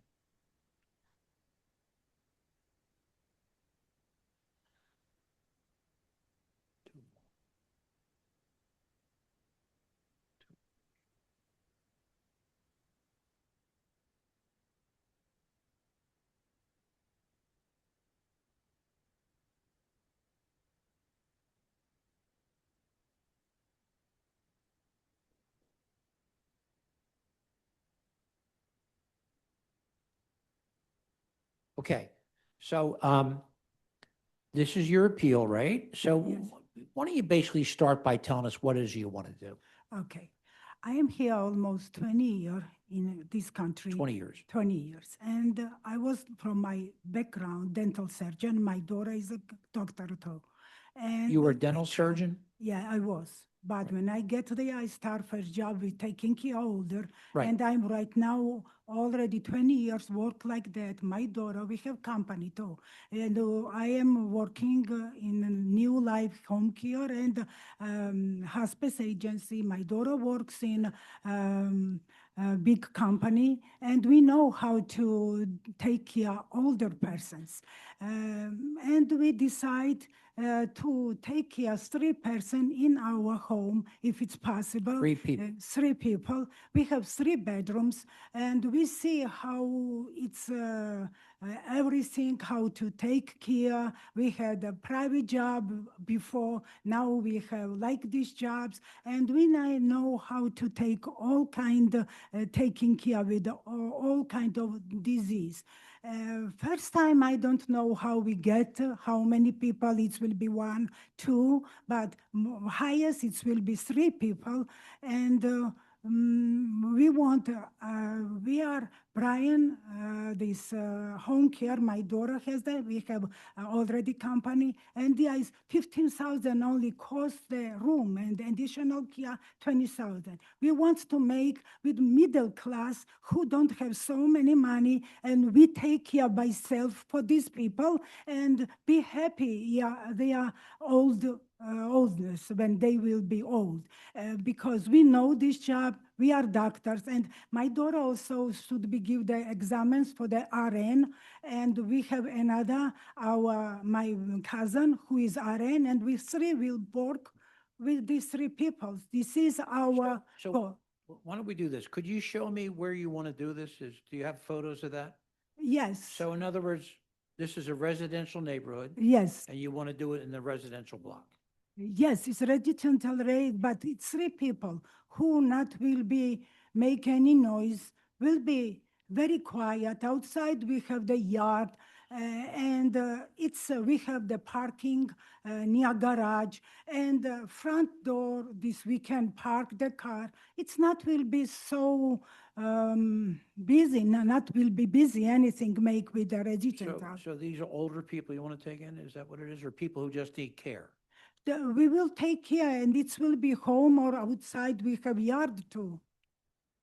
And what is will be Okay, and how many bedrooms do you have? 3 bedrooms, but there is 1,412 square feet. 1,200 square feet. No, 1,400. 1,400 square feet. 1,400. So that's the inside of your house. Yes. And have you ever done this before? Not like this, but I all the time work with the elders. I know how to take care what they need, how to feed these people, what to buy. It's up to their what they need. And let me ask you this. Have you talked to your neighbors? What? Have you talked to your neighbors? We was with neighbors, and it's for my neighbors, it only was 7 people. Another people was from 111. They don't know anything about us. And I bring there 25 people who want this to open like this facility. I bring, they want. Do you have any other photos in there, Ian, that we could look at? No, I don't have right now any photos, but it's everything will be by license. When if somebody gives me I permission, understand. license people come, I- we can change also everything how they want, how his rule will be. I understand. Okay. Other questions from the board? Yes, where would you get the seniors from? Where would you get where would you draw your clientele from? I have very good experience and many friends who really want, they ask me to take care somebody else all the time. But right now I'm working with company. But if they call, I tell, they will bring these people. So many people I work with Drexel Hill, Wineland, everywhere. So many friends I have. And if I only were told, and they will depend on me, and they will bring the people. It's not will be big problem for me. All right. And will you continue to live in the house, or will this just be for the? How it will be for 3 people. During the day, we will live 3. But nighttime, it will be maybe 1. It's how license will be told us.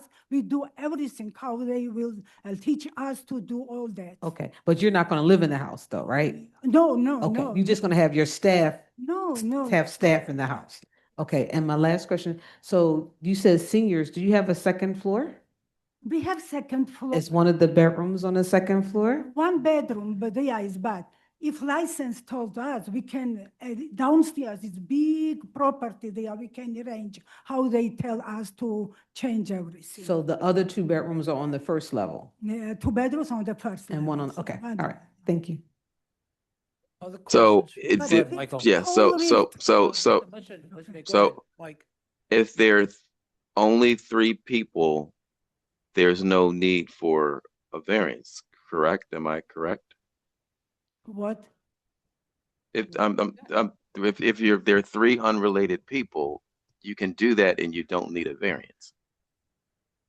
3 people, and we will be 3 to take care of these people. You're going to have 3 people that live there and 3 people that take care of them.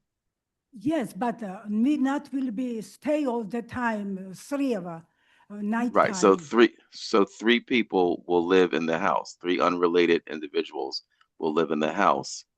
And I just correct me if I'm wrong, but I don't think you need a variance for that. I see, I don't No, understand. I'm talking to staff, right? That's correct. So So why did Ellen if you, give them this? The application's not for 3 people. oh, Yeah. So in other words, yeah, Well, the I paperwork's not for thought 3 I heard people. her say we could start with 2 or 3 and then move forward. I actually read that there'd be maybe 5 people, and it'd be you 2, so there could be potentially 7 people, but there's at No, least 5. 3 5 people. has been mentioned. 3 people. During the day, we will be 3, but the night times stay 1 to see what's going on with the people. She'll take other people. She. sounds like there'll be a staff person there at night. Only 3 people will be there. How many residents? You mean 3 residents? 3 residents, only 3 residents. Oh, no, it's fine. All right. It seems to me it might make sense to do the 3 people by right and see how it goes for a few years and get your neighbors to buy in. And then if you want more, come back. That's, Yeah, but how do you police that? I don't know. I mean, I don't know. Go ahead, what do you? Can I just ask a question? If you're taking care of people, you would need help at night with the people. It depends on what you're talking about. I mean, I want to get into personal stuff, but you would have staff there living. I tell you, one always will be stay with this. One always will be stay there. But she not here to sleep in the room. She have to stay, there will be computer and see what's going on in the rooms. So you have 3 shifts. 3, yes, 3. And nighttime, nobody can sleep there because it's older person. Right now I work in nighttime shifts. My daughter works one of the biggest company, and she soon gives the RN these tests. Right, so let's do this. Let me take it to the virtual audience. There's people from the community here. We can get a sense of what the interpretation was when they met. Right. Alice, Alice, you've already been sworn. Just state your name. Alice Udovich from Councilman Brian O'Neill's Could office. you give us a sense of what happened at the? Certainly. First of all, I would say that this use is prohibited for a reason. And when you look at this is actually a single-family home, small. There's no evidence of hardship as to why it can't be used that way. But this also seems almost like a disaster waiting to happen. You're caring for seniors. You're taking them to a 2nd floor. There's only 1 bathroom in the property. It doesn't appear to be equipped for handicapped people. I just feel as though this use is so inappropriate in this location. Okay, can I answer? Is there anyone else in the virtual audience?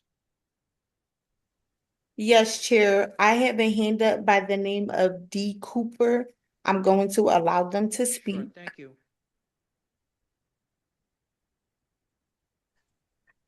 Good evening. My name's Dee Cooper, DeeCooper. All right, do you swear? Hold on 1 minute. Do you swear or affirm to tell the truth, the whole truth, nothing but the truth? Yes, I do. Dee, are you a neighbor? I am the vice president of the Somerton Civic Association. Okay, well, please proceed. And I present, just to clarify, the application is for a personal care home, which is expressly prohibited in a RSD3 zoning district. We had 50 people attend a meeting in June. 42 people voted no. There was 9 nearby neighbors, including the next door neighbor. They voted no. Issues raised was increased traffic, commercial noise, parking congestion, staff members 24/7 taking up parking spaces, as well as regular visits from family members, home health nurses, therapists. You could have ambulances and fire trucks making frequent visits to the location if one of the residents falls, medical emergencies, which could be disturbing to neighbors, commercializing a property and housing transient occupants could negatively impact the local real estate values. And there was a big concern about elder abuse, how this property would be regulated to ensure that these senior citizens are not being, not I'm not gonna say abused, but just, not cared for properly. And that was one of the big things that the neighbors were really concerned about. Thank you. Okay, thank you very much. Is there anyone else in the audience? No, Chair, I have no more hands up at this time. So, Okay, can I answer? Yeah. 3 person who need here, how they can make traffic. And I tell them it will be 2 nurses there, Right. 2 registered nurses. We have I know, parking but lot. we understand that. What we're trying to see is that, are you allowed to do that in your residential home? You live in a house or residential home. So we're trying to see just what that means. right? Okay, and another one, how I can do if license not come, not tells me do 1 bathroom each bedroom. When we all done, then we can take all residents. How it will be?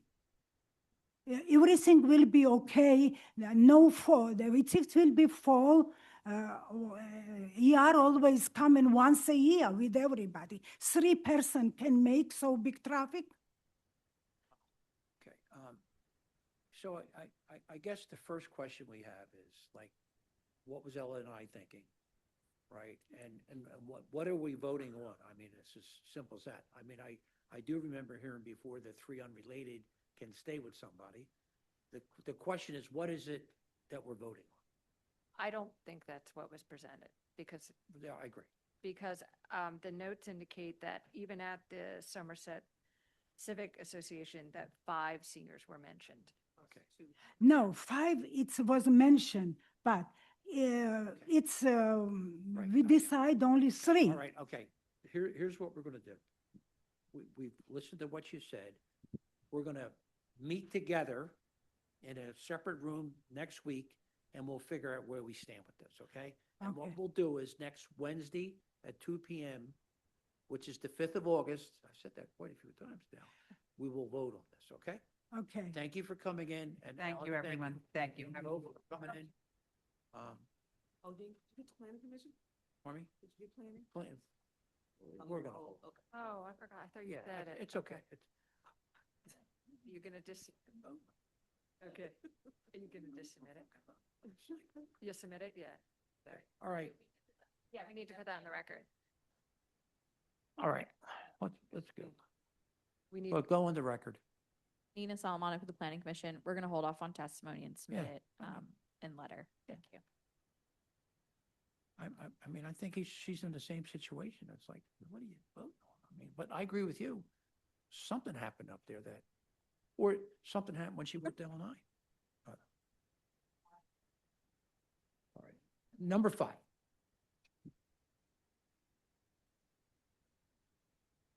Number 5, MI 2026-001547, 5827 Newtown Avenue. Christopher Blacksburn is the owner applicant. Is that your case, ma'am? Pardon me? Christina? Oh, I'm sorry about that. Does it say What something happens when you've been different? doing it, you want to hear like till, whatever. Could do me a favor, state your name and spell it for us. Yes.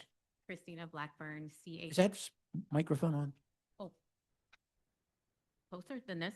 Yeah, just Oh. pull it towards you. Or you could pull that, it'll come right to you, like that. Okay. All right. Hi, could you state your name and spell for the stenographer? Yeah. Christina Blackburn, CHRISTINA, BLACK. Do you swear or affirm to Sorry. tell the truth, the whole truth, and nothing but the truth? Yes. Our vice chair has a few questions for you, and then we'll start the process. All right. Good evening. Have you submitted your documents and exhibits 5 days in advance of this hearing? Yes. Okay. And you are here for group living and personal care home? Yes. Okay. And you do understand that were refused because that use is prohibited in the RSA 5 district? Yes. Okay. All right. Thank you. You can show your documents and tell us what you're trying to do. I did Are you- ask for You assistance. get assistance? Okay. okay. Ian? Ian? Yes, Chair, the documents are up and There ready we for go. your We're good to go. They're up. Oh, okay. Yeah. So I want, so I am a doctor. I'm a scientist. I'm a population health scientist. I work on violence against women and children. I've been doing this work since 2012. I'm a survivor of domestic violence, myself and my children. And I decided I would like to use this home for children who are removed from their home due to child abuse or domestic violence, age 0 to 5, so younger children. And I'm looking for it to be a group home from what I understand and what I've read, I can have up to 6 children in the home at How many? a time. 6. Okay. Because they're younger. This is the first time I've done anything like this, all right? So, and it's actually a novel approach to it because right now what's happening with children when there's been a domestic dispute, say both parties are taken into custody because there's been a fight, maybe someone's injured or there's been a murder, children can wait for hours or even overnight in police precincts or at the DA's office or with DHS. I've heard cases of where children are taken to McDonald's because what they have to do is, and I've talked with DHS, I've talked with the social worker there. She said this happens every day to children.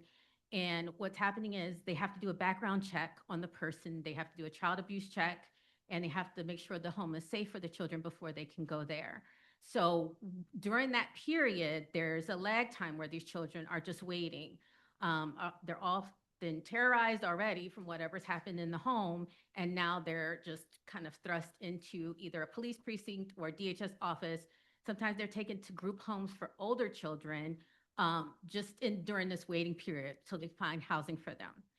So I figured this could be, my home could be a soft landing place for them until they can be in either foster care, kinship care, or taken to a more permanent home. It's just temporary. So it'll be from 1 to 3 days for the children, for DHS to have time to do these background checks so they're not rushing, so that the children have a safe place until they can be placed. The home is 1,800 square feet. It's a 3-bedroom home. But I plan to have everything on the first floor for them because it's only going to be 6 children. So we're going to have the cribs and everything on the first floor.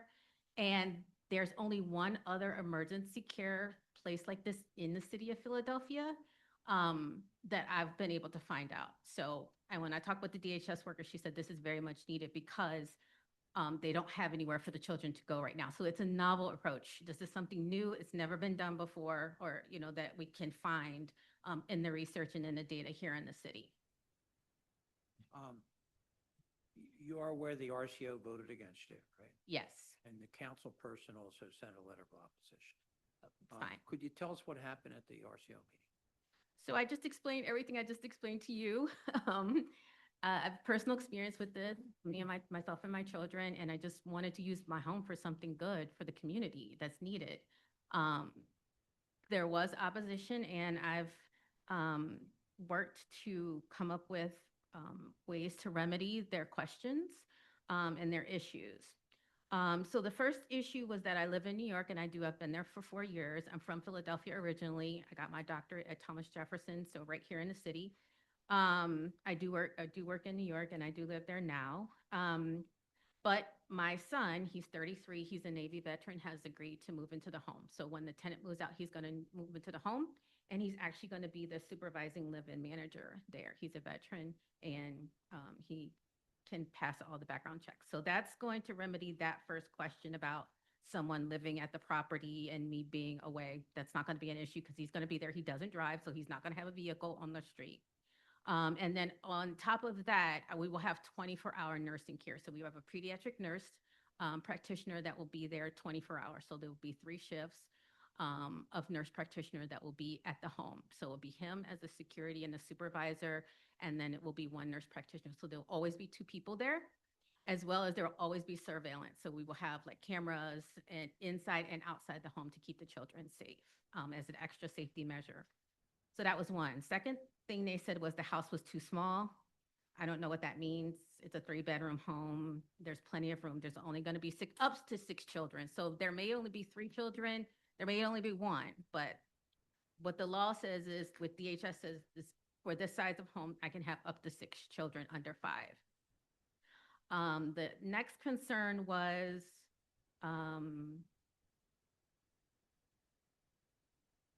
I guess I know traffic. They said something about the traffic, and parking. So if possible, I do have, Neil on the line. He is an attorney. He's in New York, but he's helping me with this process, and he has pictures. Neil, can you pull up the pictures of the house? Or can he be sworn in, or how does that work? Hi, everyone. Neil Weisbard, just acting as a land use Okay, consultant. wait a minute. So I just wanted to show you the parking and this parking situation. And I have land around the house. I'm on the corner unit. Yeah, I understand, but I mean, can we get the picture down here and then have somebody put it up or? Yeah, Chair, this is Ian. All the pictures that were submitted are ready for display. I can go through them one by one and the appellant can speak to them if that's helpful. No, it should be a The picture lawyer of in New like the York back. had that picture, Ian. Hi, yes, there you go. Thank you. Okay. So right in front of the house, there's a parking hydrant. So if the DHS worker has a placard, they can park in front of the house. There is, if you can go to the next picture, Neil, there is parking on the side of the house. So there's plenty of parking there. There's also the driveway right there that they can come in, and they can come into the back entrance. Now, the plan, once we've been, Could you do me a favor? I'm sorry, I can't even. Once the plan is to eventually get that back area of, You gotta stop. Go ahead.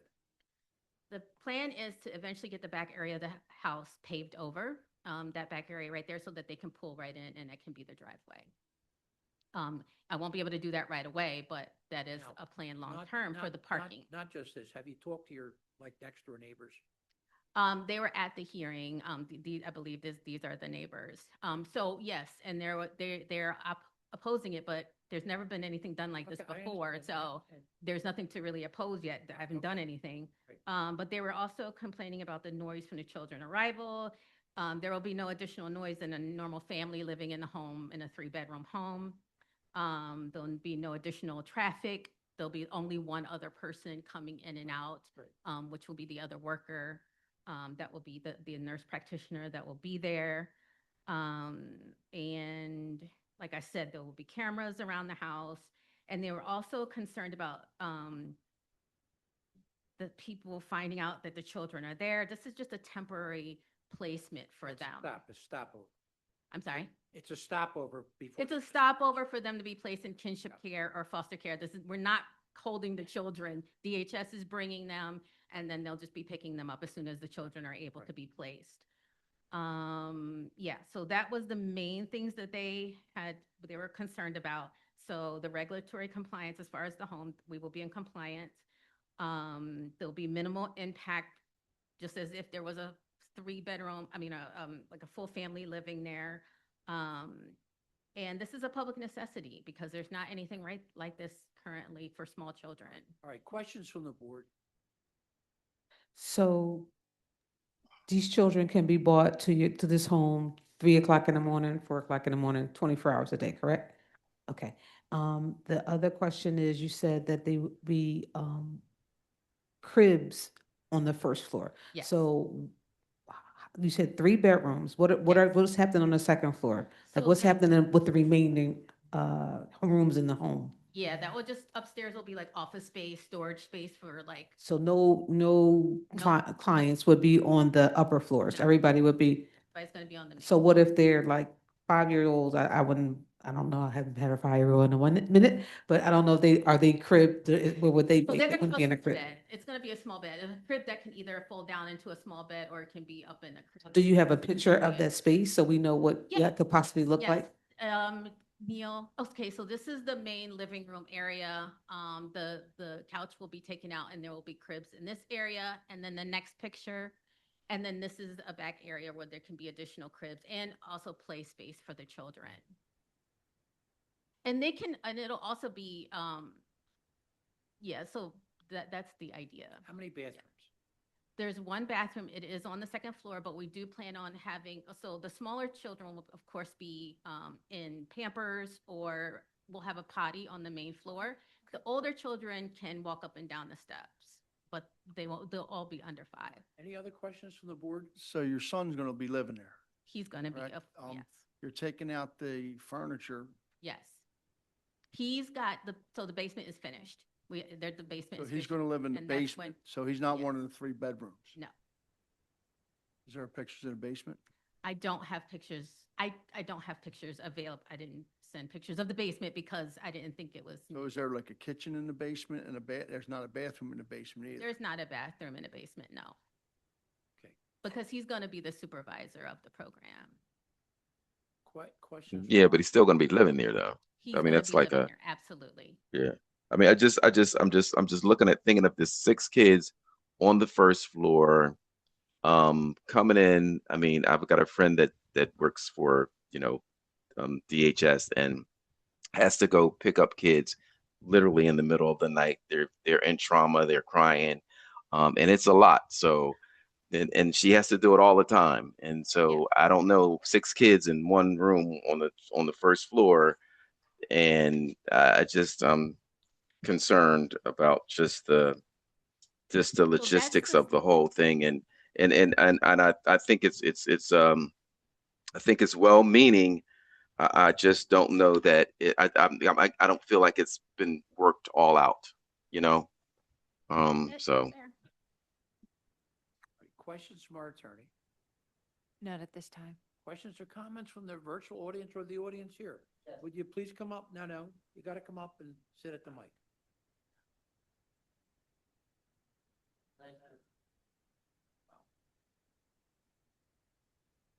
My name is Michael. Well, do me a favor, sit down and relax first, right? And then do me a favor, try to get that microphone close to you, Okay. right?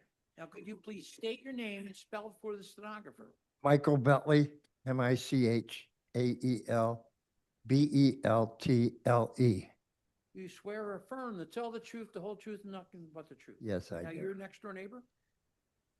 Yes, I live next to the corner home. Do me a Yes. favor, please start your testimony. Okay. First of all, you only see one picture in there. It's a dining area, and it's not big at all. I have a house just like hers next door. It's adjoined. The living room is small. You can't have that. I mean, look, I admire a person trying to help kids out.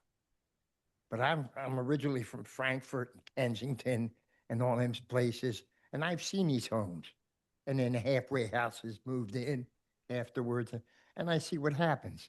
The next year, something happens, more kids come in, older kids come in, kids start hanging out. Look, I'm 72 years old. I'm handicapped. You saw one parking spot in front of a fire hydrant. I live right behind that. That's where I park my car. As a matter of fact, my signs will be here soon for handicap parking. And there's 100 homes in on that block. Easy 100.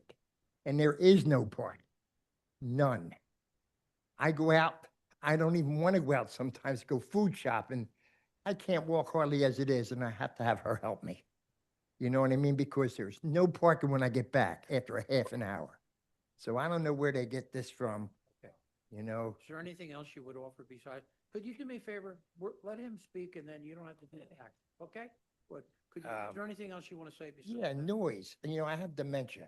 I got a doctor's note from a couple doctors saying that I don't have to be around all this stuff. This is my second home that I bought in my lifetime. And I'm spending a lot of money for a mortgage. I'm spending my Social Security and part of my pension to live in this home. Okay. And I moved this time to say I'm going to live in peace. And I have a feeling I'm not going to. Thank you. And very- everybody else is saying the same Thank you thing. very much for your input. You're welcome. Is there anyone else on the virtual audience or any other? Can I say something to that? Yeah, let me just see. Oh, If okay. there's case there's somebody else, then you can respond at once. All right, is there anyone else to wants to make a comment? Yes, Chair. I have a hand up by the name of Maria, last name starting with S. I'm going to allow them to speak. Thank you very much. Hi, I'm Maria Sabatier. I'm actually a witness for Dr. Blackburn. The reason that she asked me to come and speak with you No, tonight, no, okay, go ahead. as I can answer Do me, some of do me, do me, do me a favor. Sure. State your name and spell it, and then Okay. I'll swear you in, okay? It's Maria, Maria, Sabatier. It's S as in Sam, A V as in Victor, Ettiere. All right, do you swear or affirm to tell the truth, the whole truth, nothing but the truth? I do. Okay, so please go ahead. I've been mentoring Christina through this process, and I think there's a fundamental misunderstanding about what this home would be. It's temporary housing, just like you would have in any foster home. So in any neighborhood, you have any number of people who volunteer or serve as foster parents. This would be in the same vein. Most of the times you wouldn't have 6 children there. You might have 1 or 2. The whole purpose of it is that when a child has been removed later in the day, and it normally doesn't happen in the middle of the night, we're talking after business hours, and they can't place a child in foster care until the next morning. They need a place to bring a child besides a 24-hour McDonald's or have them sitting in a squad car all night. So what Christina is offering is a space for children to be temporarily housed. And because the children are under the age of 5, those are children that are very, very easily placed. They're going to be placed by the next day. So she's only offering overnight space. You're talking about noise. It would be no more noise than someone bringing home their child to their own home or a foster parent bringing a child home at night. It's still the purpose. Now, the previous person was talking about the size of the rooms. She will not be able to get a contract with the Department of Children and Families if those rooms do not satisfy the space requirement. So that would be taken care of. It would not be able to be licensed if the rooms did not meet the minimum size requirement. She can also provide parking by building parking in the back. And I have to tell you, I've been doing this for over 23 years. There's such a need for this. Ma'am, please. Okay, I understand what you're saying, and we appreciate your input. Could you identify yourself, please? Yes. Get closer to the mic. My name is Robin Chili. I Could you do me a apologize fa- first okay, to that's okay. Could you do everyone. me a favor? Could you please spell your name for the stenographer? Robyn, last name Cheely. Do you swear or affirm to tell the truth, the whole truth, and nothing but the truth? Yes. Please, and you live, that's your husband? Yes. All right, and so yes. you live and- next door. Please give us your input. Okay. My concern is, I am all for saving children, I love children. I have grandchildren. I'll be 62 next month. I love children. But we moved into this home because there were a lot of kids where we were. His health is failing. He's going now, Mike, sorry. He's finding out about prostate cancer. We're having he's usually on his oxygen. I didn't know I was going to be going. I apologize. This long, so he's Right. not. He's very content. The block is a very close knit block. Right. We all work. Right. We all go, and it's predominantly pretty much quiet. Right. My niece lives directly around the corner. She's a registered nurse. And she always says, I wish I had moved on that block because it's so quiet. I have my grandson. He comes over. He will go over there and play on So our block. I understand it's a nice block, but do me a favor. but Explain to me why The you don't. problem is, well, I bought a letter from his doctor. He had to move into a community from where we were living, a community where he's not overstimulated due to he's starting to have other health problems. And I don't want to go in to Yeah, so that's much, sure. but I have That's it fine. written down if you want to see. I don't want to put No, all we're this, but, fine. and that's one reason we looked at several properties. That's one reason why we picked this home. Neighbors are so attentive. And well, except for the home where she's renting out to a woman who, I don't know what the problem is, but she just never wanted to talk to anyone, but that's neither here nor there. yeah. She has 2 children and they're extremely quiet. They are. But she's hardly ever home. So Ever listen, since I've been in I this. want you to concentrate a minute. Okay. I want you to say to yourself, why you What's don't the want problem? this to happen here? Ever not since a I've been woman in that's this living here. Tell home. me why you don't want this. Don't want it because we need quiet for one. Okay. Don't want it. Fine. I'm gonna tell you the most important reason. All right, I worked with children for years. No, I look at please it get like back, this. Get back to this property. Okay. You're I telling look- me you don't want it and you're Right, I guessing. look at it like this. Children in general. It takes children, they're coming from displaced families. It takes a child to adjust. Now, you're telling me, Ma'am, I understand it. I want you to concentrate. I'm trying to just give you But a you're reason not- why I you're don't not want listening. it. Yeah, I I know don't- that. Listen to me. Thank you Okay. very much for your conversation. We understand where you are. Thank you. You can Okay. Get back and sit down, okay? Okay. Thank you very much. All right. Thank you very much. So, just- Is there anyone else in the virtual audience? No, Chair, no hands at this time. Planning Commission. Can I speak to the parking? Because Sure, that was you its could- first. You could its speak first to the cons- parking, yeah. Oh, yeah, we Yeah, have, you we get 2 spots, right, Right. for my house. Right. And we would only need 1 for the nurse that will be there in the morning, afternoon, and evening. So we would only actually be using 1 as opposed to the 2 that I get from my own Right, house. right. So I just wanted to make Okay, that point. Thank you so much. Nina Solomonic with the Planning Commission.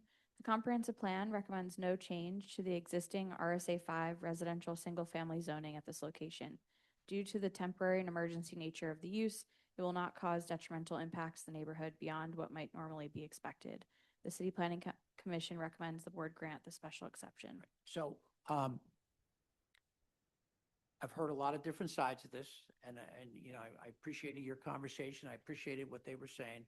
What I want to do is sit and talk to the board. We will do this next Wednesday, right? We'll vote. We're going to get together Wednesday morning, August the 5th. We will vote at 2 p.m. And then. And you don't have to come here. You can listen in on the phone. Okay. Okay? Thank you very, no, you're fine. Everything's done. And you hear, we'll vote next week at 2 p.m., okay? Thank you, thanks. No. Yeah, I know you've been here long. Thank you very much. That's it. That's fine. Oh, no, okay. All right.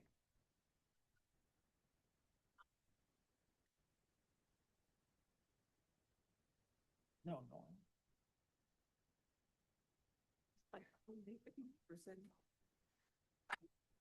Okay, number 7, is it? No, it's here. Where am I at? Number 6. Okay, number 6.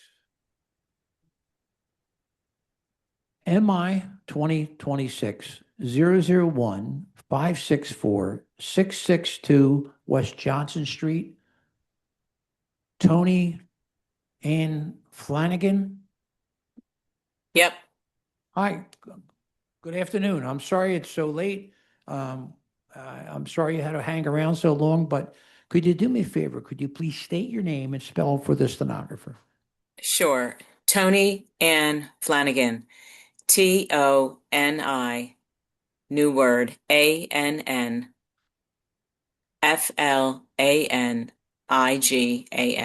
Do you swear or affirm to tell the truth, the whole truth, and nothing but the truth?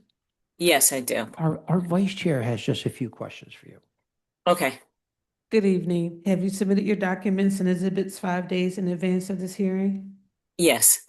Okay. And is your understanding that you're here you want to construct a front porch with a roof?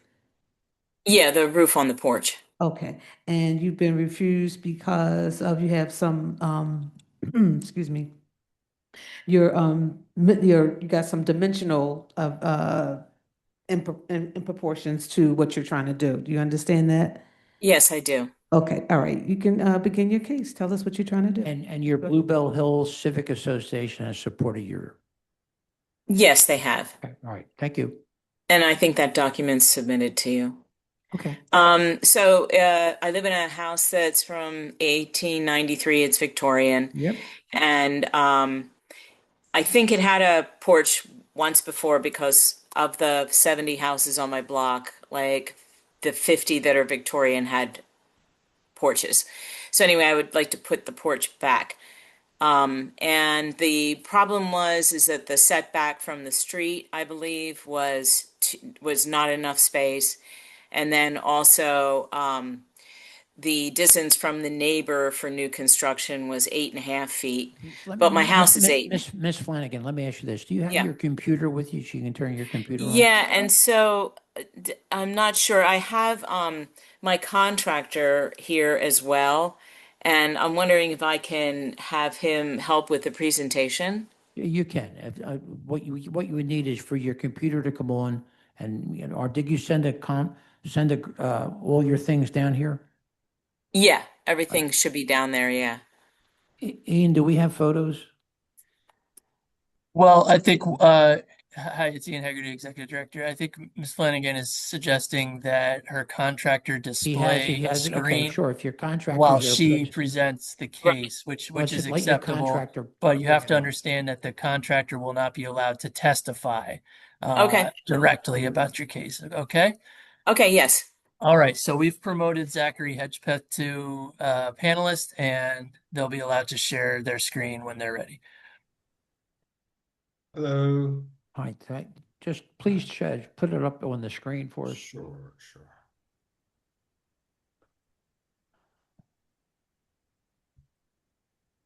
Can everybody see that?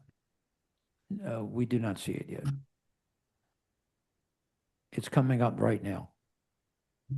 Awesome. Okay, so Okay. you can now test Ms. Flanagan, you testify off Sure. as he moves this things. So that's your So house there. That's my house right there. Okay.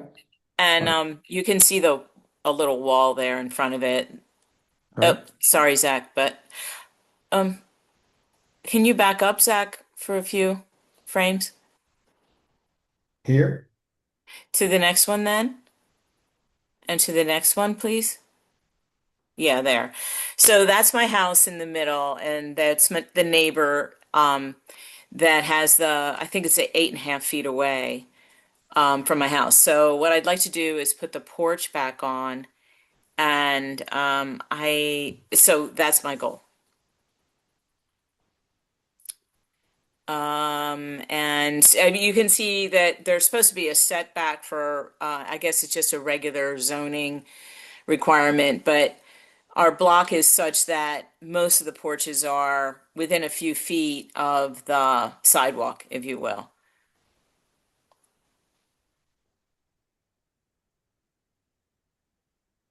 Yeah, so that's my neighbor. This is the picture on the left is my neighbor to my right, and then the picture on the right is my neighbor to the left, my left.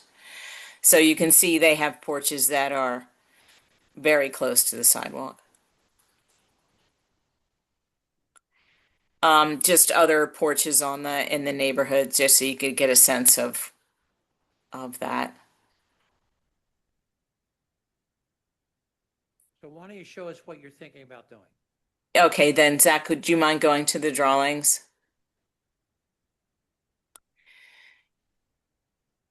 So that's what I'm thinking of doing. The depth of the porch is 8 feet, and I believe it across is 17, which is the width of the house. And the engineer has done the drawings and done the structural work. I think the drawings speak for themselves. Maybe the next drawing then, Zach, if you don't mind.